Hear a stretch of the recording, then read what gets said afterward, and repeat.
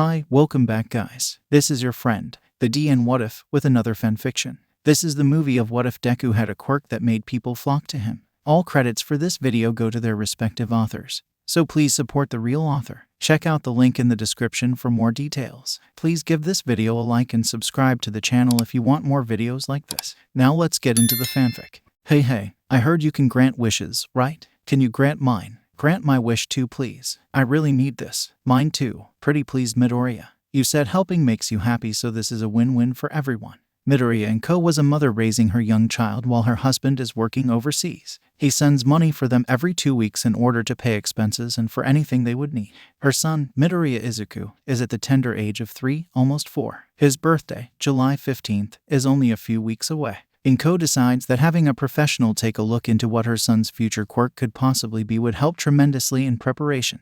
She could recall the time she and her husband exchanged stories of how they first discovered their quirk. Inko had made everything weighing a pound or less float to her, and Hisashi had accidentally set his house's kitchen on fire. Izuku, it's almost time to leave. Inko called to her son as she could hear him running from his room. Mama, ice, please. Izuku had dashed from his room and now tugging at his mother's skirt for an ice cream bar before they go. It is hot out today, ... Oh, why not? A popsicle sounds good right now. Inko moved to the freezer and looked in. Oh, there's only one left. Here, Izu, you have it. Inko handed Izuku the frozen treat. She noticed his smile has disappeared and now replaced with a confused look. Izuku, is something wrong? The bar of ice is suddenly thrusted in front of her face as Izuku's smile returns. Mama, you eat it. Inko felt her heart swell with joy for her little boy being so thoughtful. But Izuku, what about you? Mama doesn't want one anymore if it means you don't eat it. You have it. But Izuku was resilient. He kept shaking his head and tried to give it back to Inko. Giving up, Inko stuck the treat back in the freezer and told Izuku of a solution. She took his hand as they left for the examination. But before they arrived at their destination, Inko led Izuku to a convenience store and bought something. Once out, she opened the bag for Izuku to see what she purchased. It was one of those popsicles with 2 sticks which you split apart. Inko ripped the package and treat in half and gave one half to Izuku. She smiled at his and patted his head. There, now we both have one. Izuku's smile widened as he happily ate at the frozen goodness. By the time they got to the doctor's appointment, Izuku's face was a sticky mess of melted syrup. Inko quickly cleaned his face with a handkerchief before going in. They were greeted by a receptionist and were told they would be called in shortly. 10 minutes passed before a nurse stuck her head out the door that leads into the offices to alert Inko it was time for Izuku's examination. Take her son's hand again. She walked with him to the office. Here a specialist introduced herself and started the check-up. A few tests later, the specialist left to submit the results into the database and gather the needed papers. She returned shortly and gave the mother-son duo the news. It appears through an X-ray of your son's foot that he should possess a quirk. As for the quirks of you and your husband, I cannot guarantee he will have either or a combination of the both. Your son's body temperature is average compared to the body temperature of those with fire quirks, and telekinesis is something we can't test here without the proper equipment, because this is just a checkup. That is not required. I went ahead with the test for other branches of quirks that your son could have, such as a mutation type or a transformation quirk. There were no signs on the body, and with the quirks of the parents, it is likely Izuku's quirk here will be an emitter type. Inko nodded along as the specialist continued to explain the possible options. Now, there are some cases where the quirk is unlike of his or her parents, and that is completely normal. Quirks themselves are still a huge mystery as of how they are passed down, so be ready to deal with something unrelated to your quirk or your husband. There are also quirks that appear based on a child's personality. She turned to Izuku and smiled at the boy who stopped playing with the All Might action figure he brought along to stare at the woman back. So Izuku, is there anything you like to do in particular? Any hobbies or interests? Izuku's face scrunched up comically as the specialist chuckled in amusement formed the adorable display. As if a light bulb went off, Izuku's smile widened as he turned back to the dock. I'm happy when others happy, so I like helping. The specialist smiled and patted Izuku's hair. That is a wonderful thing to do. Helping others is quite noble. She turned to Inko, who had the joy of watching this exchange. You have such a sweet son. I'm jealous. Mine is becoming a bit much to handle. I had to buy him a whole pack of glitter the other day. Inko chuckled into her hand as she caressed Izuku's head. Yes, I'm quite lucky to have him. He's been nothing but thoughtful that I sometimes wish he would be a bit more selfish. Now the only thing left is for me to fill this out, and you need to sign this bottom portion. Midoriya ... And where did I put my pen again? The specialist lifted a couple papers off her desk but couldn't find it. Is everything all right? Inko asked. The doc waved her hand and got up from her seat to the other side of the room to grab a brand new pen. Everything's all right. I just have a bad habit of losing my pens. I wish it would just show itself when I need it, but that's just a trivial matter. Anyway, back to the papers. The specialist finished her diagnostic and sent Inko and Izuku off. She had tried to give Izuku the standard lollipop, but Izuku had taken it and offered it to the specialist herself to have. She didn't think she had the heart in her to refuse, so she accepted with a thank you, and the green-haired duo left. Goodbye, Izuku. Make sure tell me what your quirk is when it comes. A goodbye to you as well, Ms. Midoriya. Yes, thank you for the information, Ms. Aoyama. Take care now. The door shuts and Aoyama is left alone. She spins her chair to face her desk again, but the sight of something makes her pause. That wasn't there a second ago. Aoyama held up her missing pen that was just sitting on top of everything. She observed the ink levels and determined it wasn't the new one. Plus, the new one was on the other side of the desk. Strange. Kaken, guess what? The docs say I have a quirk. I'm gonna get it when I older like you. Izuku caught up with his friend when his mom dropped him off at daycare. Of course you have a quirk. You need one if you want to be a hero. Now did they say what it is? Bakugo Katsuki was walking into the building, telling his mother off a while ago to home and he could take care of himself. The blonde already presented his quirk a few days ago and he considered it as the best quirk in the world. He guessed his friend's quirk could be cool too, but will never be better than his. Izuku shook his head no. All I can remember is she say I just have one. I can't wait for it to show. Tell it to hurry up. Kaken, I'm not 4 like you yet. It gonna take time. The two boys went through the normal daycare activities consisting of learning session, activity time, and nap time of course. Bakugo took his mat and slid it next to Izuku's, something he's done from day one and the caretaker doesn't even stop him at this point. This routine stays for the next couple months as summer comes and goes. It was now September and still no sign of a quirk. Inko was becoming worried. According to all the other mothers who dropped their kid off at the daycare, their kids got their quirks only a few weeks after they turned 4. But she was hesitant to bring Izuku to the doctors and wanted to give it more time. 2 months isn't all that much. Maybe if they hit the 6-month period. Mama, come tur time. Inko turns off the sink after doing the dishes to smile at the small child dressed in an All Might onesie. She gets dragged to the room the computer is and pulls up Izuku's favorite video. She watches as her son recites word for word as All Might speaks while saving hundreds of people. As much as she wants her son to follow his dreams, she concerns whether or not being a hero is a good idea. That career is so dangerous and she doesn't want to lose her baby by the hands of some villain. She prays for his safety. Ag. Bakugo scratched his head in fury as he groans in exasperation. Kaken, what's wrong? Izuku walked up to his friends as he looked confused. Ugh, I forgot to pack a damn pencil. Bakugo searched through his small backpack once more, but couldn't find any writing utensils. It was early in the day as Katsuki and Izuku were dropped off at daycare a few short minutes ago. Izuku's birthday had long passed and went, leaving the green-haired toddler at age 4. There were no signs of his quirk yet, much to the disappointment of both of them, but they still had a few months before anything was to be set in stone. Izuku watched as his best friend continued to search his bag for another 2 minutes before finally giving up. The day just started and it's already not good. I wish I had packed the damn thing this morning, but no, the hag made me rush out the door early today. Katsuki turned his head to Izuku, who had been silently watching from the side this whole time. Well, don't just sit there. Let me borrow a pencil. Izuku had felt strange while Katsuki had ranted about a missing pencil. It wasn't the type of strange that caused alarms, but more for something unordinary. The feeling lasted for a good 10 seconds before going away. He didn't know what it was, but something about it just made it feel right. He also felt sleepy for some reason. He went to bed at the normal time so he got enough sleep. He came back to when Katsuki demanded a pencil from the green-haired boy and Izuku supplied him with an All Might-themed one. Turning back to his notebook, Izuku took out a pencil of his own and decided maybe drawing would help. EIHHH is what Izuku was greeted with when he backed up his small bag and walked over to where Katsuki was. Kaken, what happened? Izuku asks. My pencil. It's right here. But I swear I already looked here. Katsuki pointed to the small pocket in the front of his own mini bag and sure enough, his pencil was laying right there, tip a bit dull from using it last night. The two boys were packing up as their mothers would be at the daycare any minute now to pick them up. Sure enough, Izuku looked into Katsuki's bag and a pencil was definitely in there. Oh, that's weird. It's not like you to have missed that, Kaken. Of course not. It's something you would do, Deku. Izuku frowns slightly to the nickname, but puts it behind him. It's just teasing between one friend to another. Nothing harmful, right? Izuku and Katsuki went their separate ways shortly after, Katsuki still grumbling about the pencil. Inko and Izuku reached their apartment and Inko shooed Izuku to the living room, telling him that she'd get dinner ready soon. About 15 minutes in, Izuku heard a sigh. Inko noticed her little boy looking at her with a concerned expression and smiled at him. Don't look so sad, Izuku. I just had forgotten we were running low on soy sauce and didn't buy more the last time I went shopping. I wish I had some, but it's fine. I'll just use salt as a substitute. Izuku for some reason couldn't help but have another strange feeling. The same feeling when he was at daycare. Inko picked up on her son's strange look and bent down to touch his forehead.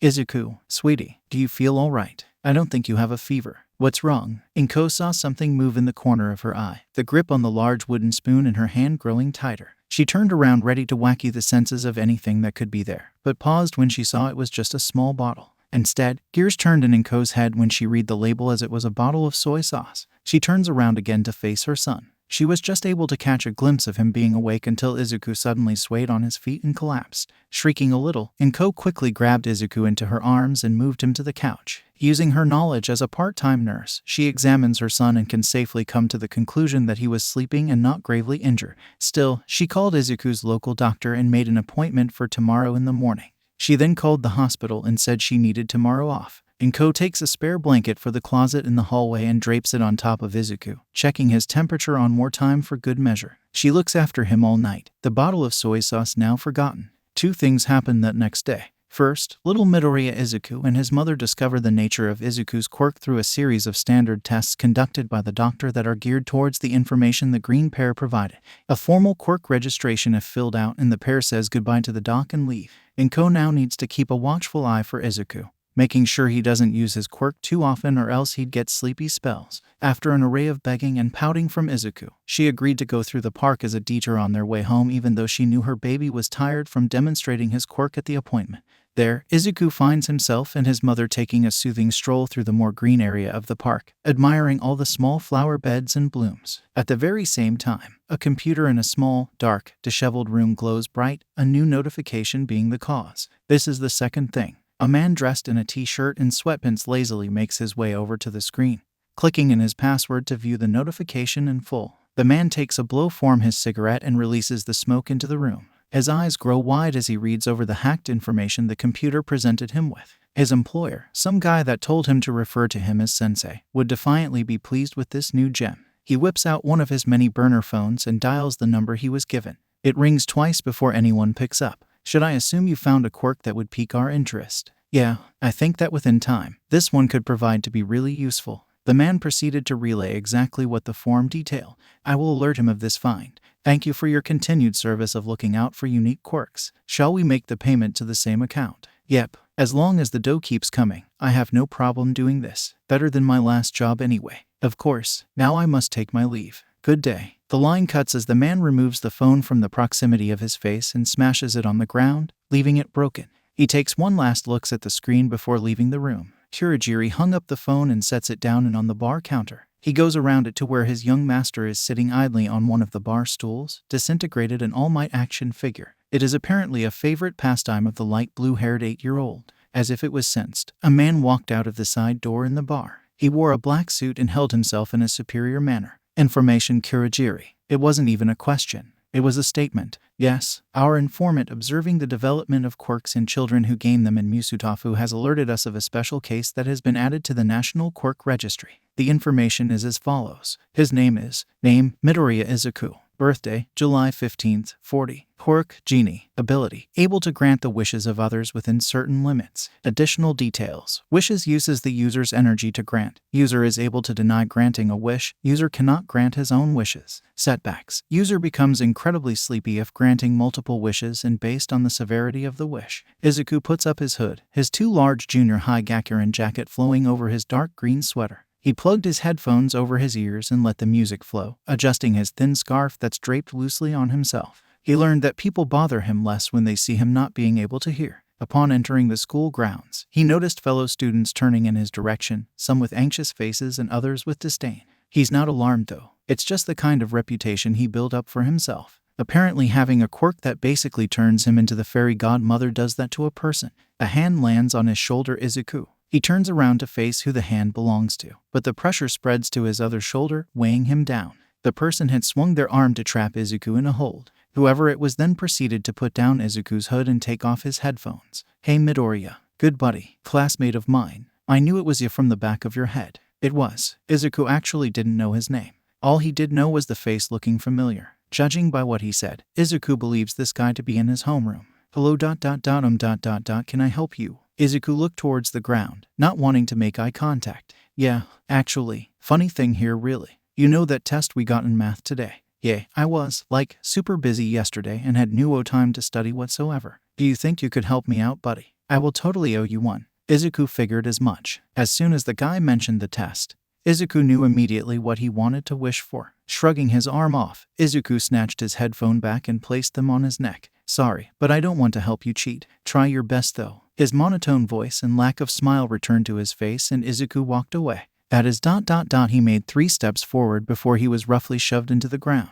You fucker, I try to be nice, but this is how you respond to my kindness. Izuku watched from the ground as the guy kicked up dirt onto him and stalked off, not even heading into the building. Most likely going to go in the back and smoke. It's quite common in this crappy school of his. Izuku pulled himself up and dusted his clothes. Good thing nothing he's wearing is white. That would have been trouble. He reached his shoe locker and found a few letters in there. When he first got a letter, he opened it to read for him to meet the sender after school to talk about something.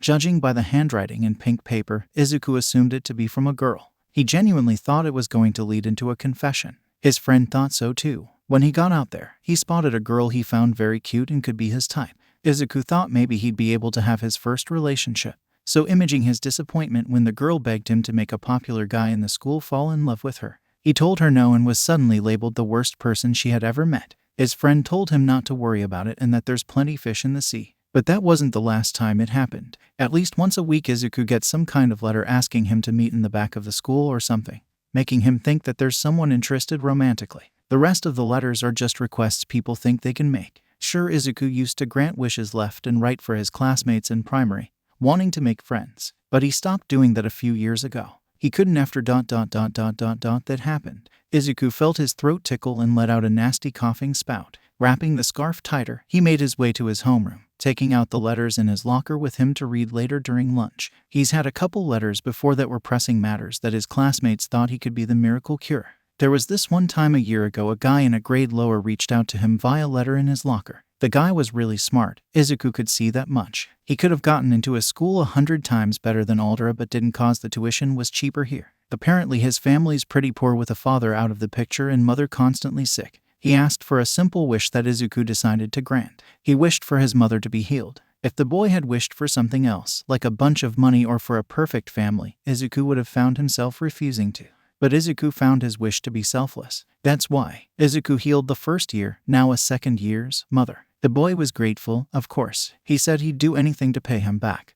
But Izuku just waved his hand and told him he didn't need anything. The bell rang for the end of lunch period and the boy left. Once alone, Izuku leaned against the building wall and let out a coughing fit he's been holding back the whole time.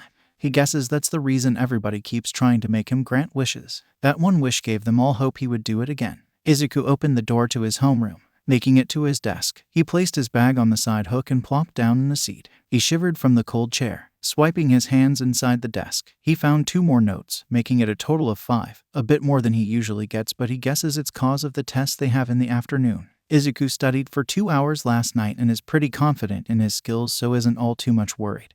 But he guesses an extra 20 minutes or so at lunch wouldn't hurt. He puts his headphones away in his bag so the teacher doesn't confiscate them later. The morning classes pass by, making lunch come sooner than Izuku expected. He got up and made his way to the nurse's office in order to get his afternoon medicines he needs to take after lunch. The walk makes him slightly tired, and he takes a short break, but he gets there in one piece. The nurse hands him 2 small pills and Izuku bows and leaves to go find his friend to have lunch together. Kakin, I'm back. Izuku sits at his desk. Another chair was set on the opposite side and a person sitting there. One with ash blonde hair and fiery red eyes. Took your time, damn nerd. Bakugo Katsuki took out his lunch and dug in. Izuku did the same, but in a less Bakugo manner. I got bit winded on my way to the nurses and back, Izuku says simply and continues to shove rice in his mouth. Katsuki puts down his chopsticks and stares straight into Izuku's face. You feeling okay today? Yeah, I'm just tired like usual. I should feel a bit better after I finish eating and take the medicine.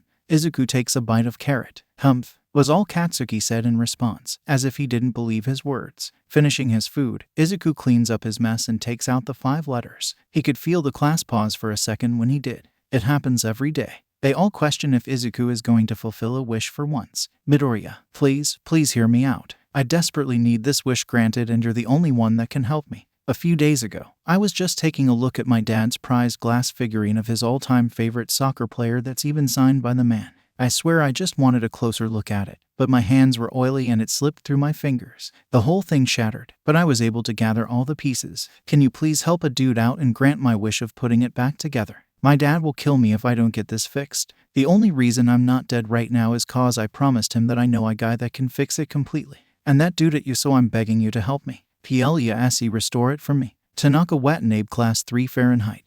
Izuku passed the note to Katsuki to let him read it. This is a no. The whole class heard his answer. He shouldn't have been playing with it in the first place if it was so valuable. This will teach him something. Izuku picked up the next note as Katsuki crumpled the first WhatIf fist in his fist and burned it quietly in his fist. Midoriya. This is Kajama Koharu of Class 3B, and I know that you reject all requests for a wish, but I swear this will be worth your time. I am in need of your assistance. As you might know, my boyfriend is Hinata Ryusuke. We've been dating for a while now, but I feel like he's becoming distant from me. Yesterday, I overheard him in a conversation with someone on the phone. He called her his baby and I think he may be cheating on me. My wish isn't like other girls where they ask if you can make them stay together or something. I wish to know truthfully from his own mouth that he's cheating on me or not so I can see if I should stay with him. We've been together for a little over a year now, so it'll break my heart if we split, but I need to know. Please and thank you. This is a no too. I'm not some sort of detective. She should confront him directly if she thinks she's cheating on her.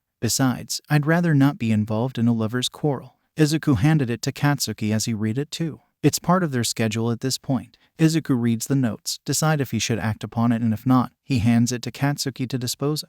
Izuku reads the next note in line. Yo Midoriya, you'll probably say no to this, but I am BGMI, please help me. The test we have today, I tried my best to study but nothing is clicking at all. I know you reject these kinds of wishes, but I need to pass this test. If I don't, I'm going to be held back. Okay, maybe not that drastic, but I can't do badly on this test. It's the first on of the year and if I fail, that's gonna be hard to bring up. Takabana Koki, he's exaggerating. There's going to be plenty of chances to bring up his grade. Izuku gives it to Katsuki and reached for the fourth letter, but stopped mid-grab to bring his arm close to his mouth. He let out a bunch of coughs that sounded painful to those listening. Bakugo started patting Izuku's back lightly. Don't die on me, Deku. Deku, Katsuki's childhood nickname for Izuku. The blonde admits it was an insult in the beginning, but it turned into a nickname over the years of friendship. Another cough is forced out of his body. I'm fine. This is normal. Izuku wipes his mouth with his handkerchief and continues. Midoriya, about today's test. Izuku didn't bother reading the rest of the note. He didn't want to hear any more about the test today.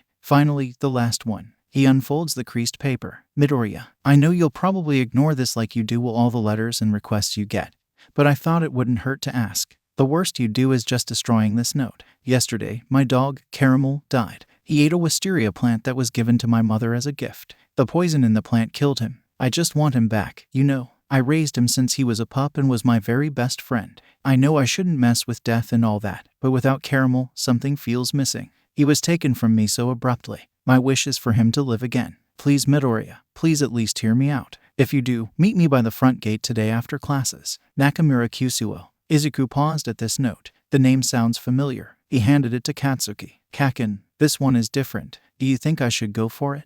The class pauses once more. All of them whisper about what they just heard. Phones are whipped out and messages are sent to spread the gossip. Midoriya, Izuku might be granting a wish for the first time in a year. I've never thought to use my quirk to revive the dead. I want to find out now. With that statement, everyone in the room freeze. Reviving the dead. That was the wish. You idiot. Do you know what wish like this will do to you? You'll die. Katsuki takes the note and explodes it. You're not meeting him. We're going straight home after school ends. But Kaken, I'm curious. Izuku pouts, his cheeks puffing up. No buts, Deku. I can't let you even test this out. Even if it was an ant you'd be reviving, it's still a risk. It's like you don't even know the kind of condition you're in. Maybe when you're 50 but not 14. Your quirk isn't strong enough. Not yet. Katsuki gathers his remains from lunch and throws it out, along with the pile of ash that was created.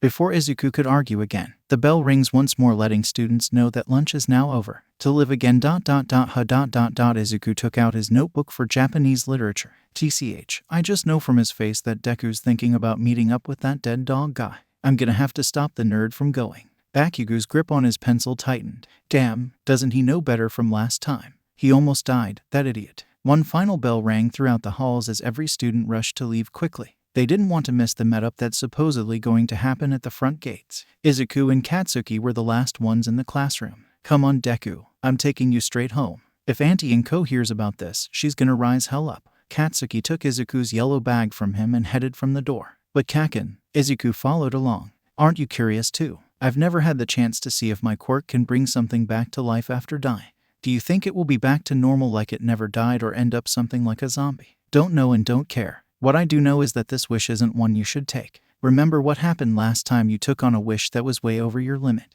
Katsuki knew that was a low blow, but he'd rather hurt Izuku's feelings than Izuku being hurt for what could be permanently. Of course I know what happened. I'll never be able to forget Kaken. Izuku put his hood back up and placed his headphones back around his neck. The pair leaves the building and Izuku can see the guy who wrote the last letter. Word must have traveled to him. The guy had a hopeful look on his face. Izuku put his head down, opting to look at the floor while he lets Katsuki do the talking. He had come to hate the face people make when he turns down wishes. They make him think he's the bad guy for not granting them. Midoriya.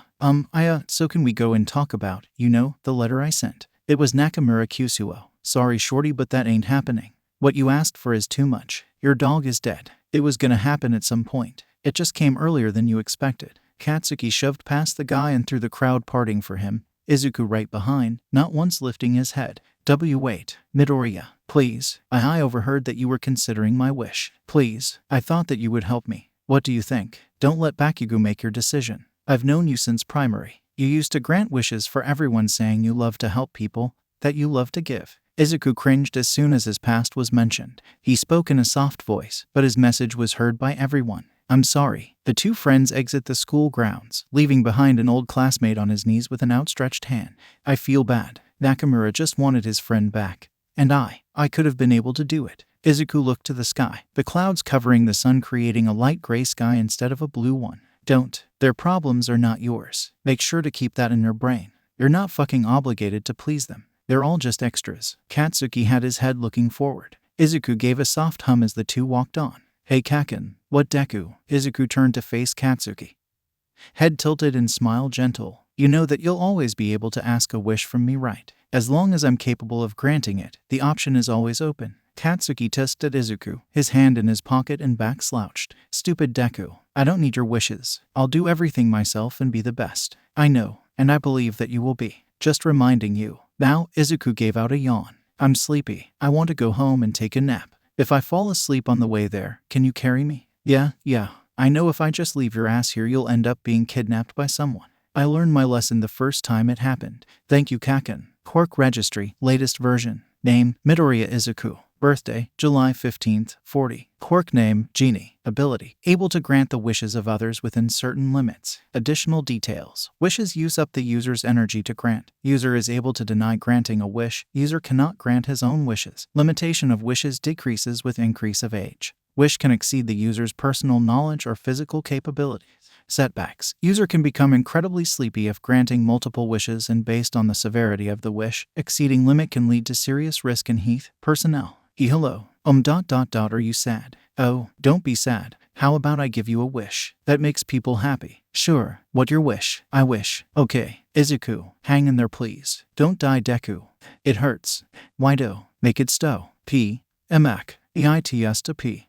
Izuku. Wake up. Please wake up. Stop taking so long Deku. We can't be heroes together with you lying here all day. Izuku honey, wake up. Wake up. Izuku.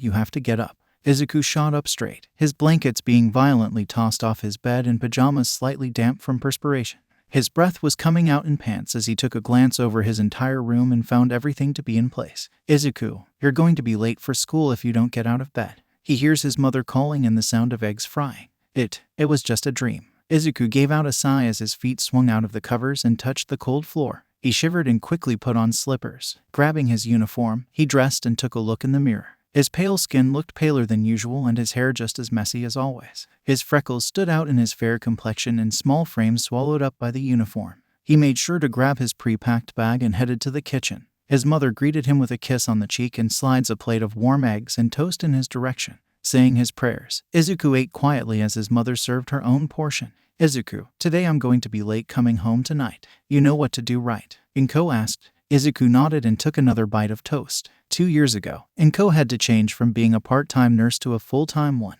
The checks Hisashi had been sending were steadily decreasing in amount every time they were being sent until they stopped altogether. Inko tried many times to contact her husband, but to no avail. She would have tried going to him for at least a visit to find out what happened, but that would mean leaving Izuku alone for what could be a week. She was too worried about Izuku's health to do that. It's not like she could take him with her. Seeing Izuku was finished with his breakfast, Inko got up to where Izuku's medicine was stored. It was filed into a small holding container with 14 slots. Each cavity was filled with one or more pills that Izuku has to take on a daily basis. The storage device has to be refilled every week. She took out the medicine that was filed under Wednesday and handed it to Izuku. He downed it in one gulp with the assistance of water. I'm going now. See you later, Mom. Izuku donned his bright red shoes and opened the apartment door. Stay safe, sweetheart. Inko called out from inside. Make sure to stick with Katsuki if anything happens. I will. And with that, Izuku made his way to the bus station. The school wasn't particularly far away, but Inko insisted he take the bus not to overexert himself. 15 minutes later, Izuku found himself sitting at his desk in class with Katsuki next to him, going back and forth in conversation.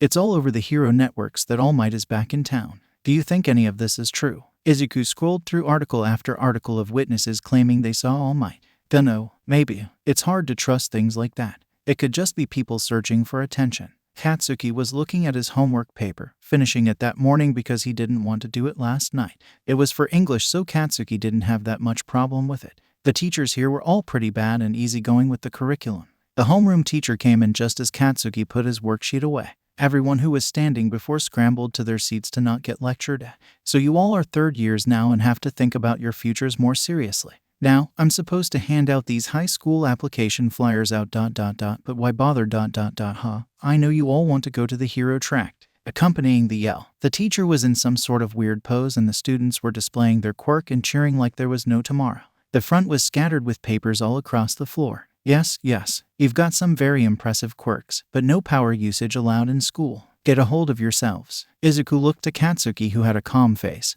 but Izuku knew better. Oi, teach, don't lump me with the rest of these losers. My quirk is better than everyone's here and I'm aiming straight for UA. For a bit of extra flair, Katsuki jumped onto his desk and released gray smoke from his palms. Oh yeah, Midoriya, don't you want to go to UA? too? Izuku nodded at the mention of his name as the classroom quieted down from them shouting at Katsuki to not insult them. Seriously, I guess Midoriya's quirk is pretty strong. Yeah, but his health isn't one that should be doing anything hero-related. He's excused from gym of all things. Izuku looked at Katsuki to see what his reaction would be, but all he saw was a weird face he's never seen before. One could describe this emotion close to pity. Why would Kaken? His thoughts were cut off when the bell for fist class rang. Katsuki stepped off his desk and instead just put his feet up. The day came and gone as the students trickled out one by one. Katsuki and Izuku were the last ones to leave again. Deku, we need to talk. Izuku didn't like the tone of his voice. It made the atmosphere turn so serious. What about Kaken? About you applying to UA?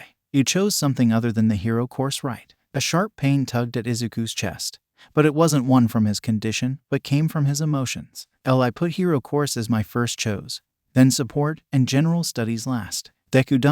drop the hero course. Go into support. The general one ... hell even business. Just stay away from being a hero. Katsuki's volume got louder as he spoke, increasing the amount of tears starting to well up in Izuku's eyes. But why? You said it yourself. We would be heroes together. Partners that would rise to the very top. Izuku's voice rose too, but straining cause he never yelled often. Just look at yourself, Deku. You're living off of prescribed drugs and still hacking daily. If you use your quirk for anything even half of your limit, your health decreases. Izuku flinches at the yelling, not expecting Katsuki to do that. You're gonna get hurt if you become a hero. I promised I would protect you, so here's me doing it now. Don't go for the hero course. You're going to get killed. Katsuki moved to grab his bag. But that's when he got a surprise too. I never asked you to protect me. You did that on your own the day I got released from the hospital. Don't get me wrong, Kaken. I appreciated the help. A lot. But now, I want to be stronger. I will get stronger. I want to stand next to you as your equal, Kaken. And to do that, I'll get into the hero course. Just wait and see. Izuku ran out of the classroom. Well, more looked like a jog, but it was running to the two of them. Now Katsuki was all alone in the classroom, gritting his teeth and fists sparking. Yagi Toshinori has been chasing this sludge villain for a while now. His limit is about to end in a minute or two. He sees the sewer manhole that the villain sprung up from and followed as well. A young boy is being suffocated in the villain. He must hurry and apprehend the evildoer. Izuku was like any 9-year-old. He loved to play outside with his friends and pretend to be a hero with them. He was happy and healthy along with his beloved mother. His quirk was pretty strong and would just increase in strength over time. Izuku thought nothing could be better. Life was perfect for him. But Izuku was also naive. His wish to be a hero turned into him wanting to help people, and he was taken advantage of like that. After all, he couldn't believe his classmates to be horrible people. Horrible people are villains and criminals that break the laws. His classmates weren't villains. They said they were his friends. It didn't matter that Izuku was sleepy for what seemed like all the time. It didn't matter that breathing was sometimes hard or something hurt in his chest once in a while. So when he saw one of his classmates sitting by himself on a swing set in the park, Izuku did the one thing he could think of. Hello. Are you sad? Yeah, the doctor told me that I don't have a quirk and now I'm going to be all alone. Izuku felt bad for his classmate. He couldn't imagine what his life would be if he was quirkless. Therefore, Izuku tried to cheer him up. Oh, don't be sad. How about I give you a wish that makes people happy? The boy looked up from the ground. Really? You'd do that for me? Izuku beamed at the boy. Sure. What is your wish? I wish to have a quirk. The boy exclaimed, eyes hopeful and smile large. And poor, naive Izuku. He said, okay. A wish was granted. Thank you so much for that. You're great, Midoriya. But it came at a high price, for Izuku was nowhere near strong enough to handle the backlash. The random, quirkless boy got his wish and ran off to show his friends, but left Izuku to collapse in the ground, clenching for his chest and struggling to get oxygen into his tiny lungs. His fingertips turned cold as he could make out the taste of metal in his mouth, something thick running out. Pain sprouted starting from his chest to everywhere else. He could barely move a muscle without another spasm traveling all over. Izuku's head felt like it had been hacked open slowly with a cleaver. Katsuki was the one to find Izuku in such a state and called over the nearest adult he could find.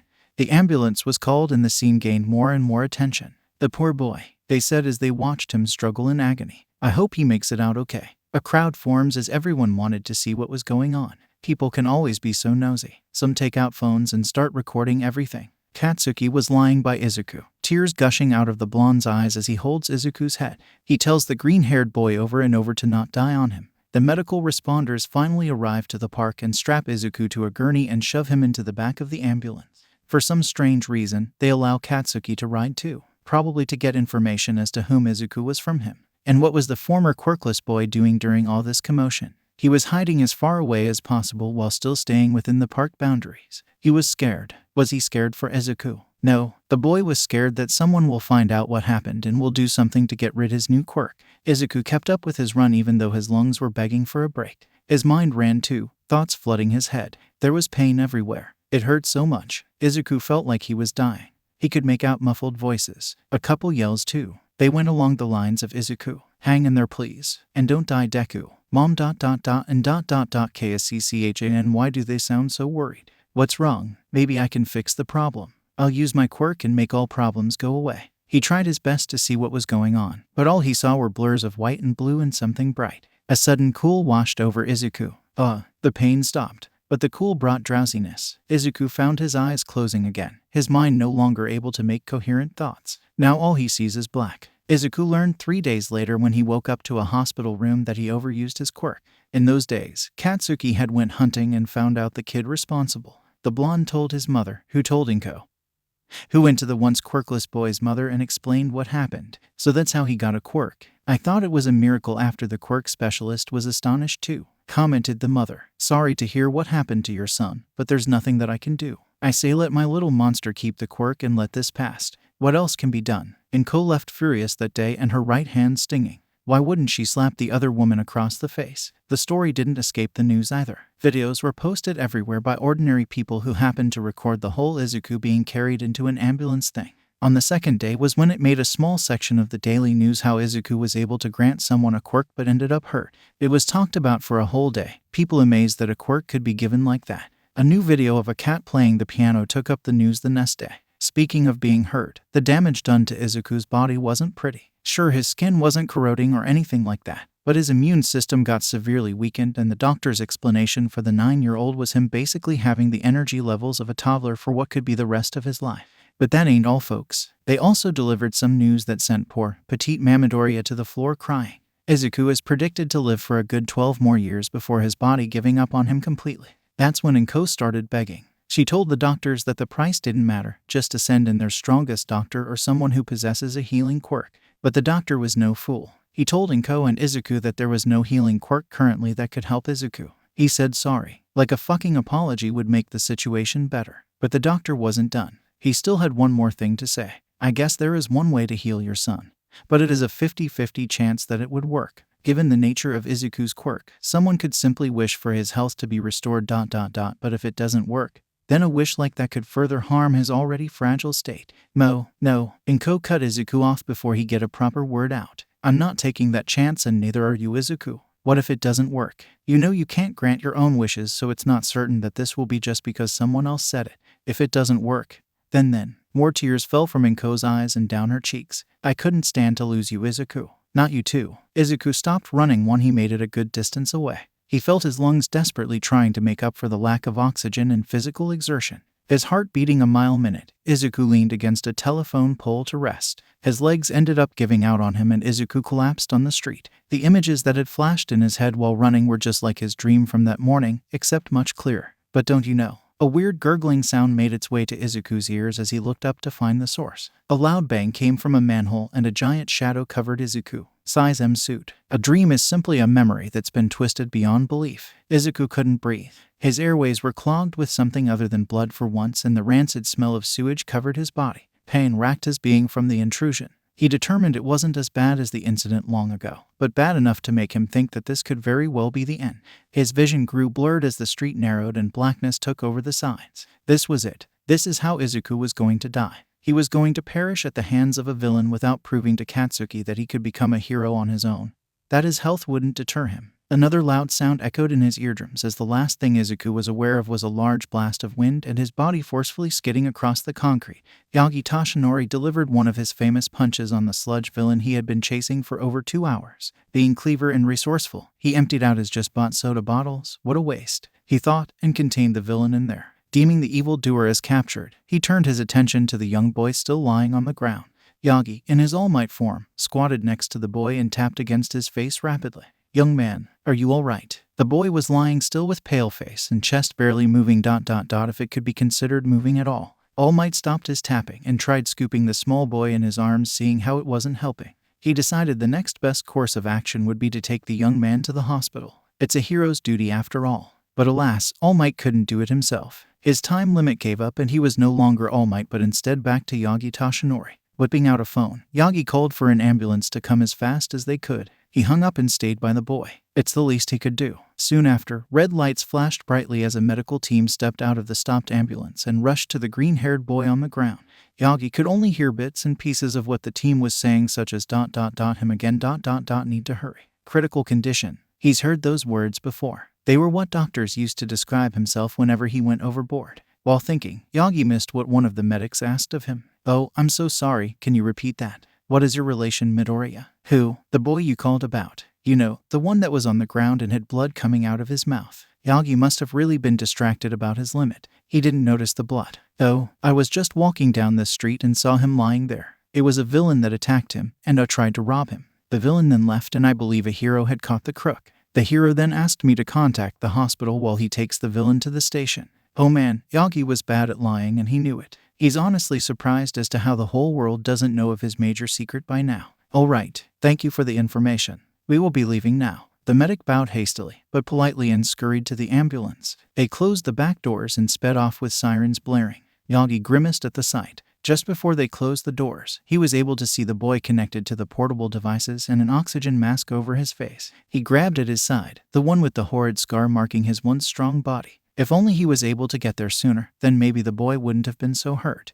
Inko had gotten off of work early and was currently relaxing on the couch. Sipping a cup of tea, the television was on to the news channel. The Hera News was discussing the topic of All Might being back in town.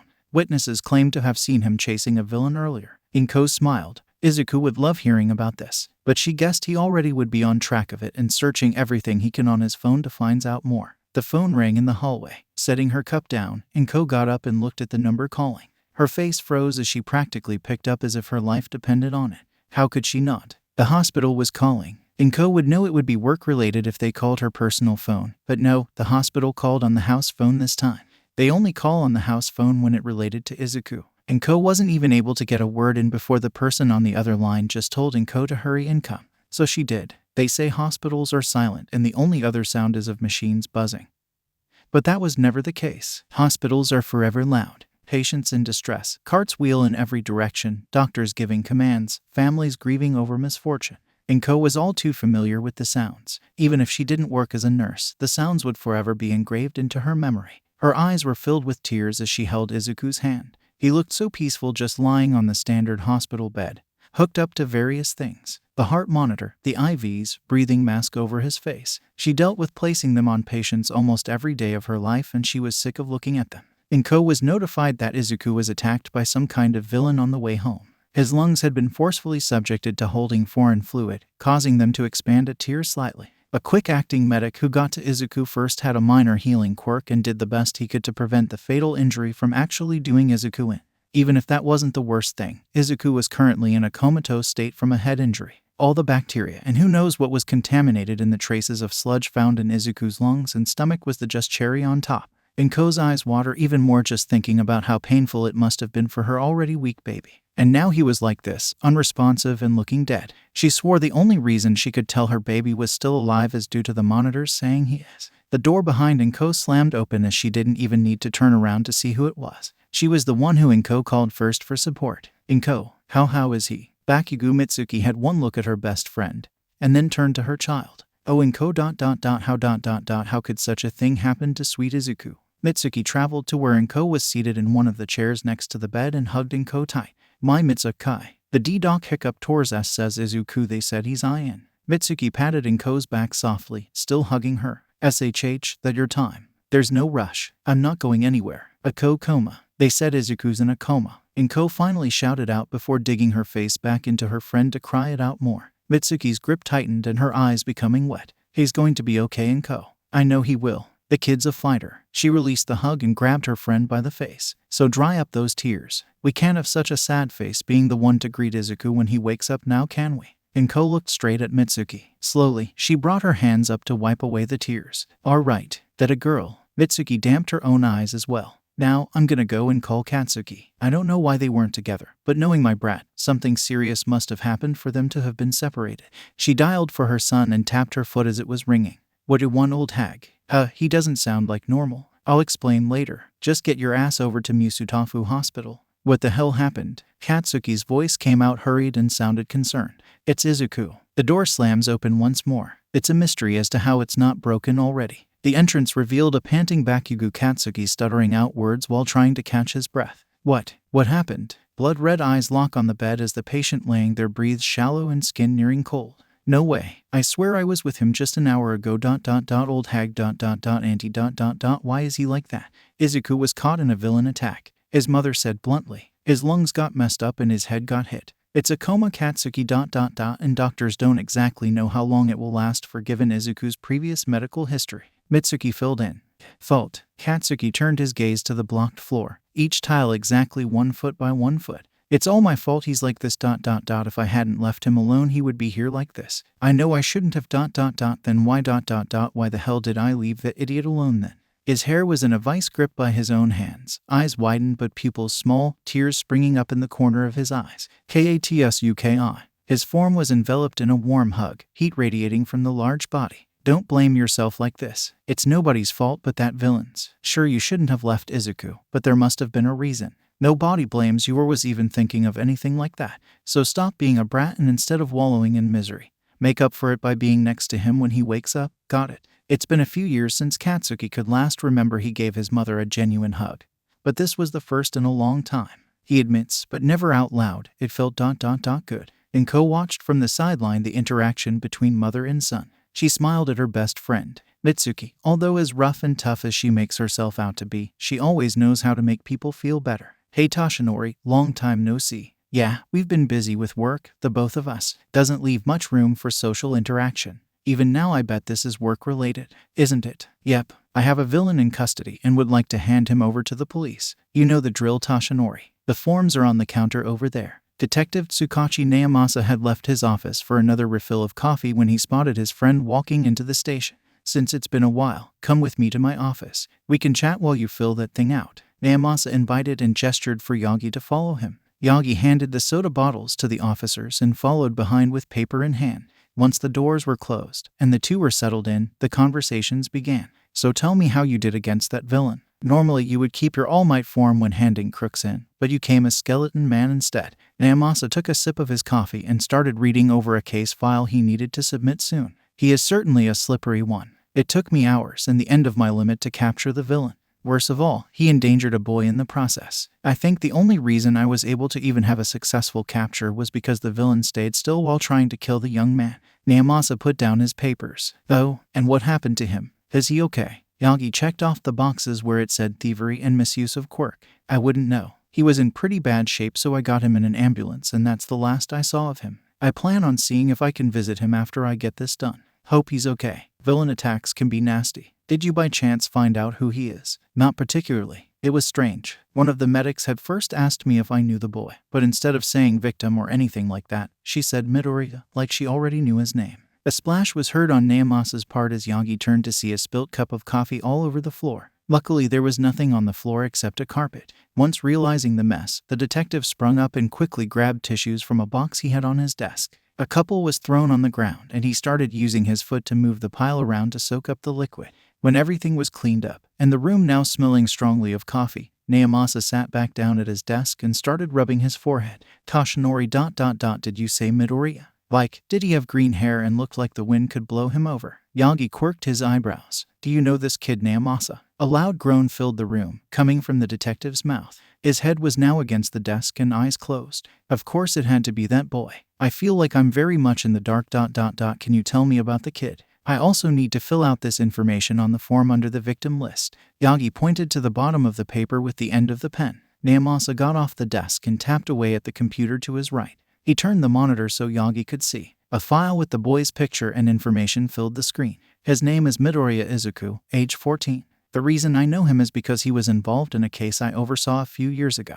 It lasted 5 days, which could be the only good thing said about this. 5 days is pretty short for a kidnapping case. Yagi's eyes widened. Kidnapping? Yeah, his quirk is nothing to scoff at, so we figure it was the main motivation. Naomasa turned the screen back around as closed out of the file. What's his quirk? Yagi asked. I'm not really supposed to tell people, but I guess it is fine since you're a hero, number 1 at that. It's called Genie. He can grant wishes just like a real genie in the tales, but it comes at a cost. Yagi was reminded of his side when Naomasa said that. It was pretty harmless at first. All he did was get sleepy if he granted too many wishes, but after a bad accident, every time he grants a wish, his health declines. Sort of like you, Yagi. The more you use your quirk, the worse your condition gets. I still say you should have retired, but there's no changing your mind about something, is there? The kid's still young and yet he has to live with his medical problems. It's quite the sad story. What was the incident? Curious are we. Naomasa moved to sit next to Yagi. I wasn't the one to handle the report, but I know enough to tell you that it's heart-wrenching.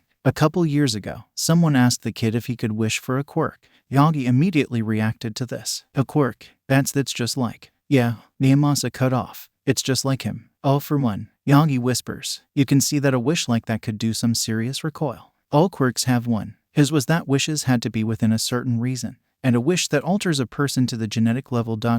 Well, you can guess how that went. The hero's eyes fell to the ground as he thought of what happened. Poor kid now is practically dependent on meds and has to live the rest of his life with caution. Even a simple cold could be life-threatening. Naomasa returned to his desk and checked to make sure none of the important papers got stains from the coffee spill. The wish got granted, you know. The kid that asked for it was quirkless before the accident. Now you know why Midoriya is a special case. In the wrong hands, his quirk can lead to serious damage. Yagi handed the form to Naomasa and gave a bow. Thank you for the information. Now, I think it's time I go see this young Midoriya. After all you told me, how can I not be worried? The two said their goodbyes and Yagi exited the station. Heading to the hospital, Naomasa sunk into his chair, piles of papers and folders surrounding him. His mind wandered back to the time of the kidnapping, the details of the incident filling his head. Poor kid indeed. Katsuki slid the door to Izuku's hospital room open. A small bundle of flowers in hand, he plans on putting them in a vase. He expected to see Izuku lying on the bed, the same sight he saw for the last week. What he didn't expect was a lanky blonde shrivel of what he could guess used to be a man, sitting on the chair placed next to the bed. The man and Katsuki have something similar to a stare down, with Katsuki sporting a glare and the man having a surprised look. It pissed Katsuki off that the man looked like he didn't expect anyone else to enter. Also ... Who was this guy? Katsuki and Izuku were practically joined at the hip from the age of 1 month cause of their mothers. He knows he's never seen this guy in his or Izuku's life. So being rational, Katsuki handled this in the famous Bakugo style. Who the fuck are you and why the fuck are you here? Katsuki learned this Bakugo style from the very best. His mother. The man, immediately shocked from the outburst, starts waving his hands in a panicked fashion and swears he's no one suspicious. Katsuki's eyebrow twitches. No one suspicious, huh? He stomps over to the man and points his finger in his face. Just claiming that makes you suspicious in my book, pops. A few crackles go off in Katsuki's hands. A moan coming from behind the two arguing blondes made both of them stop their yelling. Izuku, young Midoriya. The hope in the blonde's eyes dies down when they didn't witness anything else. The man sits down and Bakugo sits on the edge of the bed, pulling the blanket closer to Izuku. So talk. Who are you? Katsuki turned to the man with a face expression that can be described as impatient. You can call me Toshinori. I'm not asking what I should call you, old man. I already got a couple nicknames lined up for you. I'm asking who you are, details and all, you creep. Or else I'll have you kicked out from here. Katsuki stared the man down in his eyes, red irises boring holes. You are quite a determined young man. The man chuckled slightly and stood up. Katsuki hated that he had to strain his neck upward in order to look at the man in the face. My name is Yagi Toshinori and I'm an office assistant for All Might. I take care of his paperwork and things like that. Nice to meet you, young Bakugo. Now that we're all buddy-buddy, why the hell you here, droopy face? What does All Might want with Izuku? Droopy face. Yagi chuckles nervously and scratches the back of his head. Well, the simple truth is that young Midoriya had been saved by All Might when he was attacked by that villain a week ago. I've been sent to check up on the kid and such. Pathetic. Yagi looked at Katsuki, a quizzical expression forming. What do you mean by that, young Baku? Izuku was attacked and almost died cause of that slime ball, and all Might does is send over some fucking skeletal man assistant. Katsuki kicked at the floor, head down and eyes dark. And now I assure you, young Bakugo, that All Might is truly sorry that he can't come in today, but I can see if he's free to visit in person when your friend wakes up. Yagi gives his famous smile, but in deflated form. Keep your stupid condolences. It's not needed. And you can tell that boss of yours he should watch out. Katsuki sent a death glare to Yagi. From the day that Izuku got initially hurt, I promised to watch out for him and to make sure he doesn't get killed. That day he was attacked. It was the one time I wasn't at his side to protect him in years. Someone else had to swoop in and help him. Katsuki pointed a finger once more in Yaga's face. So tell All Might that while I'm grateful for saving my friend, I'm gonna beat him and become the next #1 hero. Yagi scanned the boy's eyes. They shone genuinely, filled with determination, the aspect he could pick up immediately. Thinking he overstayed his visit, Yagi gives the fellow blonde a pat on the shoulder and brushes past. I'll pass on your message, young Bakugo. I look forward to see you grow into a fine hero. Katsuki doesn't know why he turns around to see the man leave, but he had a strange sense that he knew the man. Something in his body screamed that he should respect that skeleton. Yagi Toshinori, this ain't gonna be the last time we see each other, will it? Sensei, the broker sent another file this morning. It contains 3 pages he thought would catch your interest. Kurogiri, high-ranking villain in the League of Villains and practical mother figure if the group hands his employer a small folder with the paper he printed from an email. The man wearing a suit and plugged and connected to various machines take the file and looked over the content. He activates a fire quirk and burns them to ashes. No, it's not the same Kurogiri. Even after all this time I still find no other quirk that amazes me than the one sent in all those years ago. How is Project EN83 going? Kurogiri cleared his throat, the smell of burning infiltrating his nostrils. It is still in a work of progress. Our last attempt failed, for the man assigned to the task had ended up getting arrested for loitering and then revealed to be connected to several of his crimes. A hum rang out in the eerie room. And what do you think should be our next move, Kurogiri? We cannot access the target's public quirk registry form, for the police have listed him under restricted case. The only way to get to information such as where the target lives and other personal details have been cut short. We could always hire a hacker to infiltrate the database, but the risk of the police department having someone who has similar or the same ability has been confirmed. We cannot jeopardize our location to heroes, so that option had been out on hold. Kurogiri's answer got all for one thinking. That's all for now, Kurogiri. The front shouldn't be left alone for too long.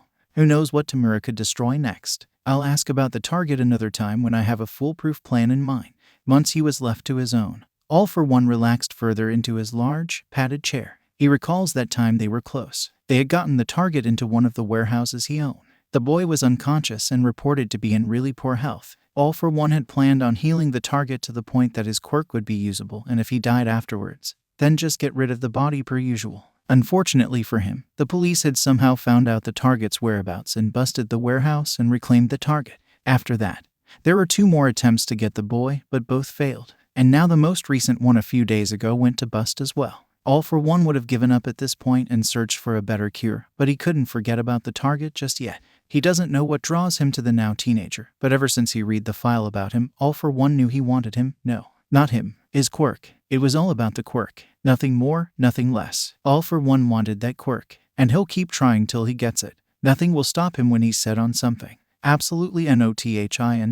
Izuku didn't know this sight. He was floating. Wait, no. He was sinking, drowning, dying. It covered him all over. It was the only thing he could see. And it hurt. It hurt so badly. Make the pain go away. Make the pain go away. Make it go away. Make it go away. Make it go away. Make it go away. Make it go away. Make it go away. Make it go away. Make it go away. Make it go away. Make the pain go away. Make it stop. Make it stop. It hurts. I don't like this. It's hurting me. I quote him dying. Make the everything go away. Izuku's eyes snapped open as he tried to jolt up. His body protested to that and fell right back down. Everywhere still sore. Ugh. Izuku moaned out. His eyes had closed shut at one point and he tries to open them once more. The bright light shining on the ceiling did not make this task any easier. He gave up as his body sunk into the mattress. Everything felt sluggish and his mind still fizzy. A nap wouldn't hurt. I'll just take a short one. With that, Izuku let himself relax and blankness took over again. Izuku's eyes tried to open once more. He noticed the room was much darker. He blinked away any drowsiness and noticed his bed had been raised slightly. Once taking in his surroundings, a hospital room, he felt a shift on his face. Without needing to see or touch, Izuku knew it was some sort of mask. He looked to his arms and saw a few IVs connected and a strap on his chest to measure the heartbeats. The call button by his side caught Izuku's attention as he made a grab for it. His arm shot out in minor pain, but he pushed through it and pushed the device. It glowed green to indicate the signal went through. He settled back down and closed his eyes waiting for someone to enter, but didn't drift off to sleep again. After what he assumes to be 3 minutes, a nurse comes in and greets him softly. She asks the standard questions of whether he's in any pain or discomfort. Izuku just says he's sore all over and the nurse writes some things down on a clipboard. She says she'll alert his mother he's awake and grab a doctor too. The nurse asked if he wanted the lights on or off. He said off. Izuku thanks her and he's left alone. A few more minutes pass and a guy wearing a white coat comes in. He does a check over and tests to see if Izuku still needed the breathing mask. Izuku uses this as a chance to ask a few questions of his own. Doctor ... how long was I ... how long was I out? Izuku stammers out. You were in a coma for about a week and 2 days Midoriya. The doctor replies professionally. He hangs the mask on the side of the wall with all the monitorial information. Izuku pales at the thought. He's been out that long. He groans at the amount of school work he's going to have to make up. In the middle of his gloom, his mind wanders to how he got like this in the first place. Izuku's eyes widen at his own thoughts. How did I get here? All I can remember is going to school, having a quiz in science ... the fight with Kaken ... the fight with Kaken.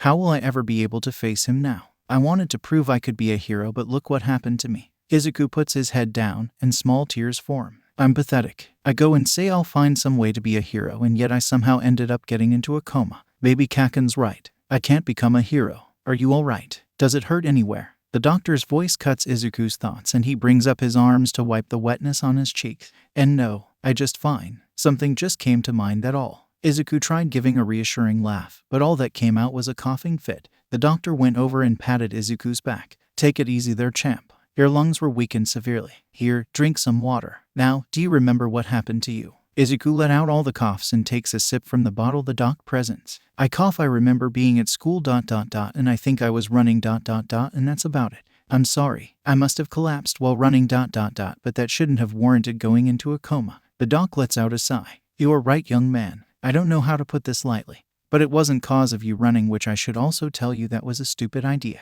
You shouldn't be running in your condition, but instead you were attacked by a villain. A villain. Izuku feels a sharp twinge in his head as he goes to cradle it.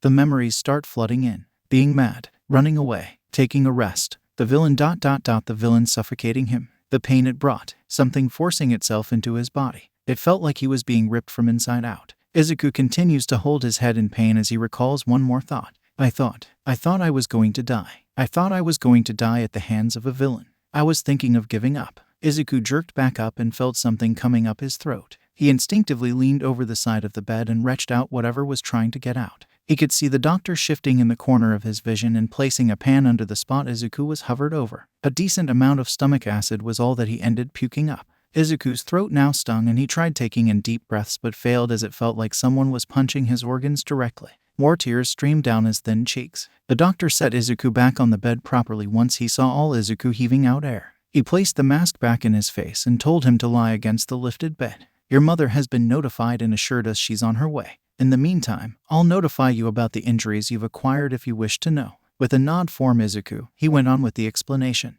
When you were attacked, the sludge from the villain entered your lungs and stomach. The stomach thankfully remained intact, but your lungs were not so fortunate and developed a tear in the left lung.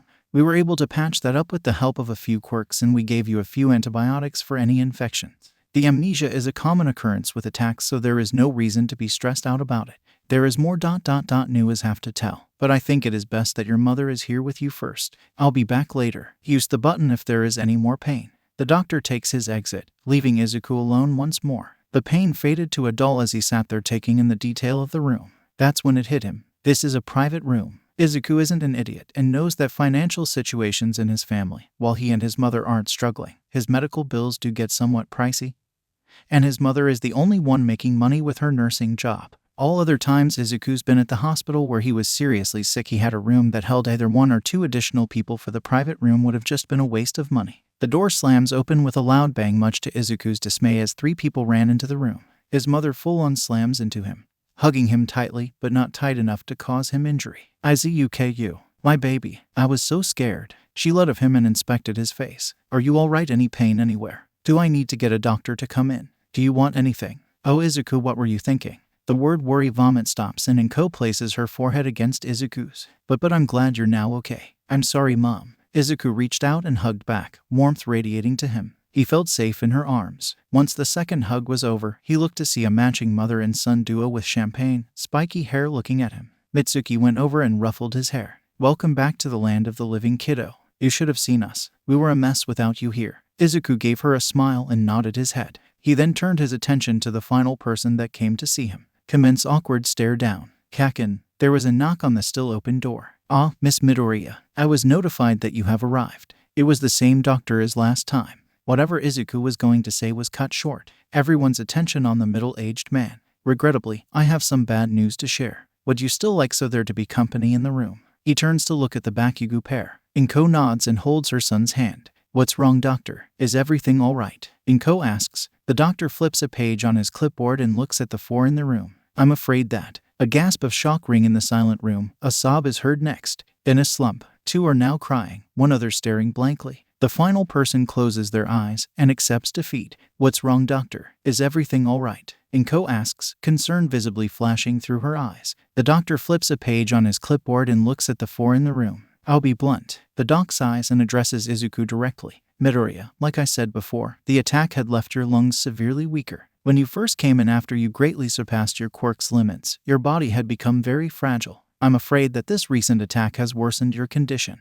The doc looks up from his clipboard and takes off his reading glasses. I'm sorry, Midoriya, but it is very likely you will have a premature death of age 17. It was predicted by the same doctor as last time, whose quirk has a 78% accuracy rate. Even if his odds are off, it's in all likelihood that it's only by a year or 2. The room soon fell into silence, but crying slowly filled for sound. The 2 mothers, one being loud and the other trying to restrain herself, sobbed away at the news. Another started in shock form the words spoken and the last closed his eyes. I'll leave you alone to process the information. Please use the call button if anything happens. The doctor then bowed and left. Izuku opened his eyes and looked to his mother and Mitsuki. He then turned to Katsuki, who still had his gaze set on where the doctor had previously been standing. His eyes now wandered to the ceiling. The same white he has memorized stare back at him. 17. That's 2 years from now. Izuku wondered what he should do in those 2 years. His thought wanders to a single memory. I guess there is one way to heal your son. But it is a 50-50 chance that it would work. Given the nature of Izuku's quirk, someone could simply wish for his health to be restored. But if it doesn't work, then a wish like that could further harm his already fragile state. The words that doctor spoke years ago brought hope to Izuku. While it was dashed by his mother, the hope never left him. A sliver remained intact, clinging to the doctor's words that he would be able to live normally and become a hero with Kaken.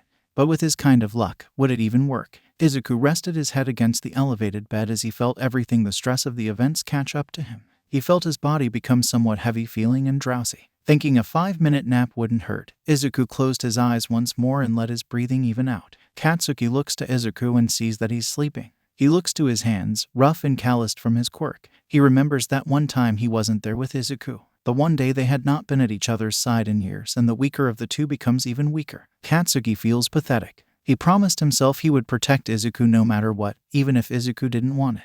And he was right. Izuku didn't want to be protected. And some part of Katsuki knew that Izuku didn't want to be protected. He knew Izuku had wanted to be at his side, and not behind him. But Katsuki had never let Izuku have that chance to be an equal. And now they were at this point. Their arguing had brought them here. Katsuki observes Izuku's closed eyes, messy bedhead, dark circles, and pale freckles. His skin is white as paper, nearing the light gray of ash. Izuku's hair had grown quite a bit, about halfway to his shoulders. Katsuki had mentioned it once in passing, but Izuku dismissed it, joking that maybe he should let it grow out. Katsuki told Izuku that would look horrible, but looking at it twice, it wasn't half bad. Yagi Toshinori had used up his 3-hour limit throughout the day and gave in his reports to his agency. He decided a quick visit to see how young Midoriya wouldn't hurt. He learns from a nurse at the front desk that young Midoriya had woken up the day prior and was allowed to have visitors. Yagi thanks the nurse and heads to the correct room. He opens the door and finds the young man upright in his bed with a meal tray with food on the table placed over him.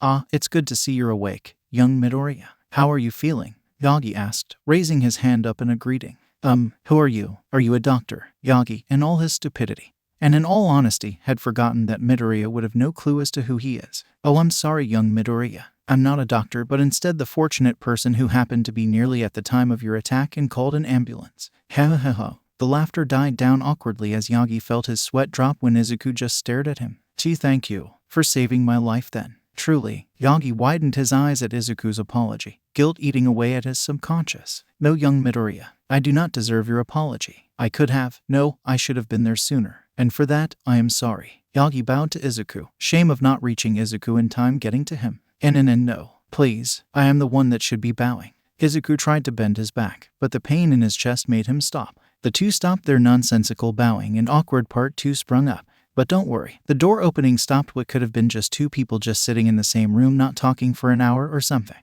"You again." The two looked to the door to find one Bakugo Katsuki with one hand smoking on the door and the other clutching a notebook and pencil. Yagi shoots straight up and sped walks to the door. "Well, this has been fun to miss better king my lave now. I have an appointment I must attend to. Have a wonderful day, young Midoriya."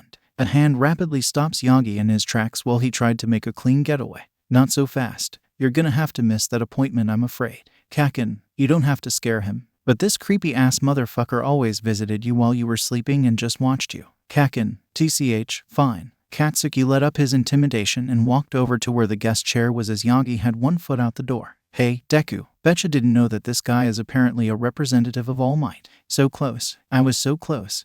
"Huh, All Might. Ah, Midoriya, glad to see you back in school. I got word you were in the hospital this whole time. As much as I hate to say this after you just recovered, but you have a lot of work to make up. Can't have you falling behind now." Izuku nodded and went to his seat with Katsuki right behind him. Their classmates all looked at him as if he grew a second head or something. This morning when Izuku stopped by his shoe locker, he opened it to see what looked like 15 notes. He usually just gets 2 or 3 per day, so this wasn't anything shocking to the green-haired boy. He picked up the few that fell to the floor and put every piece of paper in his bag for later. He grabbed his shoes and swapped them out. The two boys to their class had gotten a couple looks and gasps on their way, everyone knowing what had happened to Izuku and why he was gone for so long. Izuku planned on staying after school to discuss with his teachers about makeup work, and of course Katsuki made sure to stay behind and wait for him. The day goes by as Izuku is thoroughly confused with everything, even with Katsuki trying his best to explain. Eventually, lunchtime rolls around and Izuku takes out the letters. Automatically, Katsuki snatches them and lights them on fire and into ashes. "No, Deku, you ain't gonna read these. There's no way I'm going to even let you open one." Usually when Katsuki pre-destroys all requests, Izuku pouts for the rest of the period and mumbles something on the lines of "I could have at least just read them," but this time was different. Izuku nodded and rested his head in his arms and closed his eyes. Katsuki doesn't nudge him to eat. Doctor's orders that Izuku take it easy for now with food and gradually eat more each meal till back to a normal amount. Izuku, as for now, just has to eat enough in order to take prescribed medicine. He keeps it in his school bag, so a trip to the nurse's office is unnecessary. 3 o'clock rolls around slowly and Katsuki makes sure to help Izuku to the teacher's room. At this point, Izuku feels exhausted from the stress of the foreign material in class. He just wants to sleep in his own bed and call it a night. The teachers see this and send him home with 2 days' worth of missed work, telling him they'll give him the rest in intervals so he doesn't become overwhelmed. Katsuki tells the teachers he'll help Izuku and explain everything to him. The teachers trust Katsuki to do that much. While he wasn't absolute number 1 in school rankings, but he was high up there. For a class year of roughly 130 students, being number 6 isn't shabby. The two make their way out, a hand holding Izuku steady on the way home. Katsuki decides taking the bus would be best in this situation. The two board at the appropriate time and take seats in the middle. Katsuki warns Izuku that he's going to go to his house to check out of his school uniform and come over. Izuku is greeted by a note on the kitchen counter telling him his mother was called into an emergency shift when too many nurses called in sick for that day. He makes his way to his room and plops quite ungracefully onto his bed. His vision drifts around his room until his eyelids couldn't be kept open any longer. Midoriya, you'll find you would not be able to move as active as you had been able to. Your body had degenerated while in your coma, which is concerning for you already had a weak frame. It is going to take a few weeks, possibly months to gain back those muscles and mobility. For now, I suggest that you take it easy when walking. The doctor gestured to the wheelchair next to him that one of the nurses brought in. I recommend you keep this nearby in case your legs collapse under the strain of your body weight. You have to move around to build those muscles, but overdoing it would have the opposite effect. Izuku nodded and stared at the seat with wheels. The nurse then helped him up from the bed and onto the chair, his time of dispatch being now. Inko thanked the doctor and signed the forms that came with leaving and the chair. It was one of those chairs that had no special features unless you say that it has a space underneath to put small objects. Just something simple in case Izuku becomes too tired or something. That meant it wouldn't be over-the-top expensive. The last thing Izuku wants to do is cause his mother financial struggles. But is when the receptionist's words catch his attention. Oh hello, good afternoon, Midoriya. Signing Izuku out. Yes, it's about time he goes home after being cooped up here for a while. That's good news. As much as the staff here all adores Izuku, we're even happier when he's not here. At least then we know he's doing well. The two women have a simple conversation while Inko fills out the form. Oh, and don't worry about the cost of anything, Midoriya. This surprises the younger of the Midoriyas. Inko carried on the exchange. I know that the room and expenses are being paid by someone, but I still don't know by whom. I assume it's an organization of some sort that caters to hospitals and charity. Actually, Midoriya, the receptionist giggles a bit. You can say that he donates greatly to charity and good causes, but he's not an organization. He's just the number 1 hero. Both of their jaws drop at the fact that Izuku's expenses had been paid by the symbol of peace himself. Especially Izuku, with him being one of the biggest hero nerds. Why, you jest? Really? Inko gasps. I swear on my job, Midoriya. Every other day. A man who's the direct assistant to All Might had been visiting Izuku. Now it's all making sense. I learned from Izuku's friend that there was someone claiming to be a representative for All Might in Izuku's room. I'll have to make sure to thank them both someday for being so kind. Bang. Motherfucker of all fucking shit. Oh shit, he's still sleeping. Izuku crinkles his nose from the loud noise and forces his eyes to open, using his hands to push himself up off the mattress. He sees a kneeling Bakugo near his desk clutching at his foot. The two spend a moment just looking at each other in silence. You just stubbed your toe on the corner of my desk, didn't you?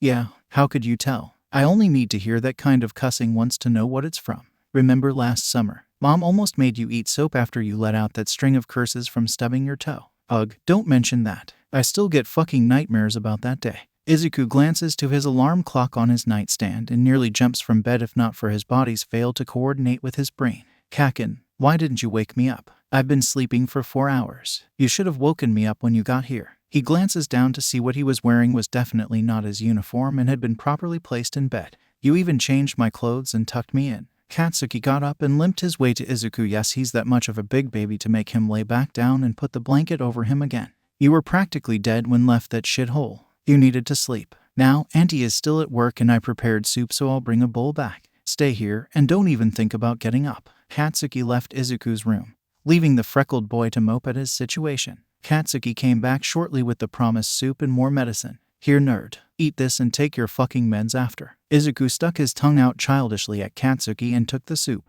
He ate half before calling quits and downing the meds. With a now full and warm belly, Izuku felt his exhaustion catching up once more. Mid-yawn, Izuku questioned, I slept for 2 weeks. How am I still tired? Dumbass. Mammy bar. What I just saw YTOME. No thing. That's fucking it. I'm leaving your ass. Go get yourself killed from being a sarcastic bitch. Wait, Kakin. Katsuki turns back around to face Izuku. His face had become one of solemnity. The atmosphere in the room became serious, as if all jokes dispersed somewhere. I need to tell you something.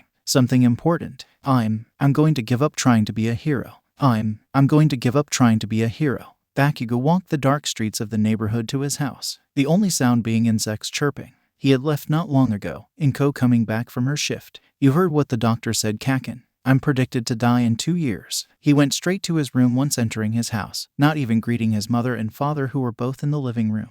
And I can barely walk in the condition I am now in. I've been thinking about this for the past 3 days. I finally understand what you've been trying to tell me this whole time. Katsuki slumped, stomach facing upwards, and brought an arm to cover his eyes, and the tears welling up. I can't be a hero. It's impossible. It's been impossible from the day I got my quirk. Despite his best efforts, drips of water end up staining the bed sheets under Katsuki, his mouth open in a silent scream. So thank you, Kaken, for helping me to realize that. He slammed his other fist not in use against his bed repeatedly until he was sure his quirk activated slightly. He could smell the scent of fabric burning. I guess I'm now going to have to make these next 2 years worth it, huh? He banged his fist in time with his mantra. Weak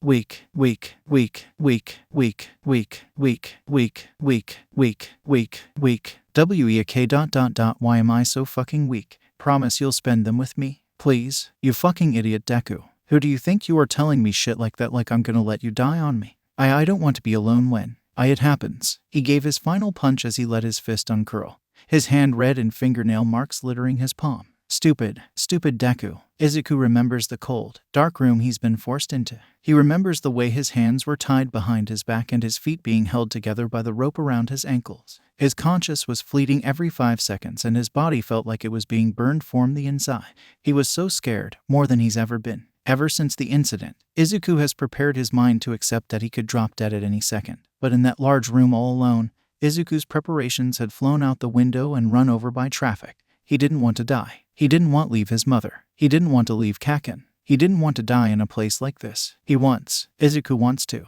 There's only one thing Izuku wants, but it's the hardest thing that can be given to him, and the most impossible. The first thing Izuku notices when he wakes up is how hard it is to breathe. His arms and legs wouldn't follow his commands and his brain felt muddled. His eyes refused to open and his throat felt dry. His body feels overheated and he wants to chuck the blanket off of him, but at the same time he doesn't want it to go. He knows these symptoms. He caught a fucking cold. Life just had to shit on him even further, didn't it? He opened his mouth and tried to call out for his mother the best he could. But all that came out was a strangled choke. He tried again, but the outcome was the same as last time. He started developing a headache which further confused his mind. He couldn't move, it was dark, and he's in pain. It's just like that time. Izuku started panicking, eyes swelling up with tears. Someone help me ... help me please. I'm scared. I don't want to be here ... it hurts. I want to go home ... mom ... kcchan ... save me. He then felt something cool hit his head and gentle motions in his hair. He leaned toward the motion. It brought a sense of comfort and security for him. Oh Izuku, get some rest, okay? I promise I'll be right here. Izuku opened his eyes by a crack to see Green looking back at him. Mo, the figure shushed him and patted his head. Don't try to speak, conserve your energy. Go back to sleep, Izuku, you'll feel better if you do. He nodded and closed his eyes once more, his ability to think coherently slipping away. He's no longer in that dark place. That makes Izuku feel a little better already. Katsuki arrived at school alone. He stopped by the Midoriya residence this morning only to have Inko tell him Izuku was sick. He wanted to go in there and check up on him, but Inko assured she had everything under control. She shooed him away, telling him he'll be late for school if he doesn't hurry. Katsuki left reluctantly and made his way to the crappy excuse for a school. It's been 2 months since the whole villain attack incident, and Katsuki can proudly say he's been putting the time to use. He planned a workout regimen that takes up the remaining time till the UA entrance exams, which would help him build up significant muscles and strengthen his upper arms. His blasts need the muscle if he doesn't want to get hurt while firing. Izuku told him he's studying mechanics and gear to get into the support course of UA. If I can't help people by being a hero, then maybe I can help heroes save people, was his reasoning. Katsuki went about his day as usual, no one in school really wanting to talk to him due to his crap of a personality. School ended with the teacher passing out last-minute homework, and Katsuki made sure to grab 2 copies. The first stop was to Izuku's house to drop off the papers and check in to see how his green-haired friend was doing. He greeted Auntie at the door, who told him Izuku was feeling better from before but was still sleeping. Katsuki asked if he could see him for a second and she agreed. He entered the dark room and set the papers down on Izuku's desk. He noticed Izuku's breathing was harsher than, but other than that, nothing else seemed wrong. He leaned over the bed and ruffled the messy, fluffy hair. Get better, Izuku, you dumbass. Kaken, I give up. It's impossible for me. I'm never going to be able to catch up on all this school work. I'm so behind, Kaken. Well, maybe you should stop complaining then and hurry the fuck up. Kaken, you're going to hurt my poor whittle feelings. Oh no, now I'll be known as the monster that hurt your whittle feelings. How will I ever live with the guilt? That was just dripping with sarcasm. Thank you. Izuku pulled the blanket he was wrapped in closer to him, feeling the weather turning chilly. If Katsuki noticed anything, he didn't say it. Kaken, how do you solve this question again? I forgot. Katsuki crawled over to where Izuku was on his bed and peered over the paper. I showed you this a gazillion times. You have to take the 169 and then turn that into 13 squared and cross out the denominator in the 3/2. Then it turns into 13 cubed. And find that out, dummy. Oh, now I remember. Thanks, Kaken. The two continued in their studies for another hour before Katsuki got hungry. Oi, Deku, I'm gonna get something to eat. Want any thing ... Izuku's head was nodding up and down, eyes closed and face almost touching the textbook in front of him. He nudged Izuku gently on the shoulder. Hey Deku, if you're tired, take a break. It's almost 8. You should go to sleep already. Izuku opened his eyes slowly, too sleepy to protest that he should study more. Closing his books and Katsuki packing his school bag for tomorrow, the two said their byes and Katsuki headed off. As the months passed, Katsuki began to notice Izuku's stamina getting weaker when walking around in school. The greenhead would occasionally ask Katsuki to slow down while walking and help carrying his bag. He was also caught more than a few times sleeping during class, but the teachers never had any heart to call him out on it. Izuku's cough got worse a month earlier as well. Inko had to buy a new medication prescribed by the doctor who looked him over. Katsuki changed too. His workout plan worked wonders. He now had a figure that bodybuilders would compliment, and his biceps could crush watermelons with pure strength. Izuku would tease Katsuki every time he was present to one of his training sessions by saying if being a hero doesn't work out, Katsuki could get a job at a club and make people drool over his figure. Katsuki made sure to train in private from that point on, much to the disappointment to Izuku. Exam day, marked on the calendar for the past year on both the Bakugo and Midoriya households. Katsuki woke up earlier to get ready and pick up Izuku so they're not late. One reaching UA gates, and after Izuku nearly dies from tripping, the two go their separate ways, Katsuki to the Hero Course exam and Izuku to the Support Course 1. At the Support Course overview, Izuku can guess the room to have about 100 people, way less than the amount who sign up for the Hero Course. Nonetheless, competition would still be tight with only a few spots open. They listened to a speech from the head teacher of the support department, Power Loader. They would be having the practical portion of the exam first and then the academic one. The examines were transferred to a room filled with desks and tools with a large pile of metal and parts Izuku's ever seen. The task was simple: create support equipment for the hero the examinee was given on their testing card. The heroes were chosen out of the UA staff. Izuku was assigned the R-rated hero, Midnight. He thought about her quirk, Somnambulist. She needs to have some part of her body exposed in order to activate her quirk to put her target to sleep. He thought about her control on who it works on. She emits a gas, and gas isn't really the easiest thing to maneuver to a specific person without some sort of quirk that can shift air. Izuku thought about creating a device that could resemble a fan, but that didn't seem like such a great idea for Midnight's skin-tight bodysuit. Plus, it would just look plain weird to show up to a battle with a fan at your side. He went over to the parts pile and examined what was there. His eyes widened and an idea lit up in his head. Picking up the parts he needed, Izuku set out to work on his creation. About 3 hours later, time was called and the examinees were told to go with their device to where their assigned hero was standing in the front. Izuku looked at the other students in his group and started getting a bit nervous. He shifted his scarf, something he's always worn, to cover half his face. Midnight herself looked at each and every device, testing them out to see what they did. A few of them ended up failing or combusting entirely in her face. It was finally Izuku's turn to hand his creation in. Oh, well, aren't you just a cute little thing? So what to make for me, sweetheart? Of course we can't forget all the small, flirtatious comments Midnight's been making this whole time. Izuku just puts it behind him, thinking it's just her hero persona. I made this out to help with control of you, Quirk. It's supposed to contain some of the gas your quirk emits, and you load the small cartilages into this launcher. And you can use it to shoot in the general direction of your target and avoid the gas spreading to bystanders. Izuku looked at the floor the whole time. Midnight observed the launcher shaped akin to a handgun, and the bullets that matched it. The R-rated hero smiled and patted Izuku on the shoulder. This is a nifty if I say so myself. I'll keep this in mind the next time I swing by my support gear handler. She placed the items on the tail with the rest of the other students and asked the next person to show her their invention. Those who had theirs examined were allowed to go home after that, so Izuku picked up the small bag he brought with him and left the room. Just before he exited, Izuku swore he heard a faint screaming in the distance, something about babies, but he didn't care enough to turn around and see what was going on. Outside of the UA building, he spotted a familiar shade of ash blonde leaning on the gates. Kaken, you're still here. I thought hero course exam ended over 2 hours ago. And you honestly think after all that's happened I'm gonna let you walk by yourself? Come on, nerd. Let's go. I'm fucking starving. Izuku nodded and Katsuki reached to take Izuku's bag. At this point, Izuku doesn't even fight to hold it himself. He's learned from his mistakes of getting in a way of a vacuum attitude. The two cross the street and walks along the shops lining the road. Izuku spots a small, quaint restaurant at the end of the corner and taps Katsuki on the shoulder. He points to the restaurant's location. Hey Kaken, want to grab lunch over there? It'll be my treat for making you wait so long for me. Fuck yeah, free food is free food. Plus, I don't want old hag on my back about how the exam went. The two entered the warm establishment and seated themselves. After looking at the menu for 5 minutes, even though they both knew what they wanted, a waiter came around and asked for their order. Extra spicy curry special. See, can I have the K katsudon please? The waiter bowed and whisked away to place the order. The two boys made small talk about the exam until their food arrived. Katsuki tore through his like it was the first thing he ate in days, while Izuku ate small chunks of his, appetite not really screaming at him to eat. Katsuki noticed halfway through his curry that Izuku was just picking at it by the time 10 minutes passed. Izuku noticed the stare and laughed nervously. I'm not that hungry. I'll just take the rest home and eat it later. Katsuki is having none of that shit and makes Izuku eat a fourth of it before having him take the usual meds he has to after eating. The two left, and at this time it was nearing 4 p.m. Katsuki walks Izuku to his apartment and leaves to go home. The green-haired male greets his mother at the door and sets the leftovers in the fridge. Trudging up to his room, he face-palmed on his bed and passed out from drowsiness. The week of waiting was pure agony for Izuku. Of course, he didn't show it on the outside.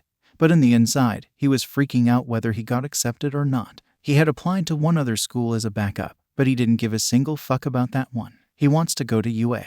And UA, alone. Both Katsuki and Izuku got their letters on the same day. Katsuki ran over to Izuku's apartment and scared the shit out of Inko when he just barged in unannounced and received the scolding of his life from the petite woman, with Izuku laughing and hacking his lung out in the background. The two took their letter and locked themselves in Izuku's room, wanting to view them in private. Katsuki opened his first, literally tearing the thing in half. A small, black disc fell on the floor and a hologram popped up with a picture of All Might. Izuku gasped at the sight of the number 1 hero while Katsuki growled. The All Might projection went on to talk about how Katsuki scored first with 77 villain points and is welcome to the hero course. Izuku opened his next, carefully undoing the seal to preserve the letter. While there was no disc, the paper contained in the envelope has Izuku jumping for joy. Not literally though. Izuku lost the ability to jump a few years back. Every time he tried, his legs would give out under him and he would just fall. I got in Kaken. I got into the support department. Izuku smiled at his acceptance letter and opened his room door to tell his mother the good news. That night, the Bakugos came over for dinner and everyone congratulated the boys. Izuku groaned at the thought of getting out of bed. It was early in the morning and was the start of the last week of school. He wants to say that he feels like shit, but he feels like shit all the time, so he can't really complain.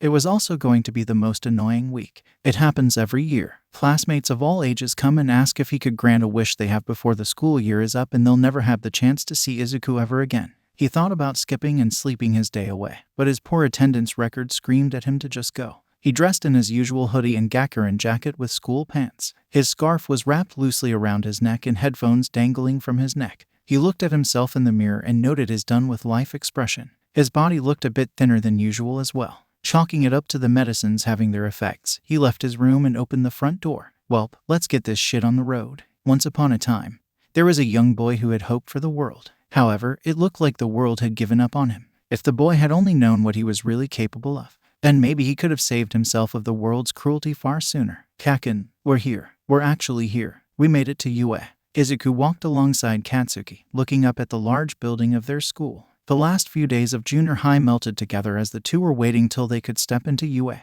Only a few more days until the boys' dreams would take the first step to coming true. Izuku looked at the map of the school he printed from online. His class was in a different part of the building than Katsuki's was, so they would have to split up at the main entrance. I'm walking you to class, Deku. Izuku looked up with a huh, till he realized he must have been muttering. Thanks Kaken. I gotta make sure you pass out in the hallway or something after all. Kaken Yumini. I'm not gonna collapse in the hallway. I took my meds this. Izuku's face scrunched up and turned to one of worry as he racked his brain. My meds, Kaken. I can't remember if I took them today. I was so pumped for the first day of school that I think I might have forgotten them. Katsuki looked at him stonily and busted all at once. You fucking idiot. How the hell do you forget something too important? That's it. We're going straight to your place to go get them. He grabbed Izuku by the arm, ready to drag the poor boy until he heard something. Kaken, I'm kidding. Izuku ducks his head and shakes from giggling. I can't believe you actually fell for it. I was sure you were going to see right through me. Katsuki stared blankly at the green-haired boy and let go of his arm. He shoved his hands into his pockets and looked away with a tch. I fucking hate you, you know that. I love you too, Kaken.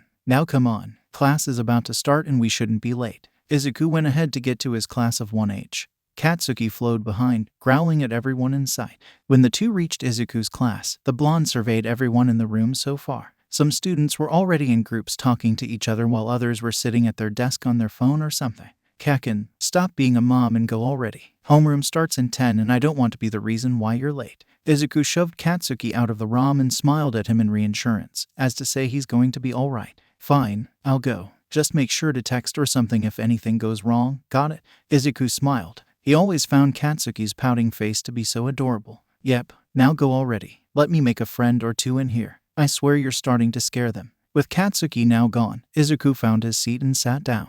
He didn't want to show it in front of Katsuki, but his entire body was screaming out at him. He was lying earlier when he said he was joking. Izuku actually did forget to take his medicines this morning. Inko was called into a morning shift at the hospital, so she had to leave before Izuku even got up. Izuku slumped his head against the desk. His head was pounding furiously while small beads of sweat were forming on his forehead. His eyes went out of focus and he felt overall dizzy. He wanted to sleep. Maybe I can just close my eyes for just a second. When Izuku opened his eyes again, he noticed he was no longer in his homeroom on his desk, but instead laying on a bed with curtains surrounding his sides. He could immediately tell where he was. Oh shit, Kaken's never going to let me out of his sight ever again if he hears about this. Damn right, you shithead. Izuku jumped at the voice next to him and turned to look at his left. His face paled even more at the view. Oh hey Kaken. Fancy meeting you here ...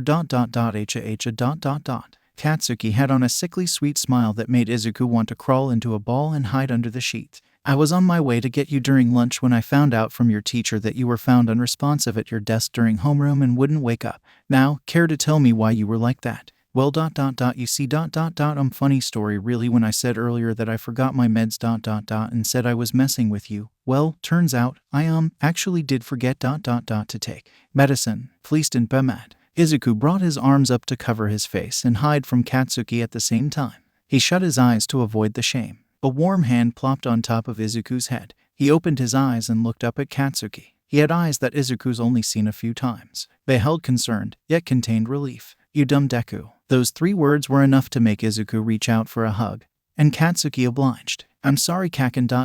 but I knew if I told you the truth, you would make me go home and you would go with me and miss your first day in the hero course. Izuku buried his head in Katsuki's chest as small tears formed. The curtains surrounding them suddenly were whisked to the side as another person joined the 3. Bakugo, how's our patient duo? Should I come back at a later time? The 2 high school students separated immediately at that comment, faces going a bit red from being mistaken like that.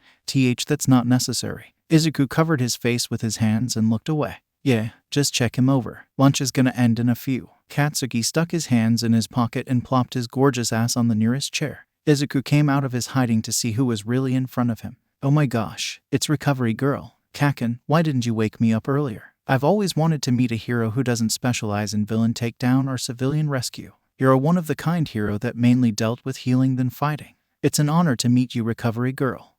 Where's my notebook? I need to get an autograph. What you need is to relax and let me do my job. Now lay back down while I adjust the bed. Izuku shut up at the retired hero scolding him. Recovery Girl pressed a few buttons to the side of the bed to raise it up so Izuku could comfortably sit. Now Midoriya, I took the liberty to look over your medical file and I'll tell you what you probably heard a million times, but I need to it once more. It's not pretty, and it was quite foolish to leave for school without taking any of the prescriptions. Luckily for you, UA has those types of medicines here and I was able to administer them through IV. You're free to go back to class after the bell rings. Just take it easy for the rest of the day. I'll notify Power Loader of the situation and not to let anything crazy happen. Take some of these gummies and sit tight while I take care of other matters. Seriously, a school filled with injury-prone heroes and students and yet only one nurse. Take care now, Midoriya. I don't want to see you in my office again for something like forgetting to take your medicine. Recovery girl left the room, Izuku shouting thank you behind her as she went. The childhood friends were left alone in the nurse's room with an awkward silence. So, Izuku tried to start. Come on, you dumbass. Let's go. Katsuki turned his back and started walking to the exit. Well, go where? Recovery girl said to stay here until the bell rings. And it's gonna ring in 15 minutes. You still need to eat lunch and take the midday meds in your bag. Now let's go. I skipped lunch too to look after your ass. Izuku held onto the bed as he stood up, legs shaking a little. He needed a sec to get his balance. Katsuki huffed and offered his hands for Izuku to take. Izuku chuckled at the cute gesture and took the hand. The two left the infirmary and headed to the lunchroom. Katsuki led them to where they sold various breads. Katsuki got a curry bread and Izuku a mocha one. They found a small empty table near the back and sat down to eat. So how were your classes so far, Kakin? Meet anyone interesting? Izuku took small nibbles at his bread. They're just a bunch of extras. Katsuki devoured half of his bread before pausing. Well, we did have some kind of assessment test during the entrance ceremony. And some did catch my eye. There was this ponytail girl that could create shit out of her boy and another bastard that just got on my nerves. His hair was pretty bad too. He had red and white evenly split on both sides. Tackiest thing I've ever seen. Izuku let out a few giggles at that comment. Of course, the first thing you would trash would be a person's hair. I remember when we met, one of the first things you've ever said to me was how my hair looked like a moss patch that was never brushed. And it still does. Kakin, you're so mean. And forever will be babe. A moment of silence washed over the two as Katsuki realized what he said and Izuku trying to sink the words in. Lucky for them, the bell just happens to ring at that exact time and it snapped the two boys out of whatever tension was building. Katsuki coughed and put up his usual bad boy persona. Come on, I'll take you to class. Izuku nodded and packaged the remaining of his bread into his bag after putting it back in the plastic wrapping. He took out a small capsule which contained 3 pills of different sizes and colors. He downed them with a gulp of water and stood up, using the table as support. When he returned to his classroom, Izuku could feel all eyes on him as he made it to his seat, waving Katsuki a farewell. He brushed it off. It's not like it's the first time everyone looked at him. Won't be the last either. When the bell rang once more, their teacher entered the room. Midoriya, glad to see you are feeling well again. There wasn't much you missed during the first half. I made everyone get to know each other on a friendly basis. Cooperation is key in this field. I'm sure you'll be able to catch up in no time. Just meet me after classes end for a sec. Howard Loader then stood at the front desk and pushed a button on a remote he had in his hand. As soon as he did, a small compartment in the desk opened up to reveal a few sheets of paper. All right, it's time to get to work. Our first project is No Walk in the Park. All of you got into his department cause of the skills you've shown and the creativity one needs to be a support gear developer. Your first task is what we're all here for. You are to help create the gear that the Hero Course students requested. Between the 3 classes, the gear for the 40 student in Heroics was split up. You all should have a paper describing different gears and who requested them. It's up to you on how to create the items. You have the rest of the day today and tomorrow morning to finish. Good luck. Izuku gulped at the assignment. He only had until tomorrow morning to finish the item. He reached for the papers and read through the files of the students and what they wanted. Name, Aoyama Yuuga. Class, 1A. Quirk, naval laser. Ability, able to shoot a concentrated laser out of his navel. Gear request, Bonjour chérie, you see, I am quite in a pickle. My glorious naval laser is already fabulous and as shining as ever, but I lack in control settlement damage. I ask for a device that will help carry my naval laser to all of me and not just shun. From my fabulous center Mercia continued a briller. After reading it through and a little bit of help from Google Translate, Izuku thinks he understands what he needs to do, along with the paper of the hero and training information.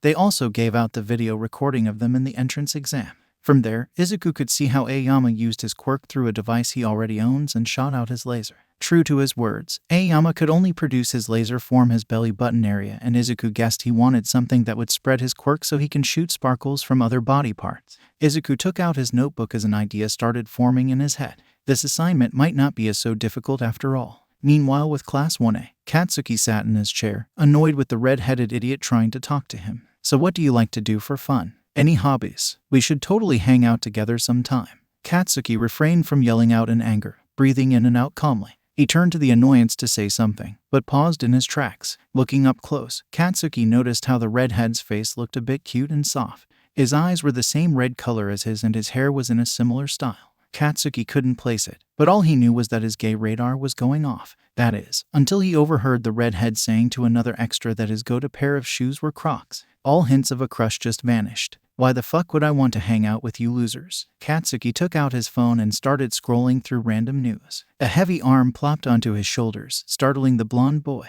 "Ah, come on. Don't be like that. You should join us in karaoke tonight to celebrate the first day of school." Katsuki shrugged off the arm and huffed. "Can't. I gotta do other shit today." "Fuck off. Don't be like that, bro." "Oh, I just realized. I never introduced myself. I'm Kirishima. What about you?" The redhead Kirishima stuck out his hand for a shake. "Not interested in making friends." "That's cool, but if you ever change your mind, just know that my arms are always open." Kirishima smiled and bounced away, greeting other classmates. Bakugo took one last glance at the redhead. I bet Deku and that preppy nuisance would get along together. Izuku smiled at the progress he was making. The item he was designing was coming along nicely, and he only needed to make a few more adjustments tomorrow before it would be complete. He put away all the tools he used into the correct bins at his workstation and tried to get up out of the chair he's been sitting on for the past 3 hours. The emphasis is on the word try. As soon as Izuku stood up, he found himself having to sit back down, the feeling in his legs being non-existent.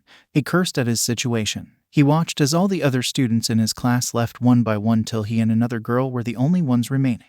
"Hatsum, class is over." The bell rang. "You need to clean up your station and head home." Izuku turned to the voice of his teacher. The other student in the room was a girl with long, bouncy, pink hair and golden eyes. "But I'm on a roll and my baby isn't going to make itself." Izuku choked when she said the word babies. "Sorry, Hatsum, but students can't stay after school for the first week. Not my rules, but the board's." Power Loader crossed his arms and stood his ground as Hatsum sighed dejectedly and started packing up. It's when she finished that Izuku locks eyes with her. "Hey, you there. You're the kid that was found dead at your desk this morning, right? Man, you gave everyone a scare today. Everyone thought you were a goner." Hatsum approached Izuku in a run and held his hands. "I think you're going to be an interesting specimen. Let's be friends, K." Izuku blushed from the close contact and the hand holding that all he could do was nod. "Great. Now that we're friends, you have to help me test out my babies someday." "Whoops, would you look at the time? I'm late for the train. I got to go now. See you later, Mr. Goner." And with that, the pink-haired girl named Hatsum ran out of the classroom.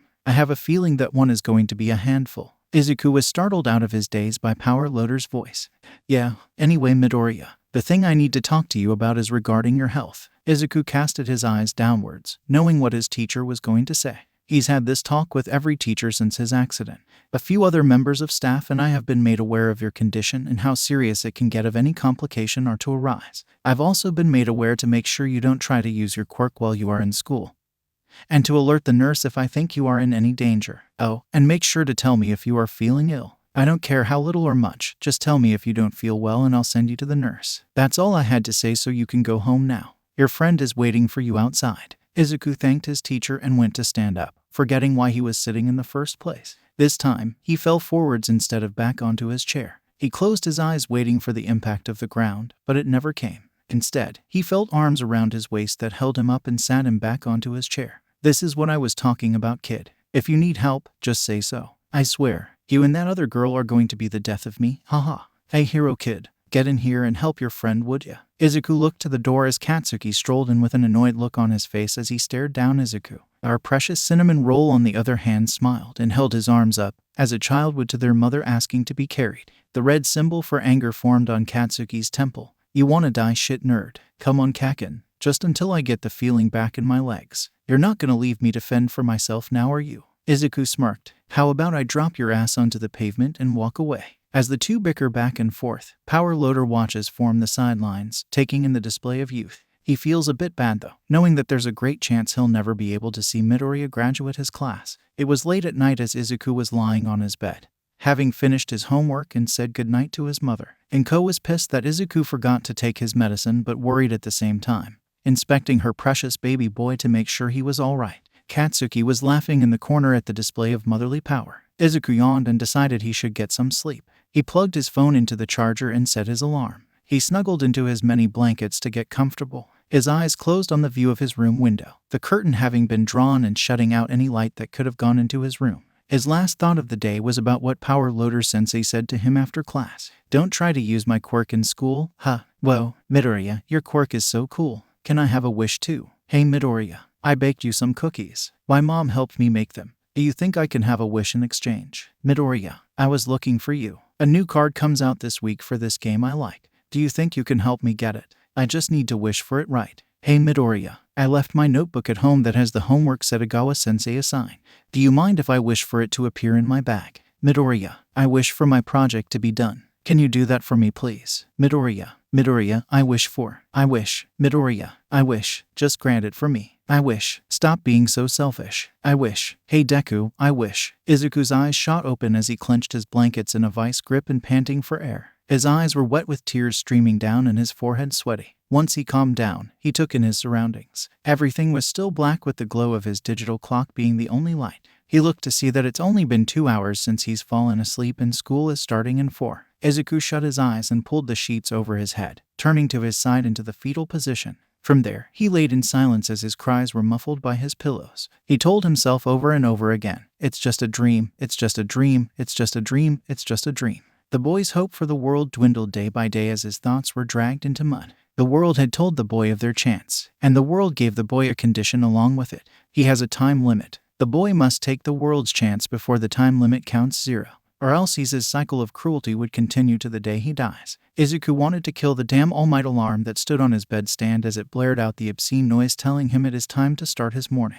He cursed at the daylight peeking through his closed curtains and proceeded to slowly peel the blankets off of his body. The cold smacked him as soon as he did, making him wish he could just crawl back into his little burrow and stay there. Eventually, Izuku found himself out of his room poorly dressed in the school uniform and navigating his way to the kitchen table where his mother laid out breakfast and his medicine for him. Saying a small thank you, he dug into the food with a smile. His mother's cooking always makes him smile. Izuku, I have to go in a little earlier today, so make sure to take your meds and lock the door when you leave. Izuku gave his mother a hum and a nod, for his mouth was full of food, and Ko kissed him on the cheek with a hug and headed out the door. When the door clicked against the frame, Izuku put down the slice of toast and wiped his mouth with a napkin. He filled a glass with water to swallow the pills with. Once done, he looked up at his reflection in the window above the sink. Dead eyes stared back at him with a pale skin and sunken cheeks. He looked like a corpse that had just risen. In a split second, his eyes regained a sparkle and a smile formed on his face, making his cheek look fuller. He grabbed his bag and slung it over his shoulder, also taking his scarf and headphones. I just have to smile. If I smile, no one will know.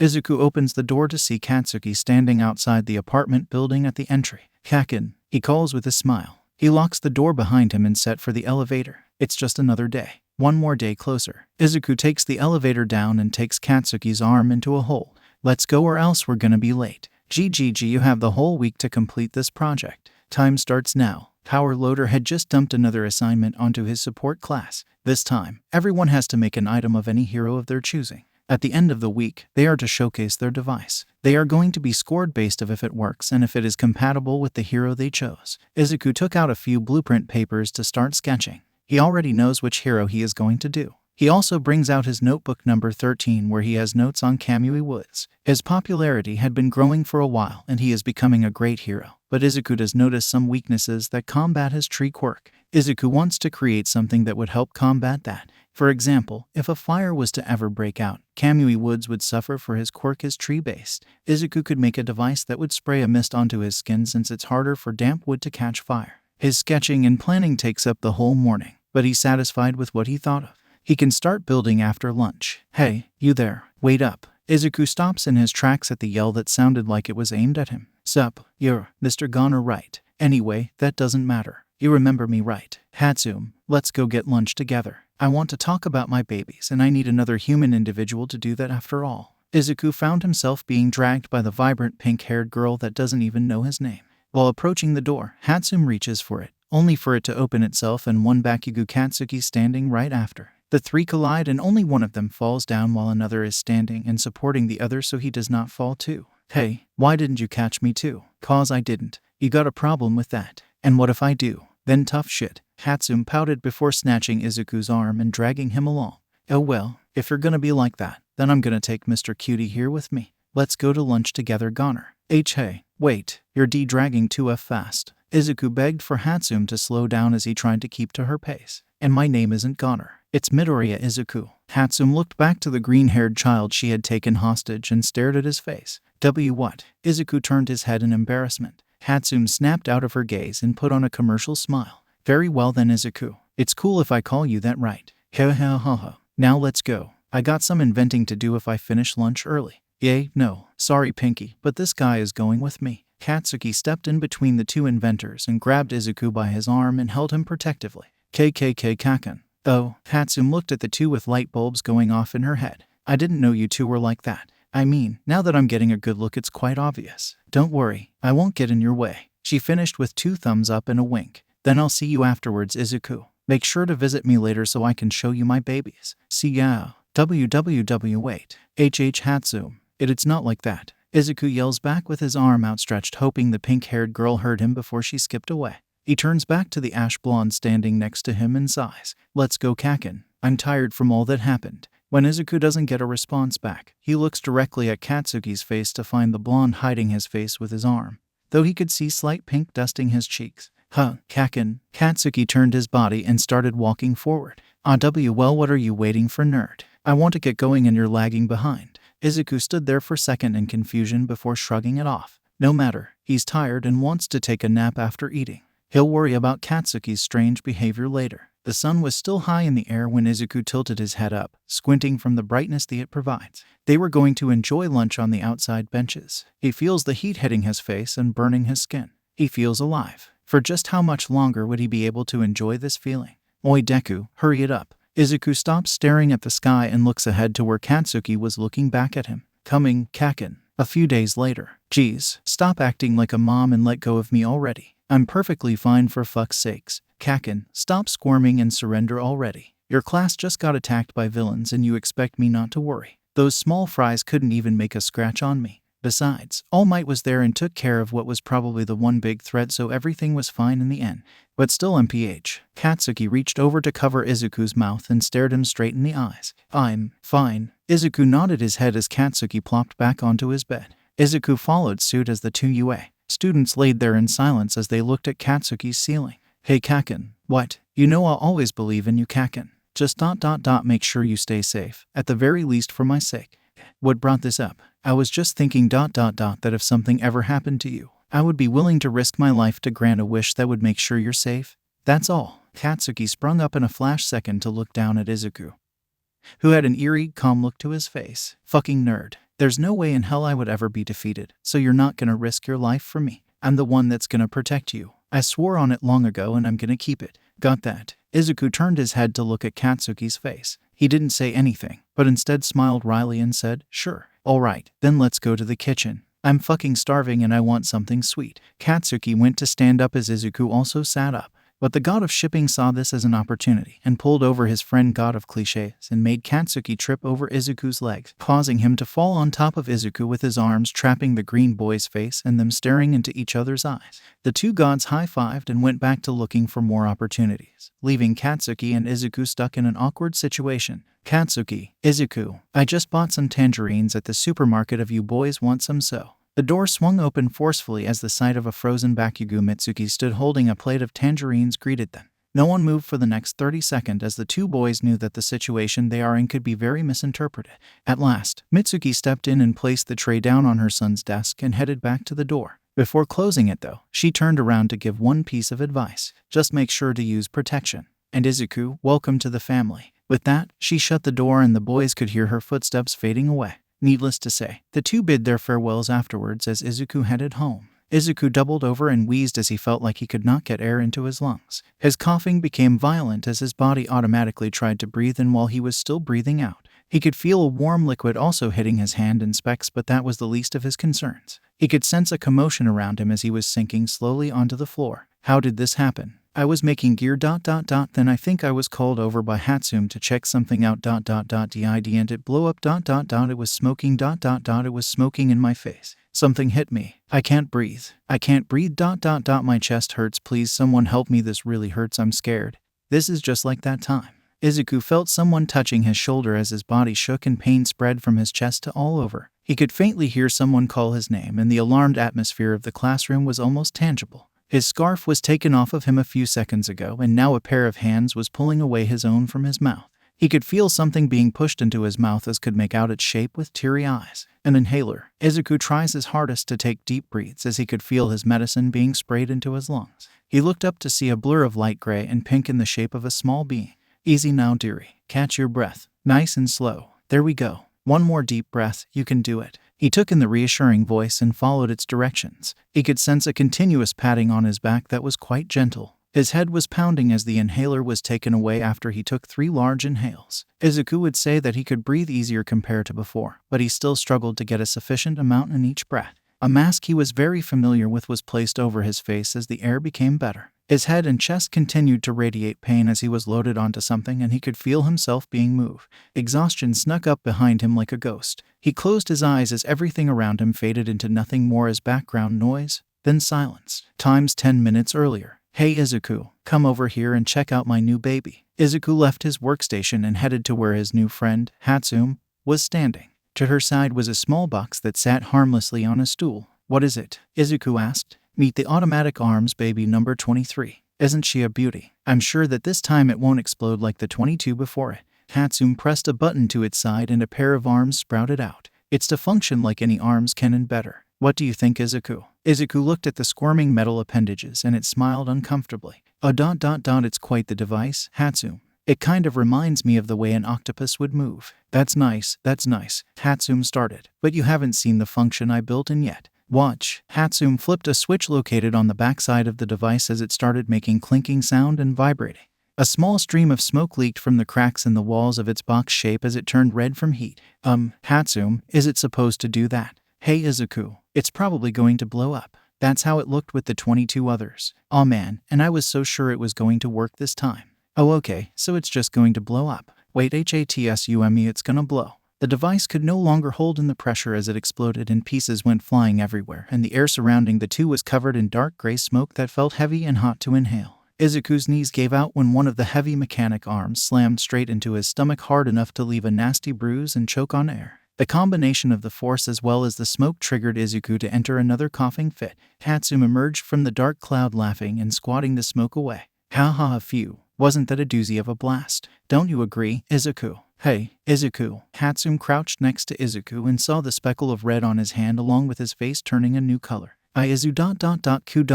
Her eyes turned wide as she rotated her head and screamed, Power loader SENSEI. She could see her teacher putting down whatever equipment he was holding onto a nearby table and run over to where the two of them were standing. Midoriya, can you hear me? Power loader then took notice of the red splatters in Izuku's hand and some on the floor. He yelled for someone to call for Recovery Girl and to tell her to issue for a code blue in the support department. A random student who was near the phone on the wall looked up the number for the nurse's office and quickly explained the situation to the other person on the line. Within the next 2 minutes, anyone would describe it as chaos. The students in the room were told to leave and go into a nearby general education classroom. Hatsum tried to put up a fight, but she reluctantly left after being forced to. The people remaining in the room were Recovery Girl, Power Loader, and 2 other teachers who were designated to appear on site if a student were ever in a situation like this. Recovery Girl had brought a bag filled with medical equipment with her and took out a few items. She helped Izuku into a different position to help with his breathing and moved his hand away from his mouth. She held the inhaler to his mouth and pressed. After a few pumps, she checked his breathing and found it to still be strained. She motioned for someone to hand her a breathing mask connected to a small, portable machine and she attached it to his face. 2 small robots holding a stretcher at opposite ends came into the room and Izuku was taken to the infirmary. Recovery Girl trailed afterwards and the floor was cleaned by different small robots. Once that was done, the students were allowed back into the classroom to carry on with their projects. Hatsum went straight to Power Loader and asked if she could go to the nurse's office and see Izuku. Sorry, Hatsum, but I don't think that's a good idea right now. Wait for things to settle down or maybe visit him after class. For now, how about you think about what improvements you can make on your devices so they do not blow up? I swear that we've only been in school for a month and you've already caused 47 explosions. Although this one was on a much larger scale compared to previous ones. Yes, sir. Hatsum went back to see that her baby was already in the trash after the metal was deemed to not be reusable. The whole class after that was even silent, not knowing how they should react to what just happened. Hatsum gathered more pieces to work on another project idea she's had for a while, but every minute or so she would find herself looking at Izuku's workstation. A vision of a small classroom decorated with messy painting hanging on the wall and animal posters giving motivational advice near the ceiling. The desks were tables with 2 chairs at each in various colors. The scene changes to an empty classroom to one that is filled with primary school students, and all those kids are huddled in a circle surrounding on things. Midoriya, wanna be friends? Be friends with me too, Izuku. I got a new toy yesterday. Wanna play with me? Hey Izuku, let's hang out more often. Midoriya, we're friends, right? Can you do this tiny favor for me? I forgot my homework. Izuku, can I ask for a wish? You're a great friend, Izuku. Can I have a wish? My birthday is coming up, Midoriya. You're invited to my party. Just make sure to give me a wish, okay? Izuku loves to grant our wishes, right? I'm so lucky we're in the same class this year, Midoriya. Can I wish for the new Edge-Shot action figure? My mom won't get it for me. Now instead of kids, there is one adult front and center crouching on her knees with a sickly sweet smile. She claps her hands together and starts talking. Izuku, do you think Sensei can have a wish too? Really, I can. Oh, you're such a good boy, Izuku. You're Sensei's favorite student. The scene changes again as it now showed a park surrounded with playground equipment and a few trees and flowers scattered around. One lone kid was sitting on by himself looking upset. The doctor told me that I don't have a quirk and now I'm going to be all alone. Really? You'd do that for me? I wish to have a quirk. The sight goes back to the classroom with kids once more as they all have wide grins, but deceitful and greedy eyes. We'll be great friends forever, Izuku. Izuku opened his eyes to the same white scenery he's experienced 1,000 times. He could hear machine beeping and feel the mask on his face. He wiggled his fingers and noticed that there was minimum pain throughout his body, even on his chest. Small tears tricked out of the corners of his eyes as he thought of what he remembered. Something he had buried deep in his memories had resurfaced again. Liars, all of them. In the lunchroom of UA. Hey, did you hear what happened in one of the support classes? Yay, dude. I heard someone got hurt pretty bad. I heard that some kid was brought back from dying last minute. No, trust me, I have a friend in that class. He told me that a kid collapsed out of nowhere and the teacher started panicking. I heard that there was blood on the scene. Gross. Dude, we're eating here. Don't talk about something so nasty. But who's the one that got hurt? I think my friend said something like Nimura. I heard Midono. Does his name really matter? He's just some weakling if he collapsed in the support class. Not even in heroics. Whoa, Takana. Haha. Way to be rude. I'm just telling it like the truth. Here we are in a school meant for heroics yet not in the hero course. The least we can do is not embarrass the reputation of this place. That's true. Though, this reminds me of the battle I saw yesterday on the news. It was some newbie hero that honestly wasn't very strong. My mom made me switch the channel after that cause my little sister was also watching with me. I changed it to a comedy channel. That new comedian that's been gaining popularity is fucking hilarious. I swear I couldn't stop laughing. I was watching that too last night. Man, he's a hoot. I want to go see one of his shows next week. He's coming to this city by then. How about we all go? We could book tickets in advance. Hey Ida, over here. A bubbly, brown-haired girl with pink cheek waved over her friend to the lunch table she was sitting at with her froggy friend. Thank you, Uraraka. I'll be sitting here then. The blue-haired male with a tall figure and rectangular glasses Ida took a seat next to the brown-haired girl known as Uraraka. Ada, did you hear the rumors circulating the cafeteria? Some kid in a support class got seriously injured. I want to know what happened, but no one really knows the full story. The teachers are also keeping closed lips about it.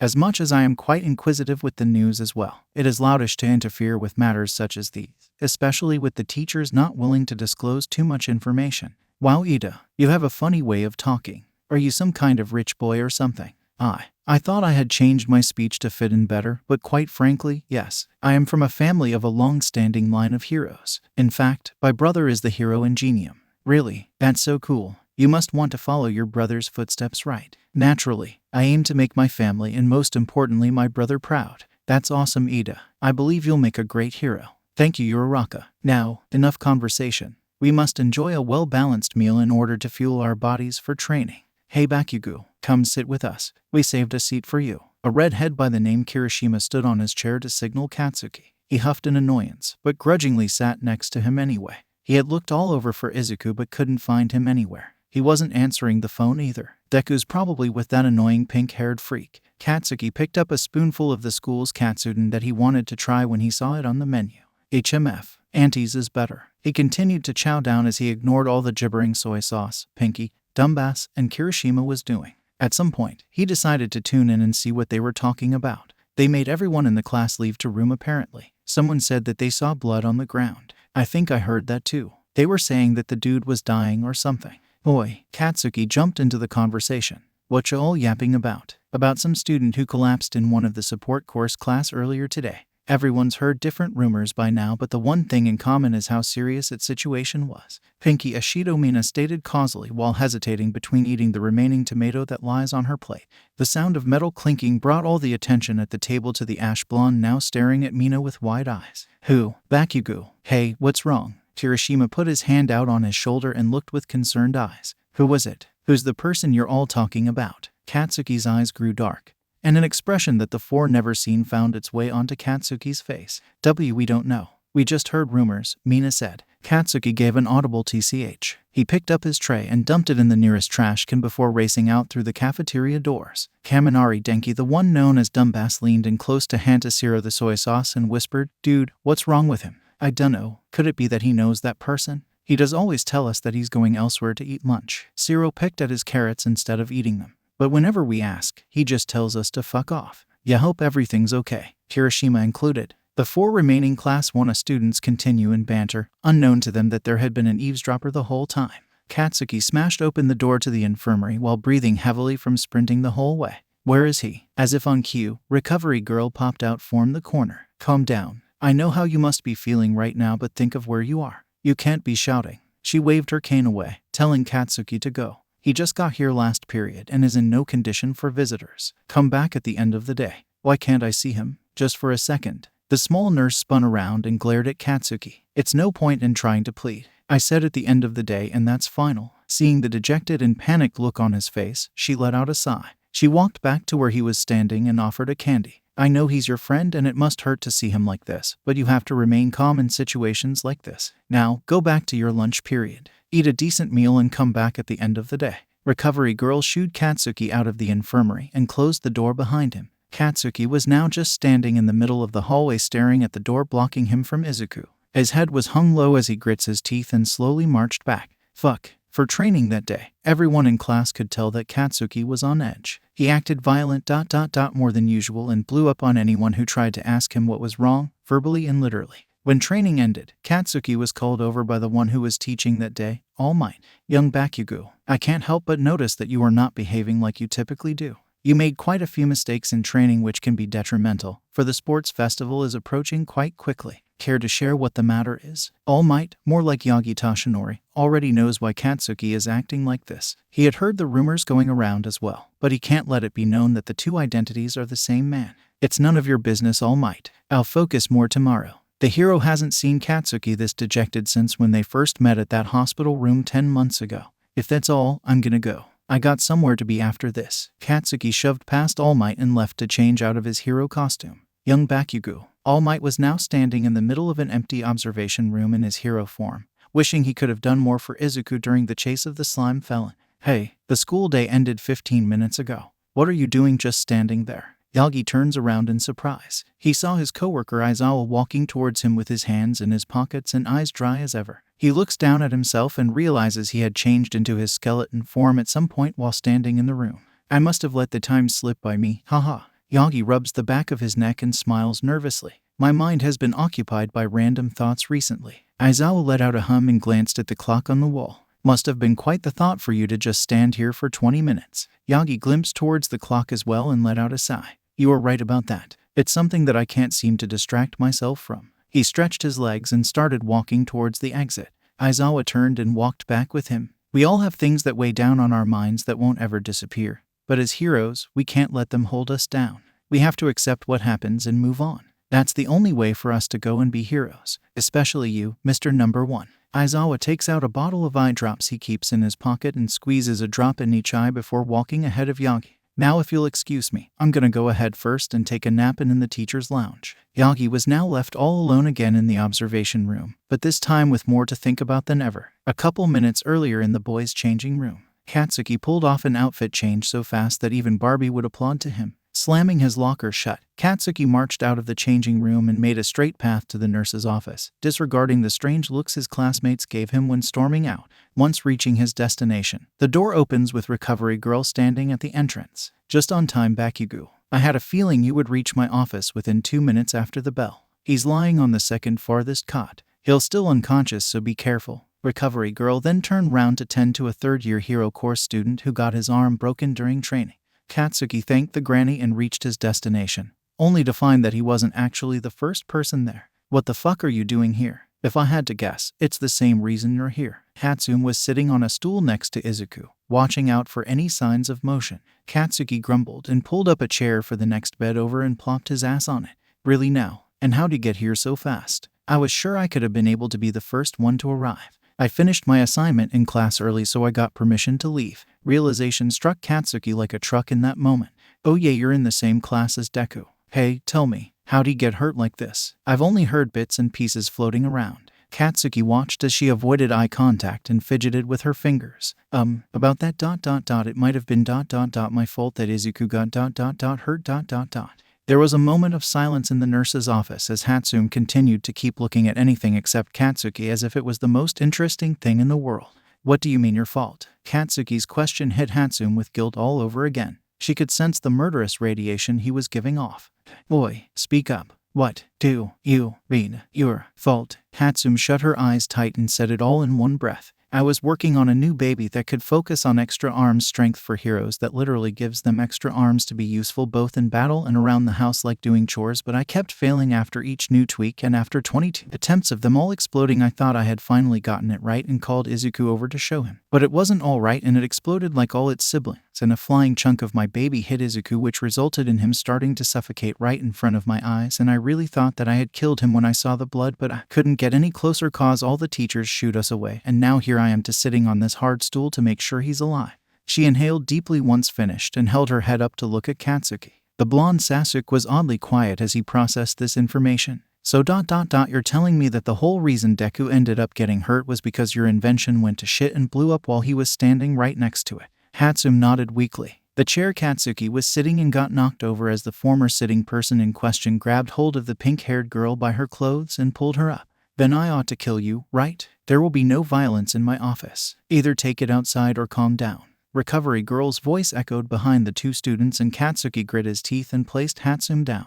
The collar of her top was now stretched out and wrinkled. Bakugo, recovery girl started. I have something to see to right now, but I assume you know Midoriya's mother. I had called her earlier about the situation, and she said that she'd be able to come once her shift ended at her work. She should be here soon. If she arrives and I'm not back yet, will you be a dear and greet her for me? Katsuki gave a grunt as an answer. Taking it as a yes, the only nurse in UA scuttled off to her meeting. The three students were now left alone in the office with the two conscious individuals not knowing what to do with the other. I'm sorry, I hope you know. I usually don't have much to apologize for in my life, but this is something that's eating me up. Oh yeah, Ben, don't go saying your apologies to me and do it to Deku when he wakes up. Don't fret, I plan to. The two couldn't hold the conversation more than that before it fell into an awkward silence once more. The god of plot development was getting sick of the stalemate and decided to get things running again using his powers he was granted by authors. After all, he only had so much popcorn. A faint groan was heard loud and clear despite being barely audible. Deku, Izuku. Izuku's left-right hand started twitching and his face scrunched up. More moans escaped Izuku's mouth as his eyes were trying to open. Hey Deku, can you hear me? HGNNNNN. T turned down the lights ... 2 ... bright ... Izuku's voice was raspy. But sure enough, the boy was waking up. Sorry Izuku, but I don't know if we can. Are you okay though? In any pain? Hatsune leaned in towards Izuku's face. Water, Izuku asked. Water. Okay. Wait, are we allowed to give you water? That won't do any damage, right? Dumbass. How will water harm him? Katsuki fished out an unopened water bottle in his bag and handed it to Izuku with the cap undone. Drink slowly so you don't choke. He helped lift Izuku into sitting position by supporting his back and slowly moved the oxygen mask on his face. But Hatsune found the remote to the bed and just used that to fold it to an angle. Izuku tentatively took small sips enough to wet his dry throat. Each swallow brought a twinge of pain in his chest, but nothing he couldn't handle. After handing the bottle back and the mask was placed back, he took the time to fully grasp his situation and the two sitting next to him. I must have fallen back asleep after waking up the first time. Kaken, what? School ended ... did. Yep, you slept through the rest of the day. Where's the nurse? Where else but not here? She stepped out earlier and who knows when she's coming back. Hatsune butted in at this point. Shouldn't you be more responsive? You practically rushed in to be at Izuku's side with a worried look on your face.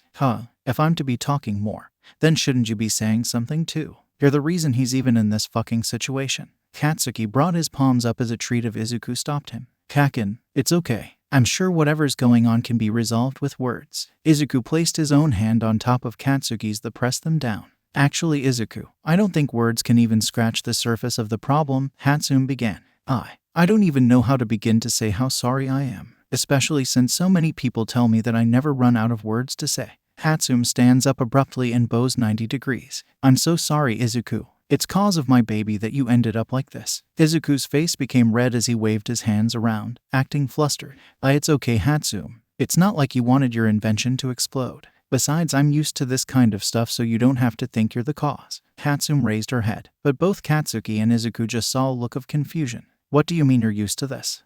Izuku and Katsuki stay silent while glancing at each other briefly. Izuku, answer my question. A visible sweat drop could be seen on Izuku's face. Well, the thing is that ... If he doesn't want to tell you, then don't force him to. Pinky number 2, Katsuki interrupted. Kaken, you shouldn't be so rude. Pinky number 2, how come I'm not even number 1? Cause there's someone pinker than you. But that's not the point, you dumbasses. In the midst of all their yelling, a knock on the door makes their heads turn. The door slides to reveal a fourth person has entered the room. Oh, it's you, Auntie. Mom. What are you doing here? Huh, that's your mom, Izuku. The resemblance is uncanny. Inko set her eyes on her son and tears piled up in her eyes until they erupted. Izu, my baby, how are you feeling? The school called me and said that you got badly hurt. I was so worried. The mother made her way to Izuku and gave him a gentle hug in order to not to provoke anything. When the hug was over, Inko noticed the other female person in the room. Oh, I'm sorry, I got carried away just now. I'm Midoriya Inko, Izuku's mother. May I ask who you are? Hatsune snapped out of her state of surprise and answered back. I'm Hatsune, Izuku's classmate and building buddy. Inko smiled and turned to Izuku. Oh, Izu, you should have told me you made a new friend. And she's so nice. Invite her over for dinner one day. The entrance to the nurse's office slid open once more and 3 people along with a small animal entered the room. I see that you have arrived, Midoriya. I apologize for not being here to greet you, but I had a matter to attend to. I'm Recovery Girl, the school nurse at UA. Recovery Girl extended her hand for a handshake. Inko reciprocated the action. I'm Power Loader, Izuku's homeroom teacher. Inko introduced herself for formalities as well. And I'm Nezu, the principal at this lovely academy. You may be asking what I am, but even I can't tell you that. The principal was a white animal that appeared to be the mix of a mouse and a bear. He was wearing a suit with tie and possessed a scar over one of his eyes. That left the final person standing behind Nezu to be introduced. Hello, I'm Okimura Kinesuke, a specialist that was called here on the behalf of UA. The specialist was quite the old-looking fellow with hair beginning to whiten and skin wrinkling. I work at a clinic I own a few blocks away and had time to come here at Principal Nezu's request. It's nice to meet you, Okimura, and thank you for coming. Inko gave a bow to greet him. At UA, we want to ensure that our students are receiving the best treatment and are safe no matter what. Due to your son's condition, the staff at UA decided it would be best for someone to come in and have a through look at your son. Nezu chipped in. Unfortunately, as nice as this is, I must ask that outsiders to leave the room. I'm talking about your 2, Bakugo and Hatsune. There are some matters that have to be discussed privately, Recovery Girl warned. The retired pro hero then shooed the 2 out the room despite the protests coming from them. Once it was clear, the atmosphere took a turn for serious. Nezu procured the stage and headed the discussion. Now, shall we get started? Midoriya-san, on behalf of UA, I would first and foremost like to apologize for allowing this to happen. We as the school should have better safety mechanism implanted for our students, especially the support course, for they are around machinery all the time. Nezu, Power Loader, and Recovery Girl bowed to Inko. Thank you for the sentiments, Principal Nezu. It is much appreciated. Inko returned with her own bow as a way to be polite. Great. Now that that's settled, we can move on to the more important part of this meeting. Nezu waved his arm around and many bots came out of hiding. They set up chairs for everyone to sit. Midoriya-san, as the principal said, I have come here on his request to give my professional opinion on your son's health condition. I've been working on the field of quirk-related drawbacks and self-injuries for 39 years, but your son's case is one of the more severe cases I've seen. Dr. Okimura flipped over a couple papers on his clipboard he carried since walking in. Principal Nezu was able to gather the medical information submitted to UA that are mandatory, and after reading it, I have come to a solution that is optimum. But before I do make the final call, may I perform a quick checkup on Izuku-kun right now? Recovery Girl is thorough in her work, but notes pale in comparison to first-hand observations. He held up his bag of medical tools to showcase what he means to do. Izuku, sweetie, is that all right with you? Inko asked her son. Izuku stared at Dr. Okimura's stern face that comes with old age for a few seconds before nodding his head slowly. Thank you. Now if you excuse me for just a second. Okimura drew the curtains to separate Nezu and Power Loader from seeing the examination for protocol reason. As a licensed medic, Recovery Girl was allowed to witness, and Inko obviously because she's the mother of the examinee. Izuku kept a straight face during the examination, only answering the doctor's question on how he felt and if there's any pain somewhere. I can't really feel much cause of the painkillers though. A light from his flashlight blinded his eyes as the doc observed his pupils. The stethoscope felt cold on his chest, sending shivers down his spine as Okimura asked him to breathe deeply as best as he could. That doesn't mean Izuku didn't choke on air as he breathed in, causing another coughing fit. Dr. Okimura jotted notes onto his clipboard, scribbling and scratching away in that doctor's prescription gibberish that only pharmacists seem to understand. Don't lie, we've all seen it before, and we've all tried to decipher it but failed. If you have successfully read a doctor's note, then congratulations, you have a bright future in the medical department. Okimura undid the curtains after the poking and probing to reveal a patiently sitting Nezu and Power Loader. I stand by my initial decision after taking a closer look. It would be best for Midoriya-kun to come and stay at the hospital for constant observation, meaning he has to stop his studies at UA. For now, it's too dangerous for him to continue. The room fell silent at the specialist's words.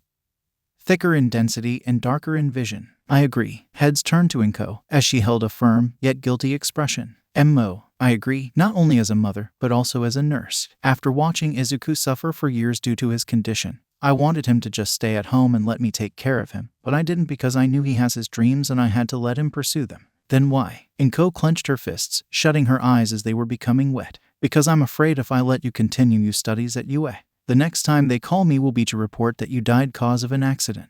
The silence was tangible, unbearable. Izuku ... You have to understand from where I'm coming from ... As your mother I don't want to see you like this. The atmosphere around Izuku twisted dark as his eyes were downcast. Izuku. Inko reached out to try place her hand on her son's shoulder, but stopped when she saw the trembles radiating off of him. Izuku grasped at his shirt while trickles of tears flowed freely. His face twisted to one of anguish. Pain started radiating in waves in his chest again. I already gave up my first dream cause of my condition ... And you want me to give this one up too. He raised his head, and everyone had a view of Izuku's face of desperation. Just how much more do I have to sacrifice to just stay alive? Izuku fell back into a coughing fit, leaning back into the raised bed, taking off his mask in order to cover his mouth. His throat felt like it was closing, and lungs incapable of taking in any more air. Recovery Girl and Dr. Okimura rushed over to assist Izuku in his breathing, telling him to lean forward and asking if he had an inhaler of some sort on hand.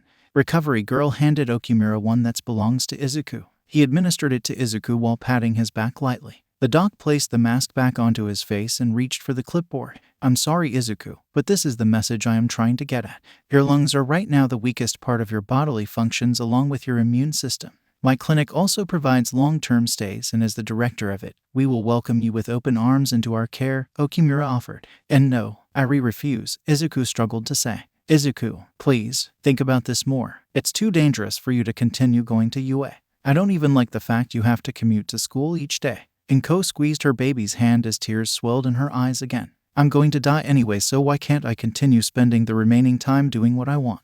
Inko let go of Izuku's hand. Her mouth gaped open and eyes wide. The look Izuku held gave chills down her own spine. Izuku, how could you even say such a thing? It's the truth though, isn't it? Every doctor I meet look at me with pity because they know I'm not going to make it past high school, Mom.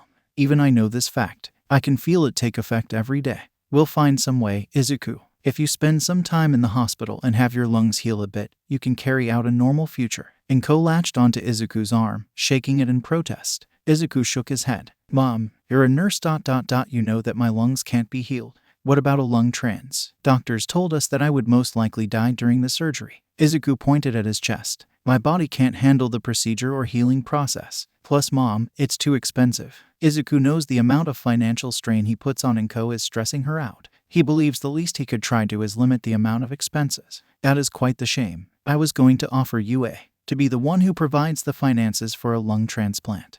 But if one is just going to jeopardize your health even further, then I must rethink. How could I forget there are other people in here? Izuku turns his head to look at his principal. The animal was sitting there sipping a cup of tea. Oh, please do forgive my lack of manners. Would anyone also like a cup? A teapot appears with steam coming from the nozzle. It's green tea. Everyone shakes their heads no. Midoriya-san, if Midoriya-kun is allowed to continue his studies at UA, I can assure you our support course program will upgrade its safety procedures and machinery testing procedures. It is the least we can do after letting your son get injured severely on school grounds. Nezu propped his hand open for a shake. Your son has great potential from what I've heard from Power Loader Sensei, and it would be a shame if that talent is cut short. Of course, UA is also willing to make sure Midoriya-kun is well taken care of medically during his enrollment into out student body. Inko nervously glanced at Izuku and back to Nezu. Too, she took in the pleading expression Izuku displayed, and that was all it took. All right, I agree to let Izuku stay at UA. But please be careful, Izuku. My heart can't take it if something happens to you. I will, Mom, Izuku reassured.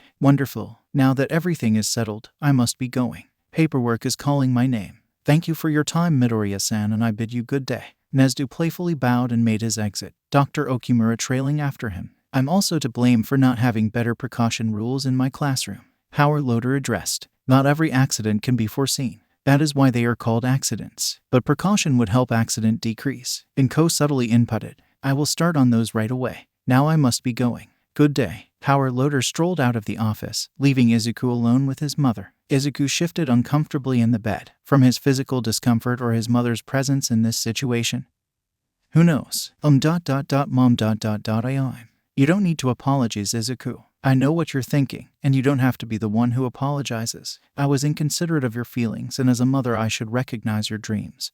But as a mother I just want to see you safe and happy. Inko grabbed Izuku's hand. Now if you're feeling okay, then how about we go home and you can rest more there? Izuku stared into his mother's shaky, pleading eyes that were also filled with love. He couldn't help but swallow everything else he has to say and nod with a smile stiffly etched into his face, the same one he's practiced for years. He's just mimicking the picture-perfect smile his mother has been displaying in return. The trip home was nothing short of awkwardness. Izuku said goodbye to Mei as she exclaimed of a super-secret project that required her utmost attention. Katsuki followed Izuku and Inko in the same direction. The school lent Izuku a wheelchair so he didn't need to walk, as per Dr. Okimura's requested.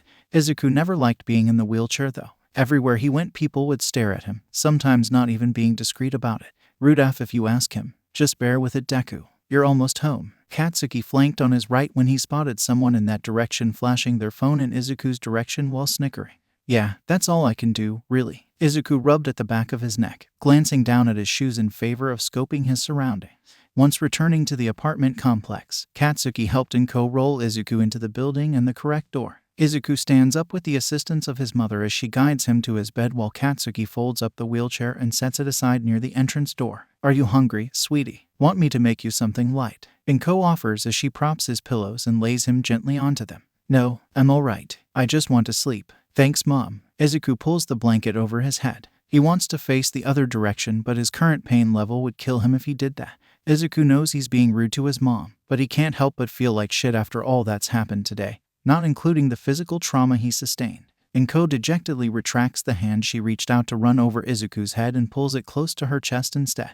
Choking down his sorrow, Inko turns for the door. Oh okay, let me know if you need anything. I'll check up on you every half hour, that sound good? The shift of what looked like a nod under the sheets was Inko's only confirmation. Sleep well, Izuku. I love you. Inko shuts the door and looks up to see Katsuki standing by the opposite wall. Can I have a word with you, Auntie? Katsuki, perched against the wall with his hands in his pocket with a slumped position, reminds her of how much the little boy standing in front of her hasn't changed in attitude one bit from primary. Of course, let's move to the kitchen table. I'll prepare some tea. Inko herds Katsuki to the kitchen as she sets a kettle on the stove while Katsuki grabs the tea leaves from a cupboard.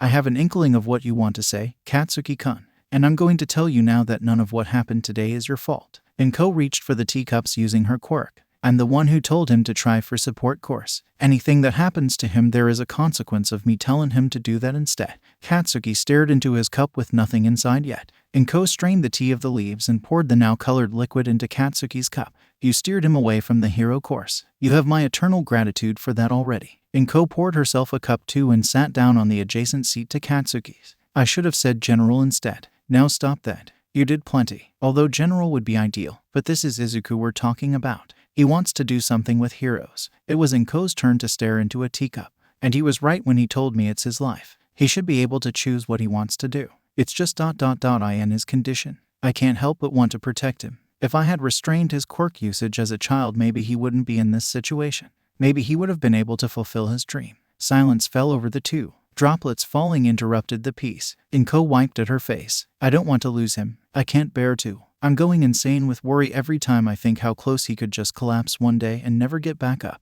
Inko burrowed her face in her hands. Katsuki sat quietly, eyes not overflowing, but misery could be detected by one look of his expression. None of the tea was consumed, growing cold on the kitchen table with 3 chairs, only one of them having any use for the unforeseen future, and the ear that heard everything from the other room from a person who never fell asleep forced to listen to a conversation so painful. Katsuki zoned out in his morning classes, thinking about 2 things: Izuku and the upcoming sports festival. His homeroom teacher that was presumed dead was up and kicking, all wrapped in bandages. The next day they came back from being attacked to inform them that the event would still be held on schedule. Everyone was now training and prepping for the day to show off what the new year of UA students have to offer. All classes are required to participate. Well, not really business. They have a pass and get to scope out which students that they think hold most potential. Of course, Katsuki's been training like crazy every chance he got, whether it be in school or by himself at the gym. He's confident he'll take first place. It's Izuku he's worried about. The logical thing would be the green munchkin being excused from participating, right?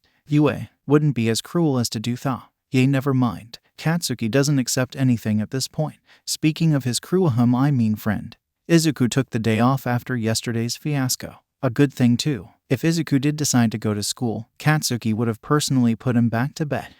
For the sports festival, right, Bakugo? Katsuki zoned back in when he realized that someone was talking to him. Watcha say shitty hair. This annoying redhead had attached himself to Katsuki from the start of the school year. Many moments pass where he wants to punch the kid's face in. But if he does, he'd just harden his face and almost no damage is done. Not even with an explosion powering it. I asked if you're pumped for the sports festival. What fucking ever. Katsuki got up and out of his seat to make his way to the cafeteria. He takes out his phone to check up on Izuku via text. Kiri, let's go to lunch. Bring Blasty too. Pinky #1 waved Kirishima over as she, soy sauce, and Pikachu left. You betcha. Kirishima turns back to follow Katsuki. Hey, who is it you're always texting? Is it that guy you hang out with a lot? From support. None of your business. Bakugo didn't get a response from Izuku. Deku must still be sleeping. Come on, the rest are waiting for us. Let's go before the cafeteria gets too crowded.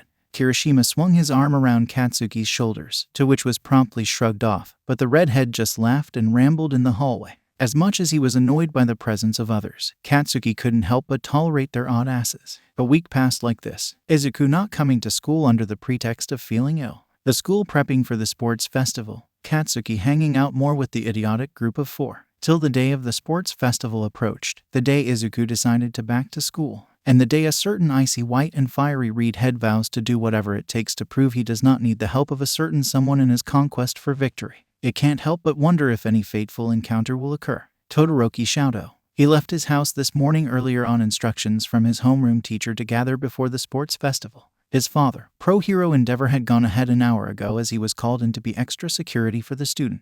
His memory calls him back to the USJ attack. A swarm of villains, being transported away from the main stage, having to fight, learning their motives, witnessing All Might's victory against that thing they called Namu, and using his mother's quirk. The only quirk he'll ever use. I'll never be like him. Never. He passed the school gates, eyeing those who just arrived as well. His gaze sets on a particular pair he's seen more than once while commuting. His classmate, Bakugo, who took first place on the normal entrance exams, and a scrawny, pale boy who he does not know. He always sees the two together except during class. Not that he keeps track of the green-haired one, but it's hard to ignore the screamer of his class who blows up aggressively at everyone. But his observations lay cease at Bakugo's strength. He's confident he could win against Bakugo if it ever comes down to it, which he prepared for. Knowing the levels of pride and ego oozing off his classmate, Shouto knows Bakugo will be one of his rivals during the sports festival. He'll probably be the one to eliminate Bakugo out of the competitions. And he'll win the festival in front of his father only using his eyes. And Shouto ... That child's left side sometimes looks unsightly to me ... All I can see is his father. I'll show him that I don't need his quirk. I don't need him.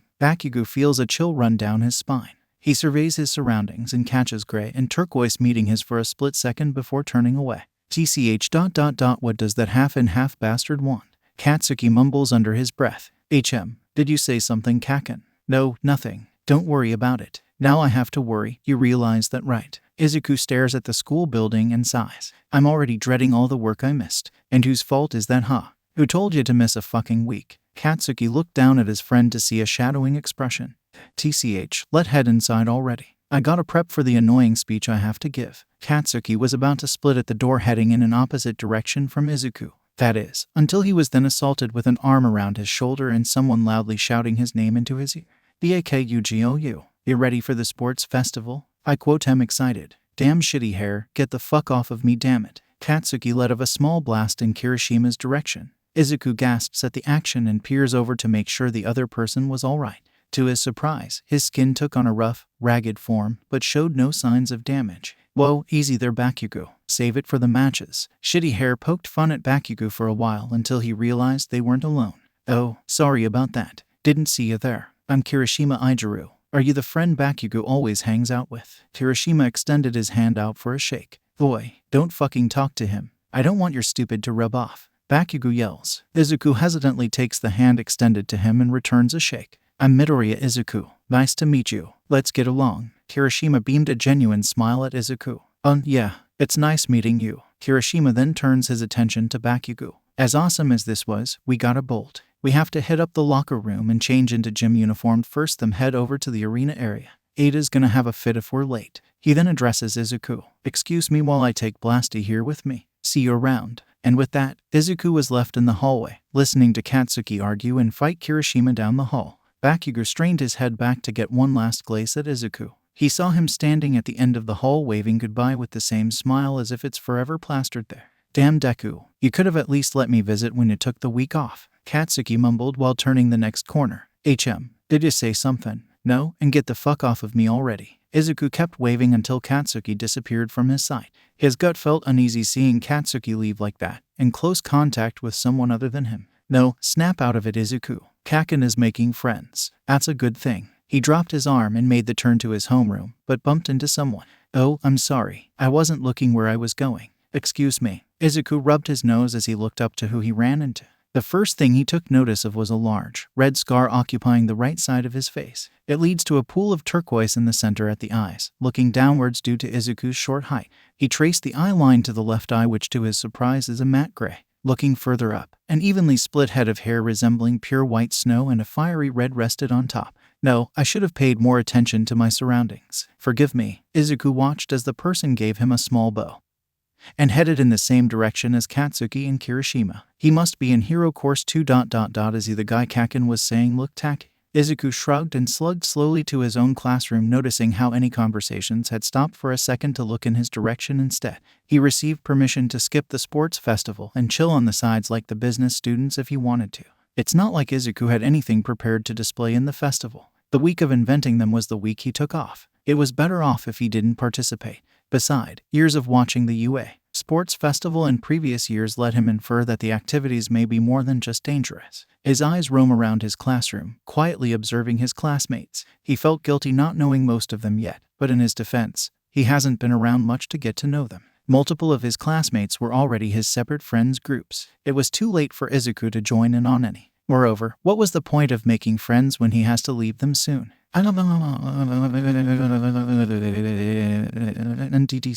A loud declaration of security draws the attention of the classroom entrance. Hatsune was standing there, waving her hand in the air, cheering that she made it to class before the bell. "I'm impressed. This is the third time you've come to class before the bell." Hatsune jumped and spun around at the sound of a gruff voice. "Power Loader Sensei. Come on. I only come in late cause I'm inventing my babies even in the morning." Hatsune skipped down to her seat, giving Izuku a wave before sitting down. "All right, today's the UA Sports Festival for first years. If you didn't know that, then I have no idea what the hell you were doing the past few weeks. We'll be relocating to the area room for this class momentarily. We're the only course that meets up in the classroom first instead of the waiting rooms, cause we're allowed to visit the workshops for any approved equipment. Support course is allowed to take in anything that a participant built. On that note, we'll be heading to the workshop room. Get in line and follow the other classes. They should be passing by any moment. After retrieving your makings, support course has the locker rooms 15 minutes from now. Don't be late." Izuku got behind his classmates, sticking to the back of the line.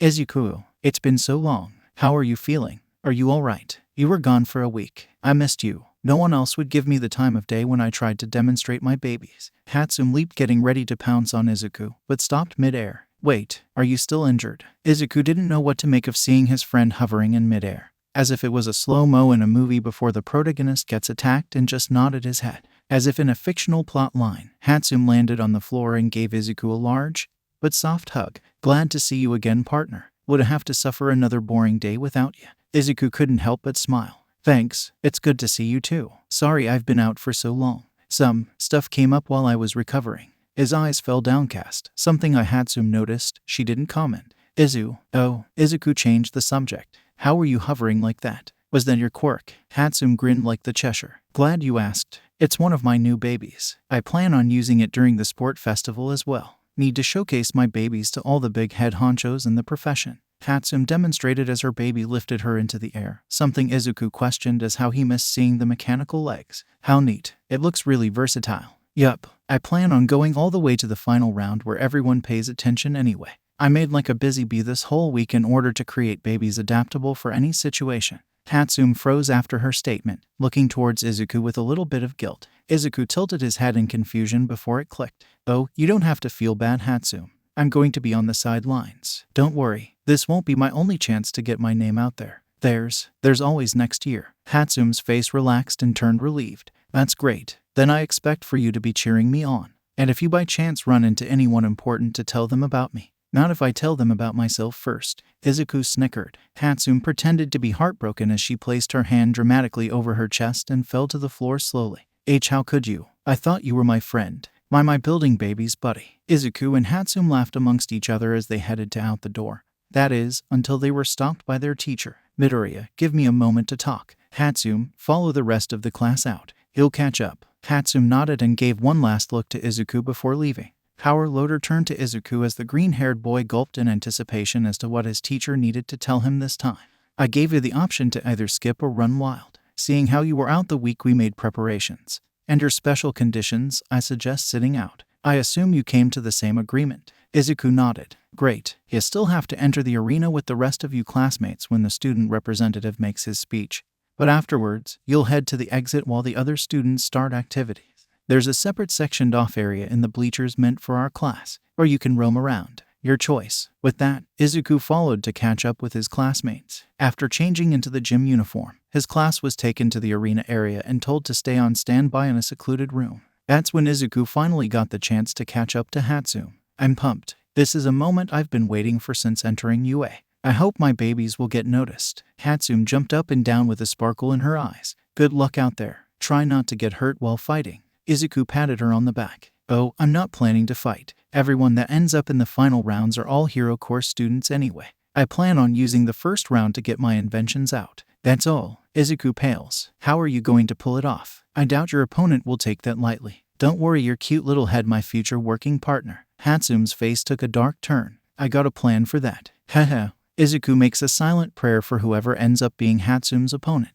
Just watch me. With my gear and my quirk, I'll defiantly make it to finals. Izuku and Hatsum peek over to the other side of the room where some of their classmates were hyping themselves up. Oh, that's... Hatsum's face scrunched up. That's... Meh, I forgot. Izuku face palmed. How do you not know our classmates' names? Oh, then do you mind telling me her name? Hatsum crossed her arms and stood with a know-it-all face. Izuku turned bright red in embarrassment. That's ... her name is... He threw his hands up and called in the towel. I missed introductions on the first day, and barely been in class. Hatsum laughed at her friend's exasperation. Hee, well, I may not know her name, but I do remember her quirk. That's the only thing I remember about our classmates anyway. Hatsum glanced back at Izuku and gasped. Wait, you weren't there for introductions. I never told you my quirk. It's called zoom. I can zoom in on things in my line of sight. If I really try hard, maybe 5 kilometers away even. What's your quirk, Izuku? Izuku froze, memories flooding in. An overly warm classroom with busted air conditioning. A full classroom with cherry blossoms littering the street outside. Welcome to Aldera. I am your homeroom teacher for the year. As first years, we hope you will participate in both class and extracurricular activities. I would like to start introductions. Please introduce yourselves in order, your name and anything you would like to share. Hello, I am Yukai Kyoko. I am part of a dance group outside of school. I plan to join the literature club and My quirk is called Jumper. It allows me to jump up to 8 meters. I look forward to being classmates. Very nice introductions. Who is next? That would be me. My name's Takeda Daichai. I like playing online games and my quirk is rock arms. I can turn my arms into rock and start swinging. Thank you. But I must ask that you do not attempt to break anything in class with your quirk. Next, My name is, I am, next. My quirk is, I can, next. The names, my quirk, next. I am, I'm name, my end name is Midoriya Izuku. It's nice meeting all of you. Is that it? Would you like to share anything else? Such as, what's your quirk? It's I can I. My quirk is Genie and it allows me to grant other people's wishes. A sudden eruption in noise. What? Wait, for real? Yo, grant my wish. No, hear me out on mine. You're joking, right? Whoa, that's epic, man. Can I have wish? What? Me too. I wish for homework to disappear. I want to be rich. Can you make my dance group famous? Midoriya, grant my wish. Midoriya, hey, Midoriya. Izuku. Izuku.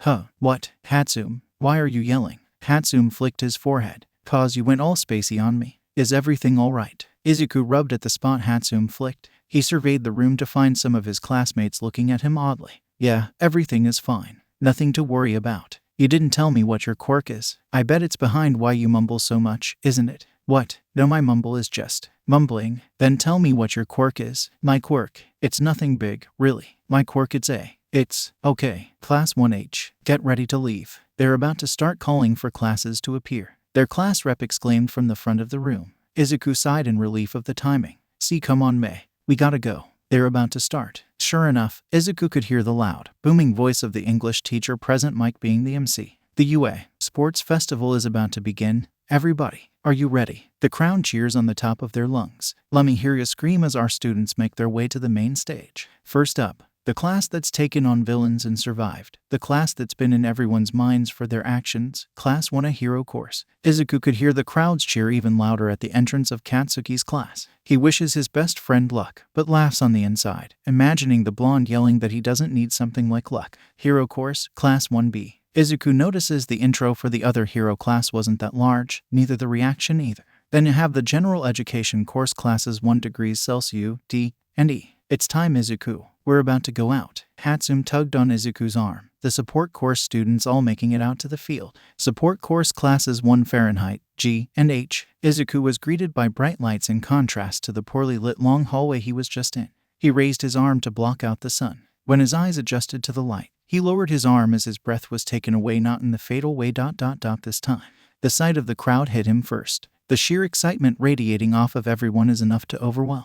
Patches of colors melt into shades as pro-heroes in bright costumes sit in the first few rows, checking out all the new students. In the upper levels of the stadium, large figures in suits and fancy attire sat with laptops and clipboards, eyeing the hero course students. Izuku gulped, trying to metaphorically swallow any nervousness away. Standing here, in front of everyone, the cheering, the smiles, the exhilaration, he felt his emotions launch right back into his throat, failing to swallow it down. He fell in love with this feeling. He wanted to stand in front of a crowd, assure their smiles, keep them safe. He wanted to be a hero. He wanted this feeling to last forever. But it wasn't, and he isn't. He can't. Izuku hangs his head down, trying to calm down from soaking in the adrenaline. Hell, he's not even participating. He shouldn't get so worked up. Hey, Izuku, you alright? Hatsum grabbed Izuku's hand, forcing him to now pay attention to Hatsum. It took a second for Izuku to register Hatsum's actions before he yanked his hand away. Yeah, I'm fine. Just daydreaming a little. Let's go and line up. A scantily dressed woman makes her way up the stairs. She pulls out a whip and cracks it.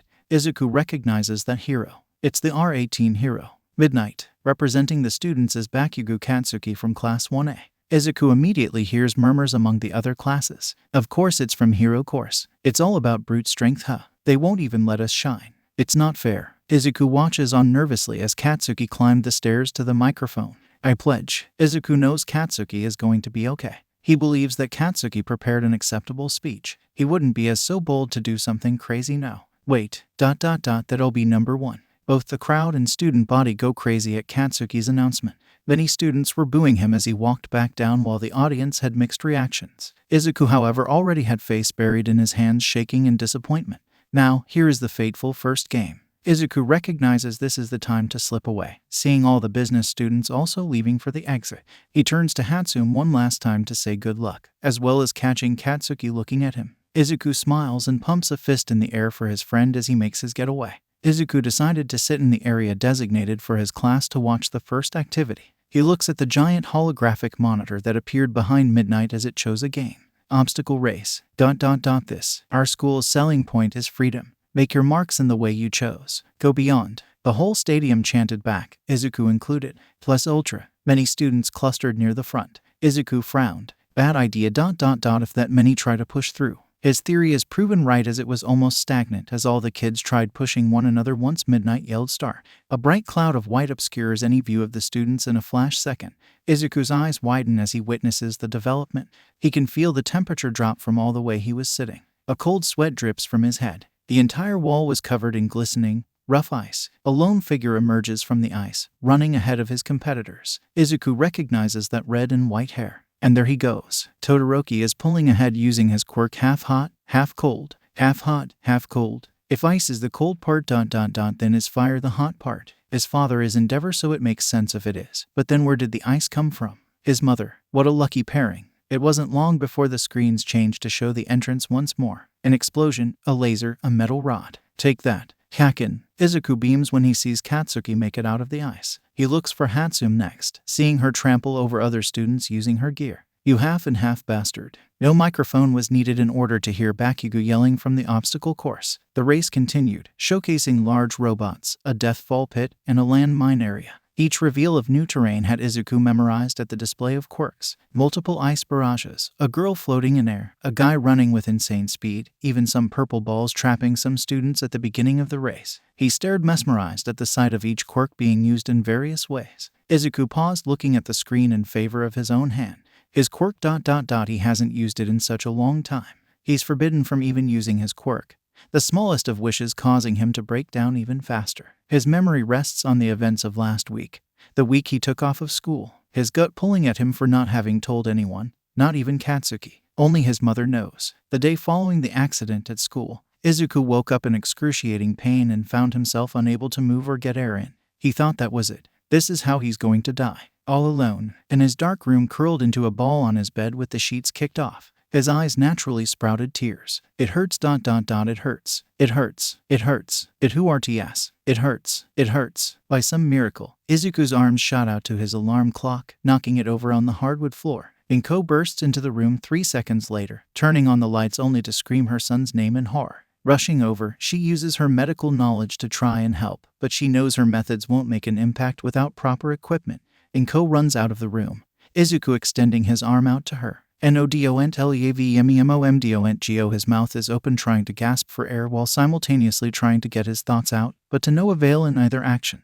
Inko returns with her phone in hand and calling for the hospital, yelling at them to hurry as fast as they can. She uses the other hand to hold onto Izuku's, her death-like grip being insensible under all the pain radiating from his whole body. Izuku doesn't remember anything afterwards, only mashes of loud sounds and jostling which caused fire to spread all over in waves. He wakes up in the hospital 2 days later. The first thing he notices is his mother sleeping in a chair with her upper half on the bed squeezing his hand.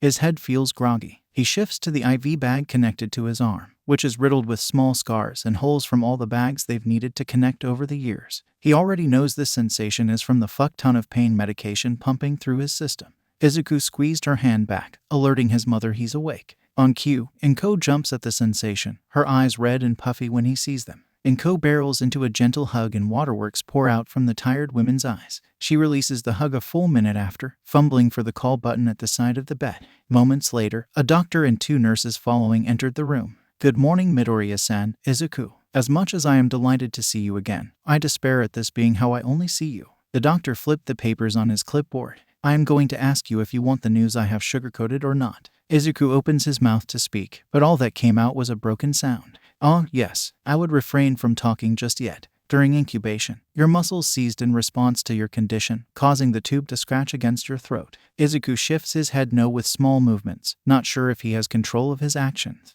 The 2 nurses first perform a routine check on Izuku. Once in the clear, they step back and stand behind the doctor. The doctor adjusts his glasses, clearing his throat before speaking. I've already informed your mother about everything, and it would be unfair to withhold information about yourself, especially like this. The doctor took a deep breath. It was organ failure. Your lungs especially. They had shut down first, causing your body into panic mode, and in turn many other complications followed. Luckily, a new hire that has an excellent healing quirk attended to you as soon as you arrived. However, even her quirk had limitations on you, and while it minimized muscle atrophy, all she did was pull you from the brink of death. She got your organs to start functioning again, but they are still damaged, even worse than before. It pains me to say this, but Izuku didn't know when the first tear fell, but he made it the last one by covering his eyes, wishing for it to be his ears instead. We estimate only 6 months more until your body gives up under strain of operating under such conditions. We express our deepest apologies and regrets, Izuku. We'll give you a moment to process the information. The doctor and 2 nurses bow sincerely and exit the room. Inko gave up on stifling her cries as loud wails echoed in the room. Izuku sitting still with his eyes still covered, her arms wrapped around Izuku. He feels the warmth coming from her, but he won't be able to feel this warmth in just 6 months. 6 months. 6. Only half a year. Reminders of everything that happens in 6 months' time flood through his mind. Would he make it for New Year's? Christmas? Hell, the first snow of the year. His mind spirals further down. Who knew that the basement had levels? Izuku comes back to when he hears Present Mike announcing a winner. He looks up to the screen expecting to see Katsuki's name blaring on all the signs. Todoroki Shouto. Kaken didn't get first. Izuku immediately looked down to where all the students were gathered at the bottom.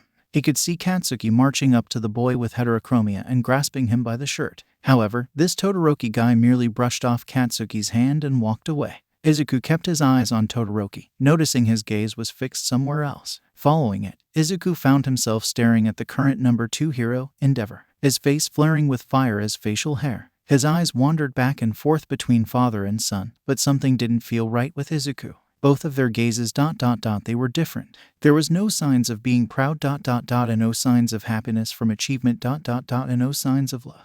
A loud horn blares. Izuku startles at the sound, looking up at the screen where 40 names are displayed in order of rank. With last lingering look at the Todorokis, Izuku focuses his attention on Katsuki and Hatsume. The second event is about to begin.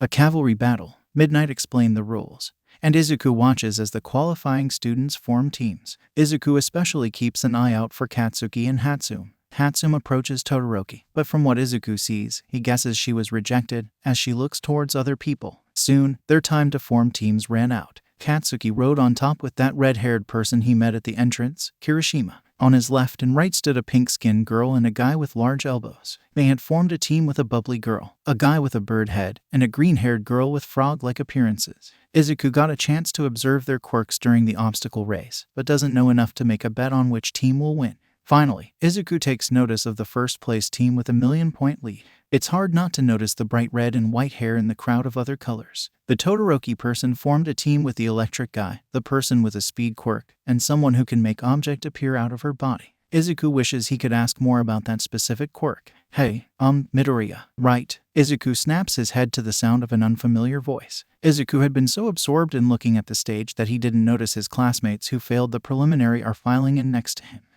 Hello, Izuku bows his head. Sorry, sorry, I'm not good with communicating. Great job, Izuku. What a way you have with words. Oh, no worries. We never took the opportunity to talk with you either with ... and no ... all out assignments and projects. Izuku grimaces, knowing his constant absences and disposition were the real culprits as to why. A different person spoke up. But now that we have some time cause all but Hatsume failed, we thought it would be nice to meet our mysterious classmate. My mysterious classmate. Yeah, besides your name, we don't know a thing about you. Everyone else went through introductions on the first day. You're the only one who did cause ... and no. Another chimed in. Izuku casts his eyes down as could feel a few of his classmates squirming in awkwardness. Yeah ... that. Pregnant silence befell the section as the noise of the crowd echoed in the background. Someone cleared their throat. So anyway, we all thought it would be nice to chat while watching the rest of the festival. Oh, and cheer for Hatsume as well. Gotta show that the support department can be just as great. Izuku's heart clenched. His classmates' words rang similar to what he kept telling himself when he had to change his high school form from hero to support. He shook his head. No, he shouldn't get depressed at a time like this. His classmates came up to him and wanted to know about him. He thought his only friend in his class would be Mei, but if he could have a friendly relationship with his classmates, then class would be even better. But what if they find out my quirk? They're going to ask. Everyone asks what each other's quirks are as if asking how your day? What should I tell them? Should I say I'm quirkless? I can't use my quirk so it's not like they could prove that I'm lying. And then there's my health. If I get too close to them ... the harder it'll be to leave. Kaken, Mei, Mom, I don't want to leave them. I don't want to die. I don't want to get hurt. I want to. Midoriya, you okay? You're looking kind of pale. Izuku snaps his head back to his classmates who all looked at him with concern. How long was he out of it? Oh, yeah, sorry, I just lost in thought.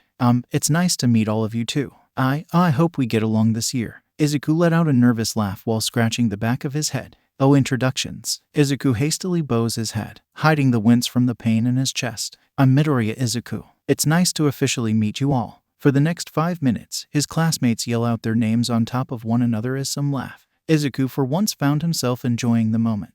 His heart fluttering in excitement as one of his wishes of having classmate he could be close to came true. It would be only for a measly 6 months, but Izuku could afford to forget about that. He wants to have fun at the sports festival. Midnight shouts the countdown as the arena follow her as if it's a chant, taking his and his classmates' attention. And start. For what appears to be 15 minutes, it goes by too quick in Izuku's option. So much action occurred he doesn't know where to start. Izuku made sure to follow Katsuki and Mei's team who off the bat gunned for Todoroki's team, as well as a myriad of other groups. The cheers of his classmates faded in the background as he could only pay attention to the two on the battlefield. Sometime in that battle of hands and quirks, Katsuki's headband had been stolen by someone who appeared to multiple quirks, but Izuku only heard of one person who holds multiple quirks, and knows for a fact the blonde hero in training was not him. Present Mike in the commentary reveals that this Monoma person just had a copying quirk. A small sigh of relief escaped his lips. His eyes only furrowed for a second before returning to looking at the stage. Mei team chased Todoroki's team to the end,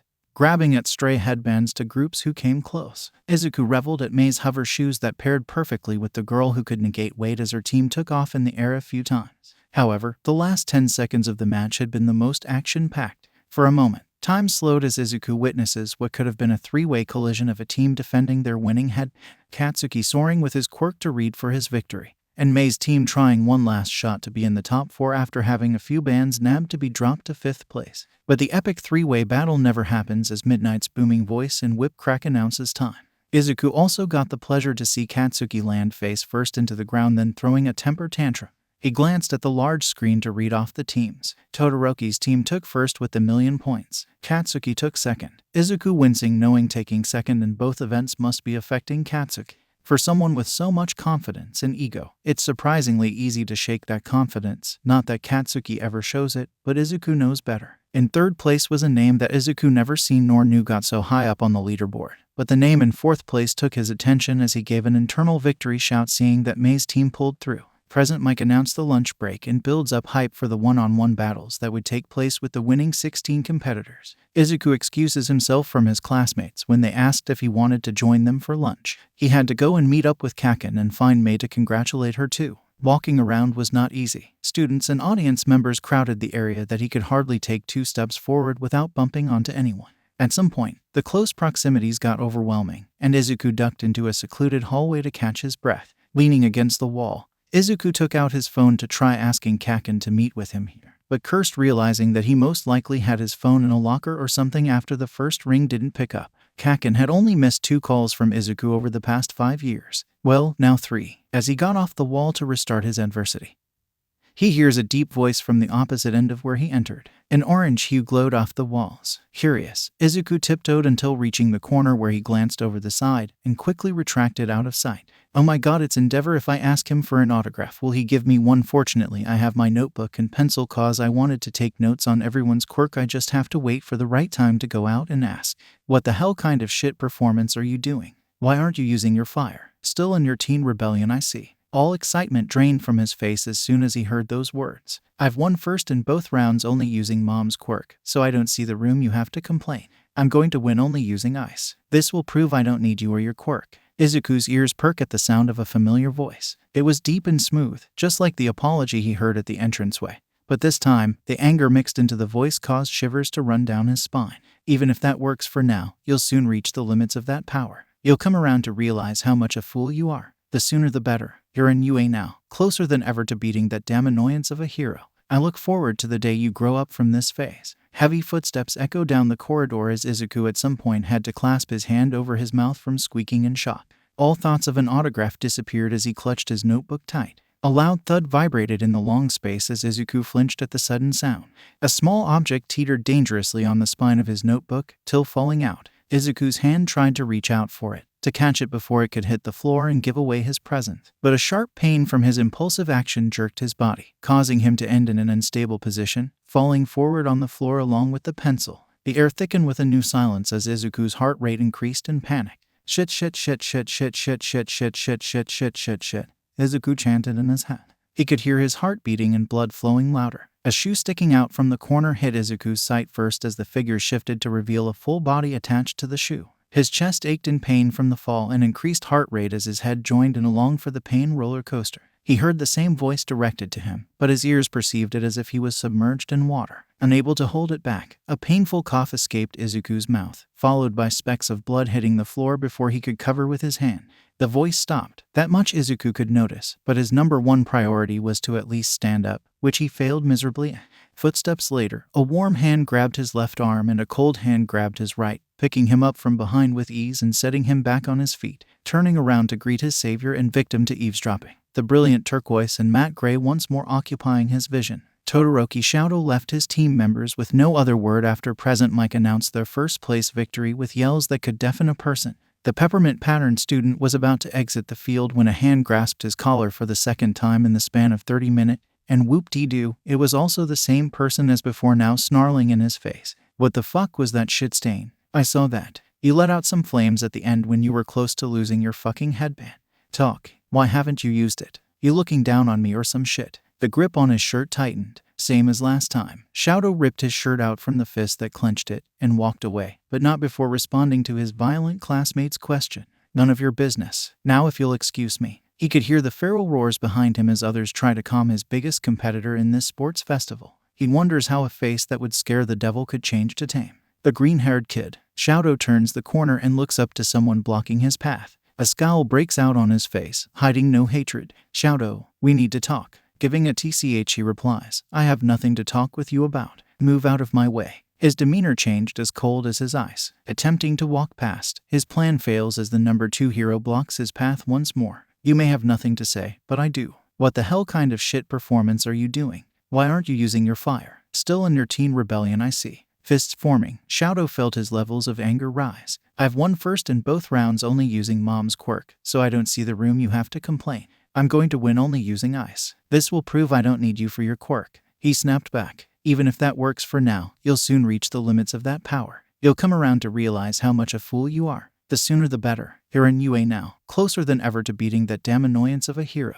I look forward to the day you grow up from this phase. Shoto held it in until the sight of his father disappeared after saying those last words. Seeing the coast is clear, he raises his fist and bangs it against the wall, the sound creating echoes which vibrate off. His breathing turns heavy as he tried to contain his resentment before he accidentally sets of his quirk. A smash and rattle gain his attention. What? Who? Shoto stood up straight from the hunched position he was in and walked over the corner. The sight that greeted him was familiar. This person ... he's the one who Bakugo hangs out with ... his friend. I bumped into him this morning. Reminiscing time over, Shoto glared down at the boy who has yet to make a move or any eye contact. How much did he hear? You know, listening to another's private conversation is not very polite. I suggest you forget everything you just heard and go bah. A cough interrupts Shoto's warning as the hero course student paused at the sight of blood leaving the boy's mouth. Now, Shoto felt extremely uncomfortable. Here he stood in an empty hallway with a stranger, who probably heard the chat with his piece of shit father, on the floor with blood coating his lips, neither of them saying anything. He wanted to leave, already agitated from the pep talk he received, but his conscience forced his body to move and assist the person seeing how they struggled to stand. Are you all right? It would be very unheroic to not at least ask the short, green-haired male if medical assistance was required. Recovery Girl's temporary office is not far from here. The person whipped their head to face him, and Shoto met with the large, dull emerald he stared into earlier in the day.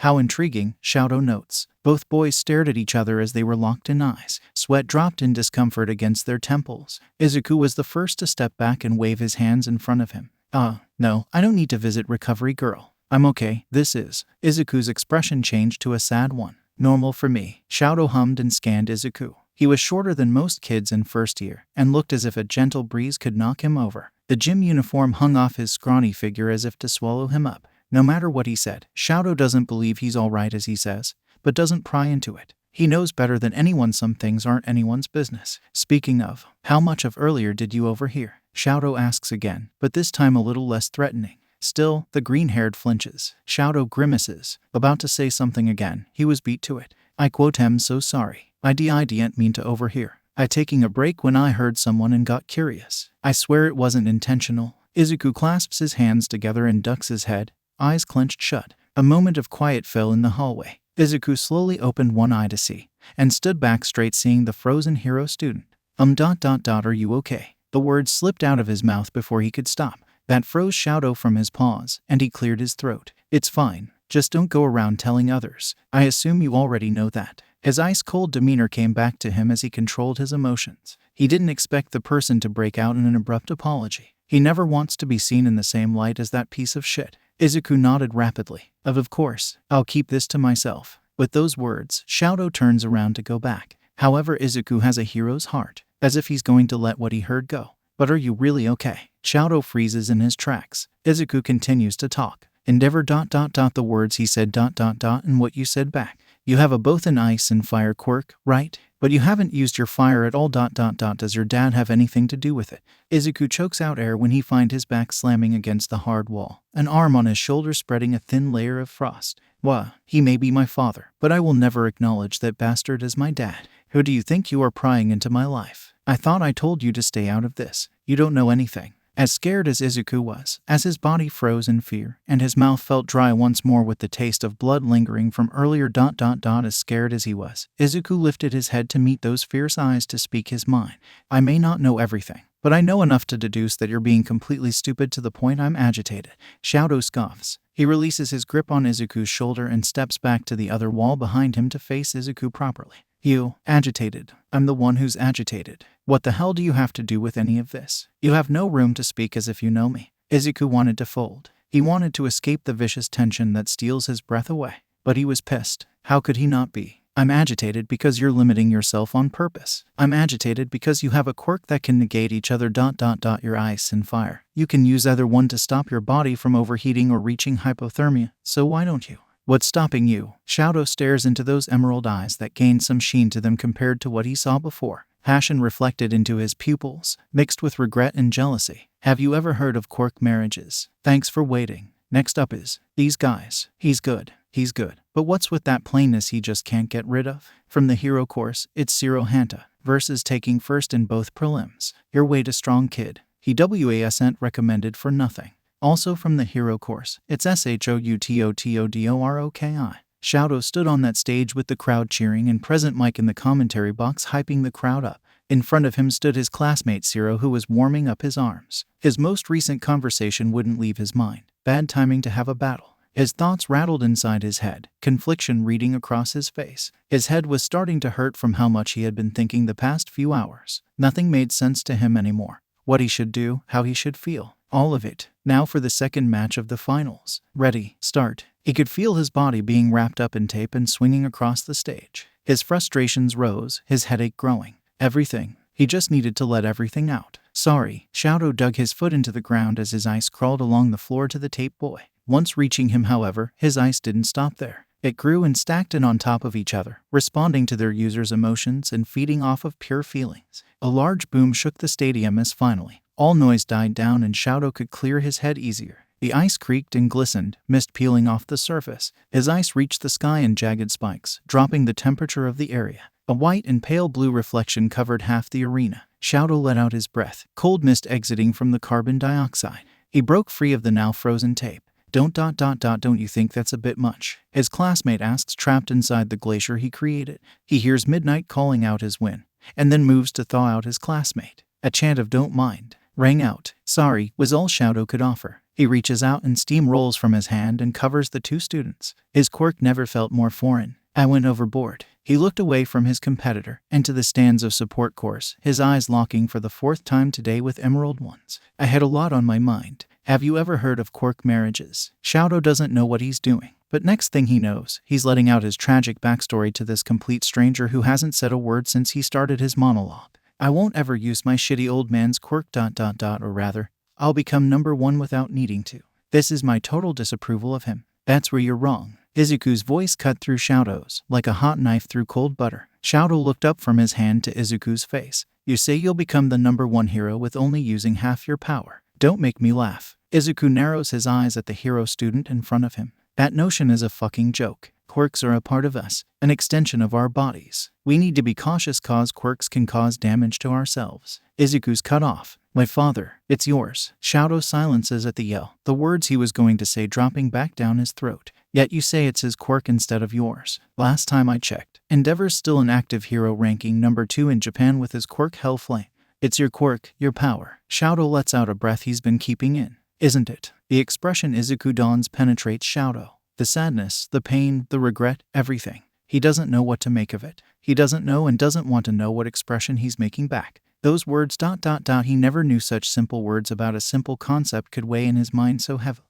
You said that I don't know anything. Out of his trance, Shadow focused back on Izuku. I know a lot more than you think. I know that if you keep rejecting a part of you, keep limiting yourself. Izuku tightened his fist, raising it up in front of his face and released it. It's going to do more harm than what your revenge plan is worth. His eyes, Shadow notices. If that doesn't change your mind, then let my example convince you. The air turns darker as Izuku steps towards Shadow who had his back touching the wall. My quirk ... My damn quirk. Shadow hears teeth grinding. I made a decision one day to use my quirk way over than what I was capable of, and I resent myself to this day for being so impulsive. Izuku flicks off dried blood from the corner of his mouth. Because of what I did, I'm stuck in my current condition, coughing up blood, having difficulties to fill my lungs with air, being tired all the time, living off of medication every day, knowing that I can drop dead at any moment. Tensions increased with that statement as if it was a realization for both boys the severity of their situation. Izuku swallows down the bile threatening to rise from pure nervousness. How? Shadow licked his lips that went dry. How did you get like that? Shadow saw the boy's mouth curve up in a smile, yet the eyes were anything but. I told you, I was being stupid. Shadow left the arena. Present Mike explaining they need time to melt the ice and fix the stage. He needed time to be alone. Time to calm down. He glances up to see his sperm donor standing all high and mighty with a stiff, permanent frown. He breaks away his gaze and turns back inside the arena. If he's lucky, he'll find an empty room somewhere. Damn, that was some showing. I can't wait to find out more about this powerhouse and design gear for him. What do you think, Izuku? Hatsune pokes Izuku repetitively on the shoulder. Izuku, Izuku. Without looking in her direction, Izuku answers. Yeah, you're going all spacey again. What are you even staring at? Hatsune stands behind Izuku, resting her chin on his head to try take a look at whatever has been occupying her building buddy for the past minute. Hatsune pouts. I didn't even get to see you during lunch break either. What's on your mind? Izuku watches the red and white hair sway in the wind, a layer of gleaming ice coating the stubborn student's body. Nothing, Hatsune. Just. Izuku turned around to face Hatsune with a practiced smile. Nervous for your and Kaken's matches. That all? Don't worry, buddy. My match will be something special. I guarantee it's going to have all the big shots and sponsors looking at me and my babies. Just wait and see. Yay ... Can't wait to see how all the other matches go too. Did you say something? Can't hear you over the noise. Oh, I should create something that will amplify chosen sound waves so maximum hearing. It would totes be useful for stealth missions and information gathering. Hatsune stops her spiel about new babies and turns to her friend. Yeah, something up. She feels something is off, but can't tell what. Your match is soon, right? The fourth one. You should prep for it. Something tells me that the third match will be quite short. Izuku tilted his head and smiled at Hatsune. Yeah, I should. I got to be in top shape when presenting. Hatsune stood for the section exit. I'll see you in after my round. Wish me luck. Hatsune trotted off to where her gadgets were stored, slowing down to a stop when he was out of sight. She looked back in the general direction of Izuku. Her heart aches. Her mind was plagued with concern ever since she found him sleeping like the dead in the Class 1H waiting room after finishing her lunch and wanting to do one final check on her gear. Something was wrong with Izuku, and maybe I'm not close enough with him for Izuku to tell me. Hatsune shook her head and slapped at her cheeks. Focus. This is an opportunity to show off. I can just as Izuku after what's wrong. The pink-haired girl picked up her pace to the Class 1H waiting room, casting her worries to the side for now. How ... Were you being stupid? Shadow was getting tired of the roundabout answers he got from the person standing with him in the hallway. At present, he considered leaving before his mind gets fucked with even more, but the stranger's words captivated him to the point of no return, not without knowing the full story. The drawback of quirk overusage. Izuku took steps back to once more lean on the wall. I used my quirk too much as a kid, and one day I went completely overboard, not unaware what it would do to me. Shadow gulped down on saliva that built up in his mouth. He realized how dry the roof of his mouth felt. His body felt stiff from holding his still pose for so long. However, the next words he hears causes him to flinch, a knee-jerk response that he couldn't hide in time. I was told recently I only have 6 months to live. Izuku places his cold hands into the pockets of the gym uniform to try warm them, as well as to hide how much they were shaking. My quirk is killing me. It was at this moment Shadow felt every sensation as his mind went into overdrive. The wind blowing from the entrance, the faded sound of voices mixed into one from the sheer amount of people attending the festival, his own heart beating in his chest.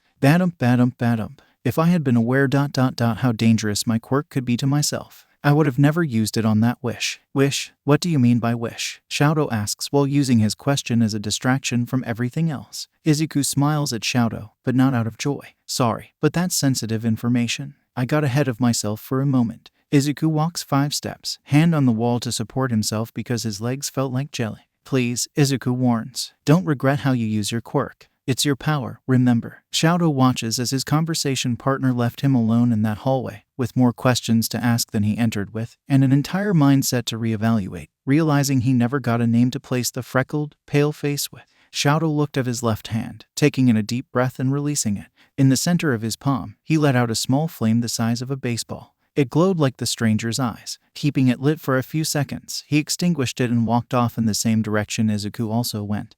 But he turned in the opposite direction after reaching the corridor. Very convenient and lucky for the blonde-haired, red-eyed hero course student who stood at the other end of the hallway listening and during a search for his friend. Izuku braced himself against the wall in an empty part of the corridor. He coughed into his hand, red specks now staining his palm. Legs screaming out in pain, Izuku drops to the floor, back against the wall while he tried to take deep breaths. He still needed to find Kaken and Mei. He had made sure to pick up his notebook and pencil on his way out, which were now tucked into his jacket. The time. Izuku digs his phone out of his pocket.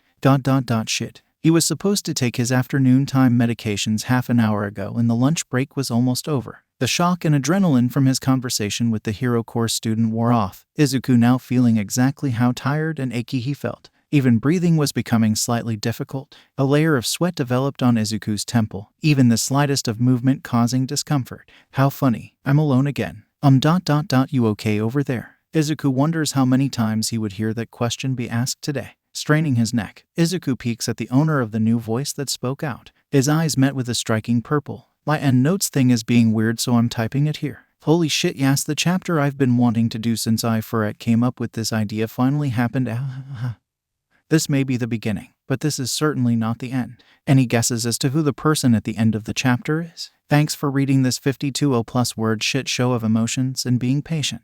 I know 5 months was a long time, but for 2 random days, motivation hit me and I wrote this all at once. Tell me what you thought and see you next time. I know for a fact that the bathroom is a dangerous place where you can run into your darkest adversaries. Hinata Shoyo. Whoa dude, what the hell happened to you? What do?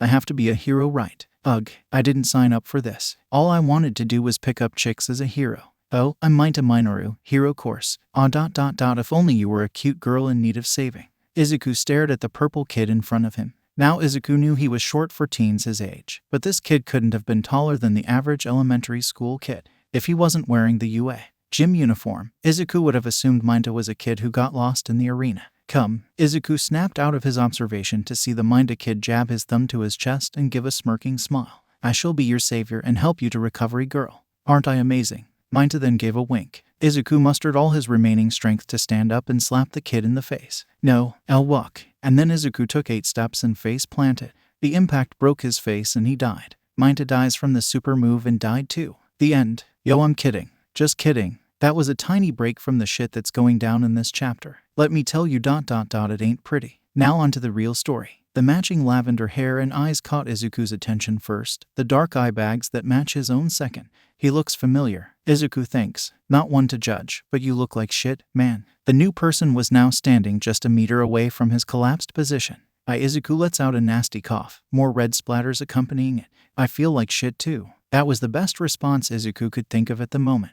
Hey, I'm no doctor, but... The new guy pointed at Izuku's hand and mouth. I know that whatever you have going on there isn't a good sign. Izuku waved his arm, regretting that decision a second later. I just need my medicine back. I left it in my class's waiting room. Izuku racked his brain, knowing he saw the purple-haired person from somewhere. Where's the room? I could get it for you. The boy offers. It clicks in Izuku's mind. You ... You're the rider for the team that got 3rd in the cavalry battle, right? Yup. Now about that location. Oh, and I'm Shinsu Hitoshi. I'd rather be called my name that just you. Shinsu made air quotations when saying you.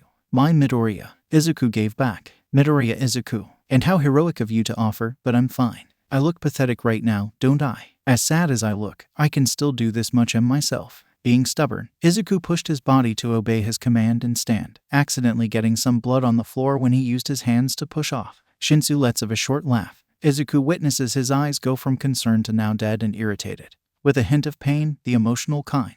Yay, I guess anyone would refuse help from the villain kid? Huh, quite the irony you placed in calling me heroic. I bet the modern literature teacher would be proud of you. Izuku scrunches his face at the comment. Why would you call yourself a villain? Shit, my speech is slowing. Izuku takes a step forward, knees almost buckling. Fortunately, they did not. Unfortunately, they did on the second step. Preparing for impact, Izuku shields his face, but the floor never met up with his body. Huh, you're lighter than I thought. So, that room, going to tell me where to go or will we be standing here all day? I have a match to prep for after this. No longer fighting. Izuku leads Shinsu to the 1H waiting room with the lavender boy lending him a shoulder. Once reaching the room, Shinsu places Izuku on a chair and hands him the needed bag. He stands in the corner and watches Izuku unzip the pouch and take out a small container and water bottle. Unlatching the container, Izuku dumps all 4 pills into his mouth. He swallows them down with a gulp of water, letting out an exhale after. Reaching in again, Izuku finds his handkerchief, wets it with some water, and begins to clean his hand and mouth of the blood splatters. Thanks. Izuku lets out a small cough. ... for bringing me here. I was being stubborn, I guess. Hey, all in the day's work for a hero. Shinsu laughs dryly. Izuku felt his eyelids shutting down, demanding his body to go lax and let sleep take over. But what does the villain kid know, am I right? Shinsu heads for the door, not even sparing another glaze towards dude who looked like death a minute ago. Izuku wanted to call out, correct Shinsu from his misunderstanding, but it was too late. Izuku's voice gave out and Shinsu left the room, leaving Izuku to knock out on the table, his body giving out. And that's how Hatsum found him near the end of lunch break, shoving a bread in his hand and getting him up into the stands to watch the one-on-one competitions. Alright folks, we're going to need some time to melt the ice, so sit back and relax for a while, you dig? Take that bathroom break, grab an extra snack, or sit in your seat the whole time, we don't care. Izuku made his move. There was something he needed to rectify. And with Hatsum no longer by his side, this was the only chance he has. His mind replays the 30-second match that was the first round. The hero course student with a frog like Quirk, and the person who helped him the hallway. Brainwashing. Present Mike announced it during the match. But Asuitsuyu's opponent, Shinsu Hitoshi, has the ability to brainwash whoever responds to him. A truly powerful ability that could get him anything he wants ... just like Izuku's. But yet ... tch. Izuku thought out loud as he headed for the general studies stands. His quirk is perfect for heroics. One word and he can stop a villain in an instant, yet he referred to himself as a villain. His quirk. As much as Izuku loves quirks, he hates them just as much. It all caused quirks define your worth these days. Wise words if I ever heard. The familiar voice echoed in the wide hallway. Izuku looked up to see the exact person he was coming to get. Shinsu, I see we keep meeting in the hallways. Person who should go to the hospital. Shinsu walked past Izuku, but Izuku reached out and grabbed his arm. Wait, we need to talk. Please, Izuku pleaded. What? Here to grovel for your life after seeing my quirk? Don't bother, I'm not gonna do anything. Don't want anything either, so just move along. Shinsu tugged his arm free and headed off. Just watch, I'm going to win this damn festival and transfer into the hero course. And I'll prove to them I have what it takes to be a hero. Thought that's not what I was going to say. Izuku scrambled. Wait just a moment. Izuku darted after Shinsu, but his 2 left feet made him kiss the floor. Oh, his hand rubbed his nose as he knelt on the tiles to gather his bearings. Geez, what's with you and collapsing? Trying to set a world record? Izuku felt himself getting lifted by his arms for the second time today and placed on his feet. At least you don't look as bad as last time. Now if you'll excuse me, I need to prep for my next match. Just as Shinsu turned his back, Izuku called out to him again. That's where you're wrong, Shinsu. Indigo eyes met with emerald. You don't need to prove you have what it takes to be a hero. Shinsu curls his fists. What did you say, you bastard? Are you saying I can't be a hero? Then I'm just fated to play the villain. He stalks back to where Izuku stood and grabs the front of his shirt. Well, tough shit, cause I'm. You don't have to prove anything, cause you're already a hero in my eyes. Shinsu falters in his words and releases his grip on the other boy's gym uniform. What? Izuku adjusts his shirt and takes a step back to keep personal space. You called yourself a villain the last time we meet, and it bothered me all this time. A villain wouldn't stop and take time out of his day to help out someone out. A villain wouldn't lend them an arm and walk with them every step of the way. And a villain especially wouldn't be giving his all to become a hero. The hall was silent as the tension grew to become discomforting. Shinsu swallowed a gulp of saliva that formed, yet his mouth felt dry all the same. So you came all this way just to tell me that I'm not a villain? Izuku shook his head. I didn't come to tell you that you're not a villain. I came to tell you that you already have what it takes to be hero. Izuku smiled at Shinsu, his sincere words piercing the lavender-haired boy deeper than Izuku could imagine. A hero you really think so? Pause if you're lying. This is some sick joke. Shinsu yelled. There's no such thing as a villainous quirk. Only villainous people. Izuku retorts. Large words of wisdom for someone so small. I take back everything I said. You, sir, are the most dastardly villain I have ever met, and I hope you suffer while facing the righteous wrath of justice. Izuku and Shinsu break off into a small laugh, finding the smallest of humor in their negative discussion. Hey, why did you go through the efforts? You could have left it alone and went about your day. What compelled you? Shinsu asks. Izuku coughs into his elbow and looks at Shinsu. Your quirk is brainwashing, right? Saw you use it to make a Suitsuyu from the hero course walk off the stage without a struggle. President Mike explained your quirk during the match. Let me guess. Quirk discrimination. Izuku deduces. Wow, I wonder how you were able to come to such a puzzling and mind-stumping conclusion. The sarcasm dripped off his words. Tell me, O wise one. You know my quirk, what's yours? Sounds like a nasty one. What makes you assume that? Izuku shoots back. Shinsu shrugs his shoulders. Your words they sound like they come from experience.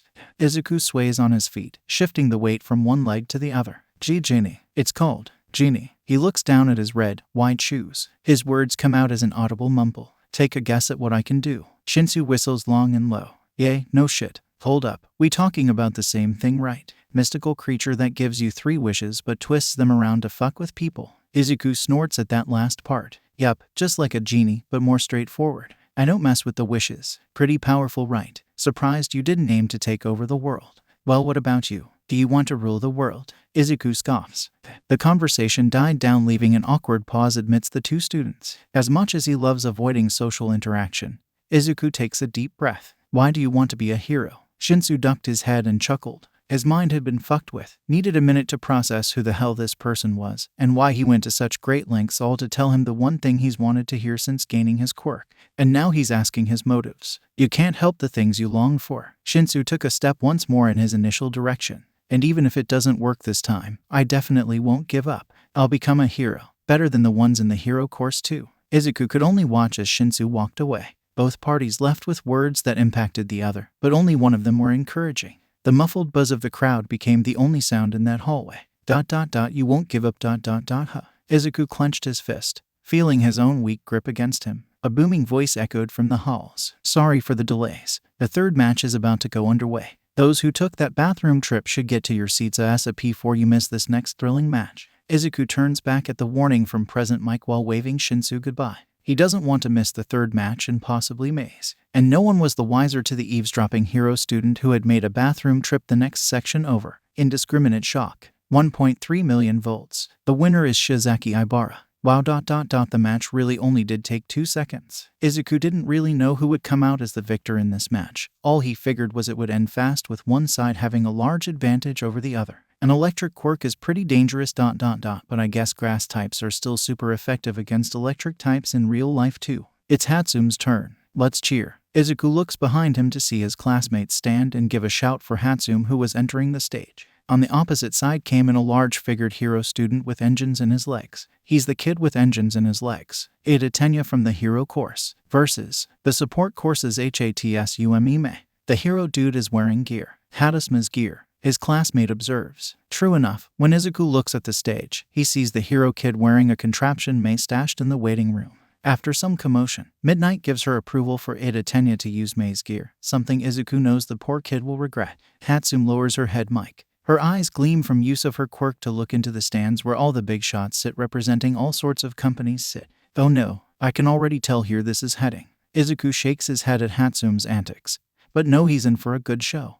An infomercial. Hatsume gave ... the first ever sports festival infomercial. The entirety of Class 1H hung their head at the sight of their classmate toying with the hero course student to display all the products she brought onto stage. Then she stepped out of bounds, securing her victim's win as she wipes her brow from her hard work with a face radiating accomplishment. Phew, what do you think, Izuku? I killed it out there. Those head honchos must have noticed me, right? Mei came back to the stands, having dumped her gear back into the waiting room. It sure was something. Izuku replies. But how come you gave up the match? If you won, you could have used the next round to show off more things. Meh, I showed off all I brought, so no need for another round. Besides, the next person would know my SH tick and totally try to knock me out without hesitating. I'm an inventor, not a fighter. Hatsune plops down beside Izuku and chugs a water bottle. Phew. With that over, I can now just relax and enjoy the rest of the festival. Izuku and Mei watch the next few matches, spouting off support gear ideas based on quirks: acid shooter, laser distributor, temperature cloak, indestructible snack compartments, reinforced clothing, a head-to-head fist fight. Izuku and Hatsune shared a laugh when the 7th match ended up being a draw of 2 redundant quirks and having to be settled with a simple contest later when the 2 students wake up. Izuku stands up, balancing himself up, careful not to fall over. Huh, where you going? Bathroom break. Hatsune questions. No, I'm going to go see Kaken before his match. I didn't get to see him during lunch and didn't have the chance later either. I never got to wish him luck. Izuku sheepishly grins. Oh, I see. I'll stay here then. Tell to your boyfriend good luck for me too. I don't want to intrude. Hey haha. Mei suspiciously giggles. Mei. Wah, no, it's not like that. WHYW would you assume such? Izuku stammers as he waves his hands in a fast-paced motion. Stop stalling and hurry before the match begins. Mei pushes. All right. Izuku salutes and darts off as he heads for the waiting rooms. I am lost, Izuku notes. Izuku leans on the wall as he huffs out of breath. He's been walking for a few minutes and can't find where the waiting rooms are. He swears he's passed the same bathroom twice though. Hey, listener, what ya doing there? Pumped for the next spectacular round? No way. Izuku turns around slowly, wondering if all that walking made him delirious. Nope, not going crazy. There stood his English teacher, also the very popular radio host and hero Present Mike, who is also the main commentator of UA Sports Festival ever since he joined the staff, and who just came out of that same bathroom. My plain-faced student who sleeps in my class. Present Mike dramatically points at Izuku who, once again, is leaning against the wall hunched over and aches all over. Yeah, Izuku wants to die right then and there. Why, is that the best response I can give? Well, you are exempt from the activities due to medical reason, right? Then it's settled. I'm taking you to the booth. You can be my co-commentator. Cause I already have a co-commentator. You on board, listener? Me, a CC commentator. You in? Present Mike extends his hand for Izuku to grab. Go with Present Mike ... or find Kaken. Izuku grabs the hero's hand and exclaims, why yeah. I mean, yes please. I'm sorry, Kaken. Oh yeah. Then let's get a move on. The next match has to start soon. Can't keep the crowd waiting. Izuku follows Present Mike to the commentator booth, which he admits was another long walk that got him winded. And here we are, listener. Yo Aizawa. I brought someone along, so come say hi. Present Mike waved over at his mummified coworker. Hello, Eraserhead Sensei. Izuku gave his greetings, making sure to bow too. Unfortunately, as the gods and author like seeing Izuku suffer, the poor protagonist's legs give out at that bow. Giving into his third kiss with the floor of the day, Izuku accepts his fate. However, Present Mike catching him foils the floor's plan for another intimate contact. Whoa there, bud, you alright? Present Mike asks. Yes, sorry. My legs ... I got a little winded from walking so much. Izuku nervously scratches the back of his head. Mike, it's time to start the next match. Okay. Here, listener. You can sit in my chair and announce the next match. Present Mike shoves Izuku forward and plops him onto his chair. Izuku's legs sigh in relief of no longer having to support any weight. I'll introduce you to the crowd and take it from there, capiche? Wait, I'm not ready. Hold on, I can't. And we are back for the 8th and last match of the first round. But before that, I got someone to introduce. Say your name, listener, for the audience to hear. Present Mike held down the microphone button as he gave Izuku a large smile and nod of the head. I am my Midoriya Izuku from support. Course. What else do I have to say? I literally have no idea what else to do was my introduction. Okay, no, of course it wasn't. I stammered like crazy. And on national television where everyone in Japan and possibly the world is watching. Oh my god, I don't even want to know what mom is thinking, and Mei is probably laughing at my expense. What should I do? I want to go home.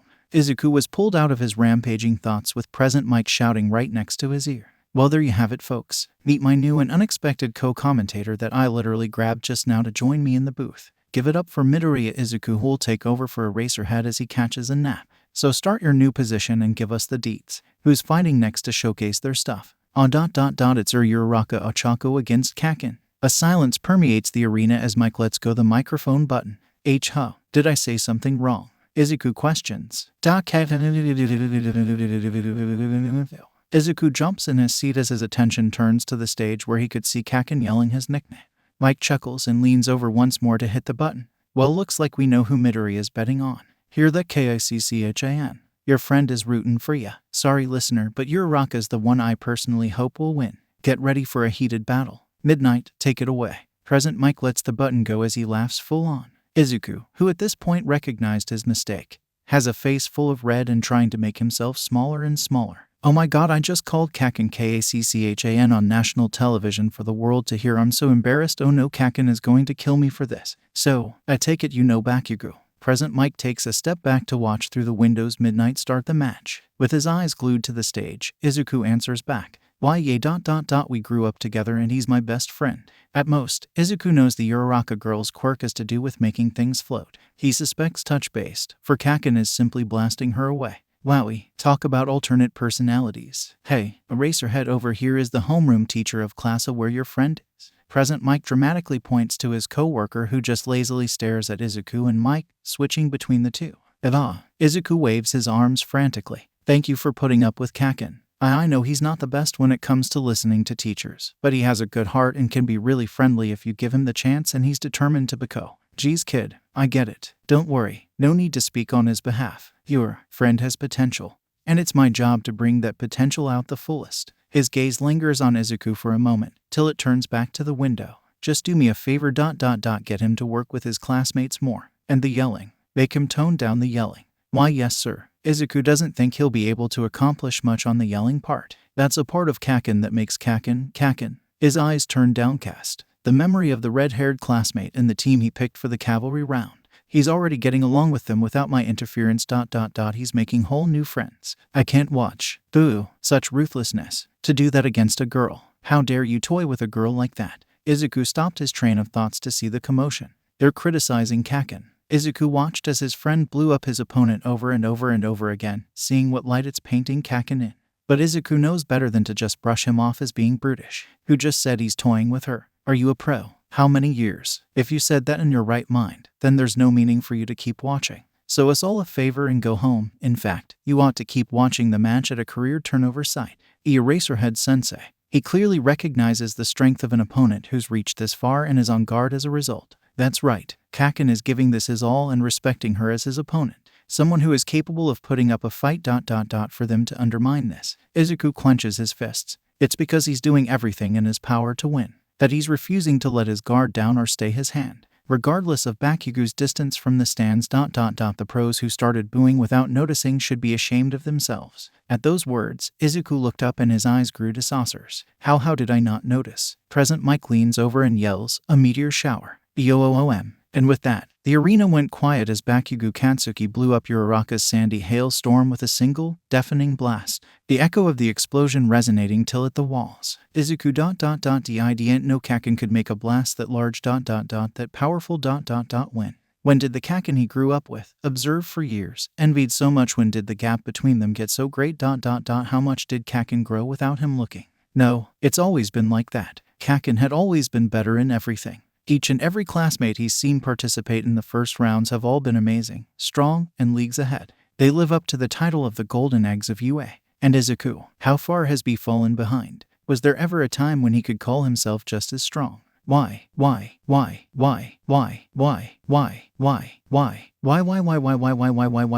give him that wish? Izuku leans forward as he grasps at his head, a pounding sensation taking over from his thoughts, shouting and spiraling out of control, his regret overtaking his entire being. Uraraka is unable to continue. Bakugo Katsuki wins the match. Midnight's voice griped Izuku's nerves and sent a shock, grounding him back to reality. Had he not been sitting, he most definitely would have fallen over. A wave of nausea and dizziness hit him as looked up at the window to see Uraraka carried out on a stretcher and Kaken leaving the stage. Izuku got out of the seat, relying on the chair to hold him up. I have to go. Excuse me. He makes a dash for the door, nearly stumbling, but pried the obstacle open and races off. But we still got the rest of the third event to cover. Co-commentator. Present Mike shouts out the open door. He turns to his friend. Should fetch the listener back. He didn't look too good. Aizawa's face remains unreadable in the bandages, but his eyes stare at the door the young student just fled from.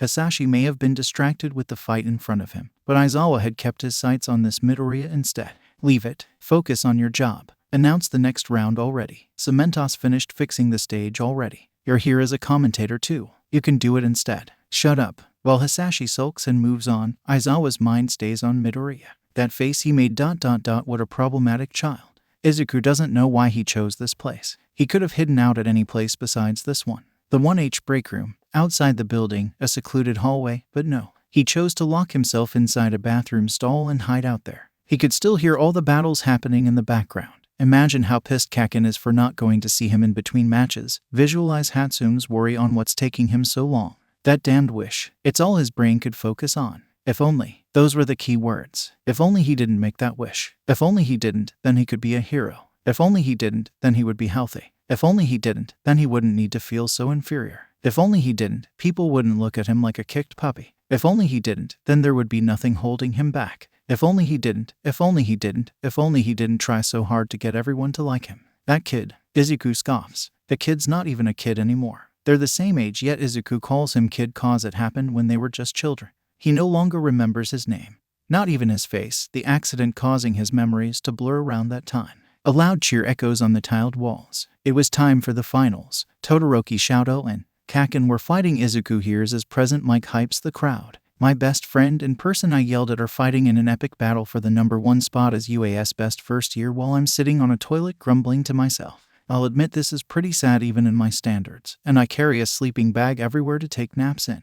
Izuku whips his head up in shock, as if he could magically see past the bathroom stall door. You sure didn't make it easy to find you. I came into the bathroom cause it was the only place I didn't look. Now my body hurts from walking around so damn much. Izuku recognizes that gruff voice. Eraserhead Sensei. When did he enter? Look kid, I heard about your tale and read your files too. You got quite the shitty backstory. How about instead of sitting here in the shithole feeling sorry for yourself from the things you can't do and focus on what you can? You've gone through a hell even most adults would find themselves stumped, but we can't change the past, so focus on the future. Izuku grits his teeth. Who does he think he is trying to tell him, hey, your life is shit and there's nothing to do to change that shit, so you should just make do with the shit. He opens his mouth to retort, but Eraserhead beats it to him. I nearly lost my life a few weeks ago in that USJ attack, but here I am still kicking. I broke a fuck ton of things, and royally fucked my eyes which my quirk depends on, but I'm still trotting ahead since I'm alive. You are alive, so don't give up before you even start.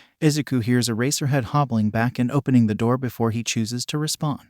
But what if you know there's no point? What if that chance got ripped out of your hands before you could make anything of it? What if you're not going to be alive to make anything of a fleeting chance? Izuku opens the stall door and stares the hero in the eyes. What do you do when you know you're going to die in half a year and everything you worked so hard to grab it means nothing? His eyes were glistening with tears, yet none threatened to fall. Eraserhead shifts his body to face Izuku properly. The hero stays quiet as if processing the words he just heard. Were you not listening, kid? That's all the more reason not to let yourself fall into the stump you're headed for right now. Don't let all the work you put into waste and burn out. You got this far cause you fought for it. Fight till the end. Don't give up. Isn't that the heart of a hero? Eraserhead finally took his leave, the heavy metallic door closing shut with a loud thud. With nothing left to face, he faced himself, the mirror reflecting his expression. Izuku slowly cusped his face to make sure the one he was seeing was actually his. The emerald eyes are wide, his lips wobbling, his cheeks relaxed and astonished. Don't give up. He has to stop his studies at UA.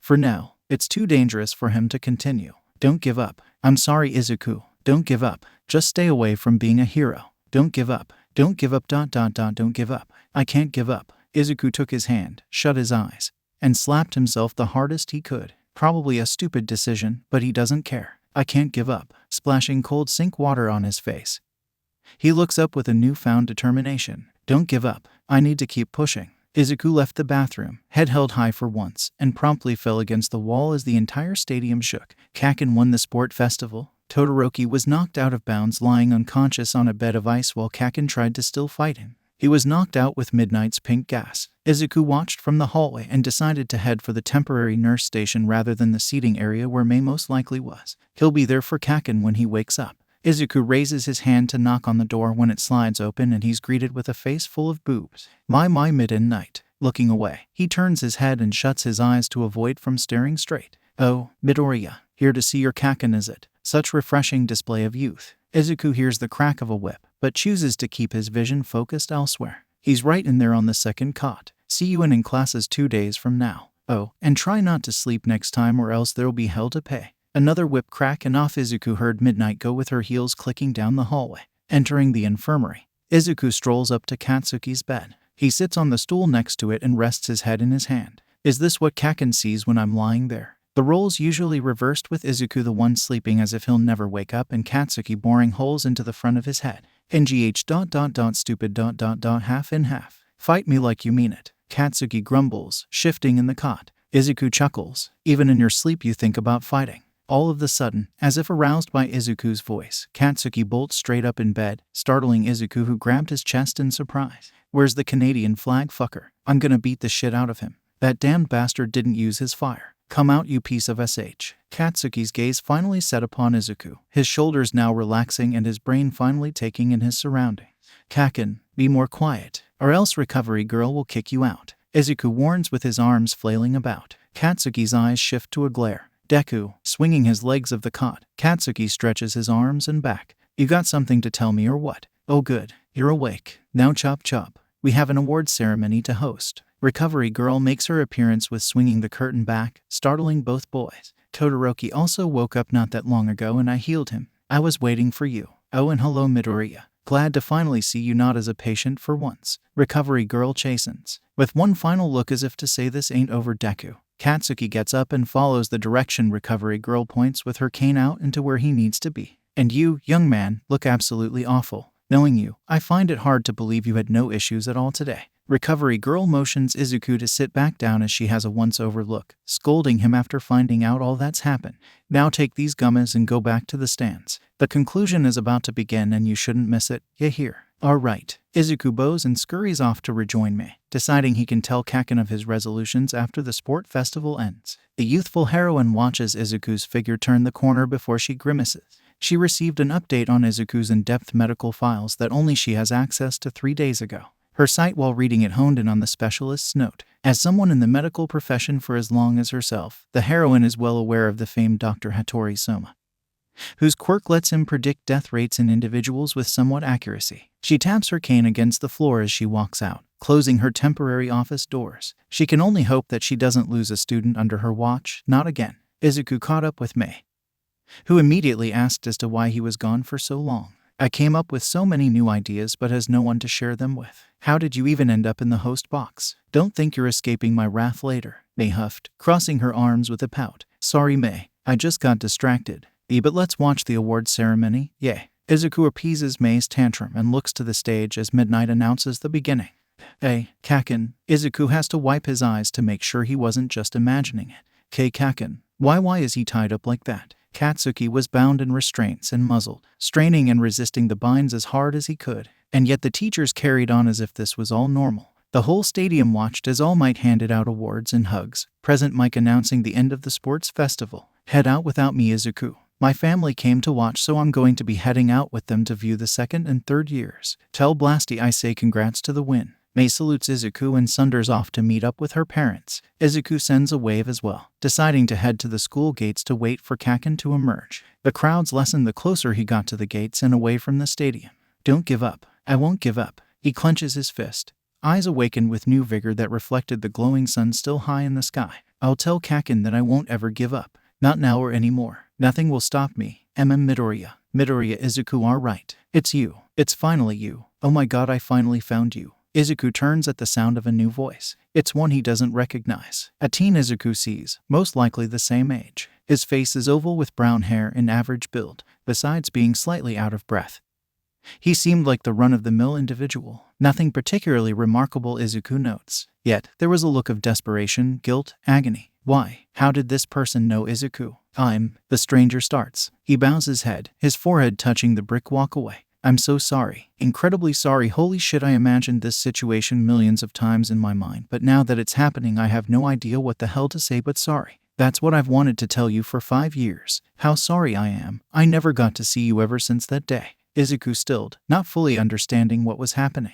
I saw you in the host box. I heard your voice and saw your face. I couldn't believe my eyes at first, but then I realized this must be the world giving me my chance by coming to the sports festival. The stranger's words shot in rapid fire, nerves audible in his voice, yet the puzzle pieces in Izuku's mind were not matching up. Who is this guy? His confusion must have been visible on his face because the stranger finally looked up and locked eyes. It's me. I'm the boy from the swing set. The one you gave a quirk to. Bonus. Aizawa shout a POV. What do you do when you know you're going to die in half a year and everything you worked so hard to grab it means nothing?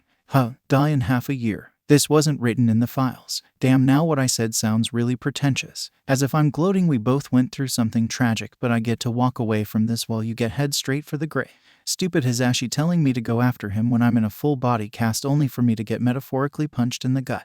Think Shouta, what's the best way to respond? Oh, I got it. Were you not listening, kid? That's all the more reason not to let yourself fall into the stump you're headed for right now. Don't let all the work you put into waste and burn out. You got this far cause you fought for it. Fight till the end. Don't give up. Isn't that the heart of a hero? Now time to make my exit. Gotta, my arms and face hurt. I'm going to kill that cockatoo as soon as I see the bastard. Aizawa limps away to murder his coworker. End notes. The notes thing is still off, so a mad type here again. But yay, there's that. The kid is back. Stay tuned, my dudes, and let me know your thoughts. I love hearing from you guys and what y'all think. And thanks so much for over 50,000 hits. Love ya. See ya next time.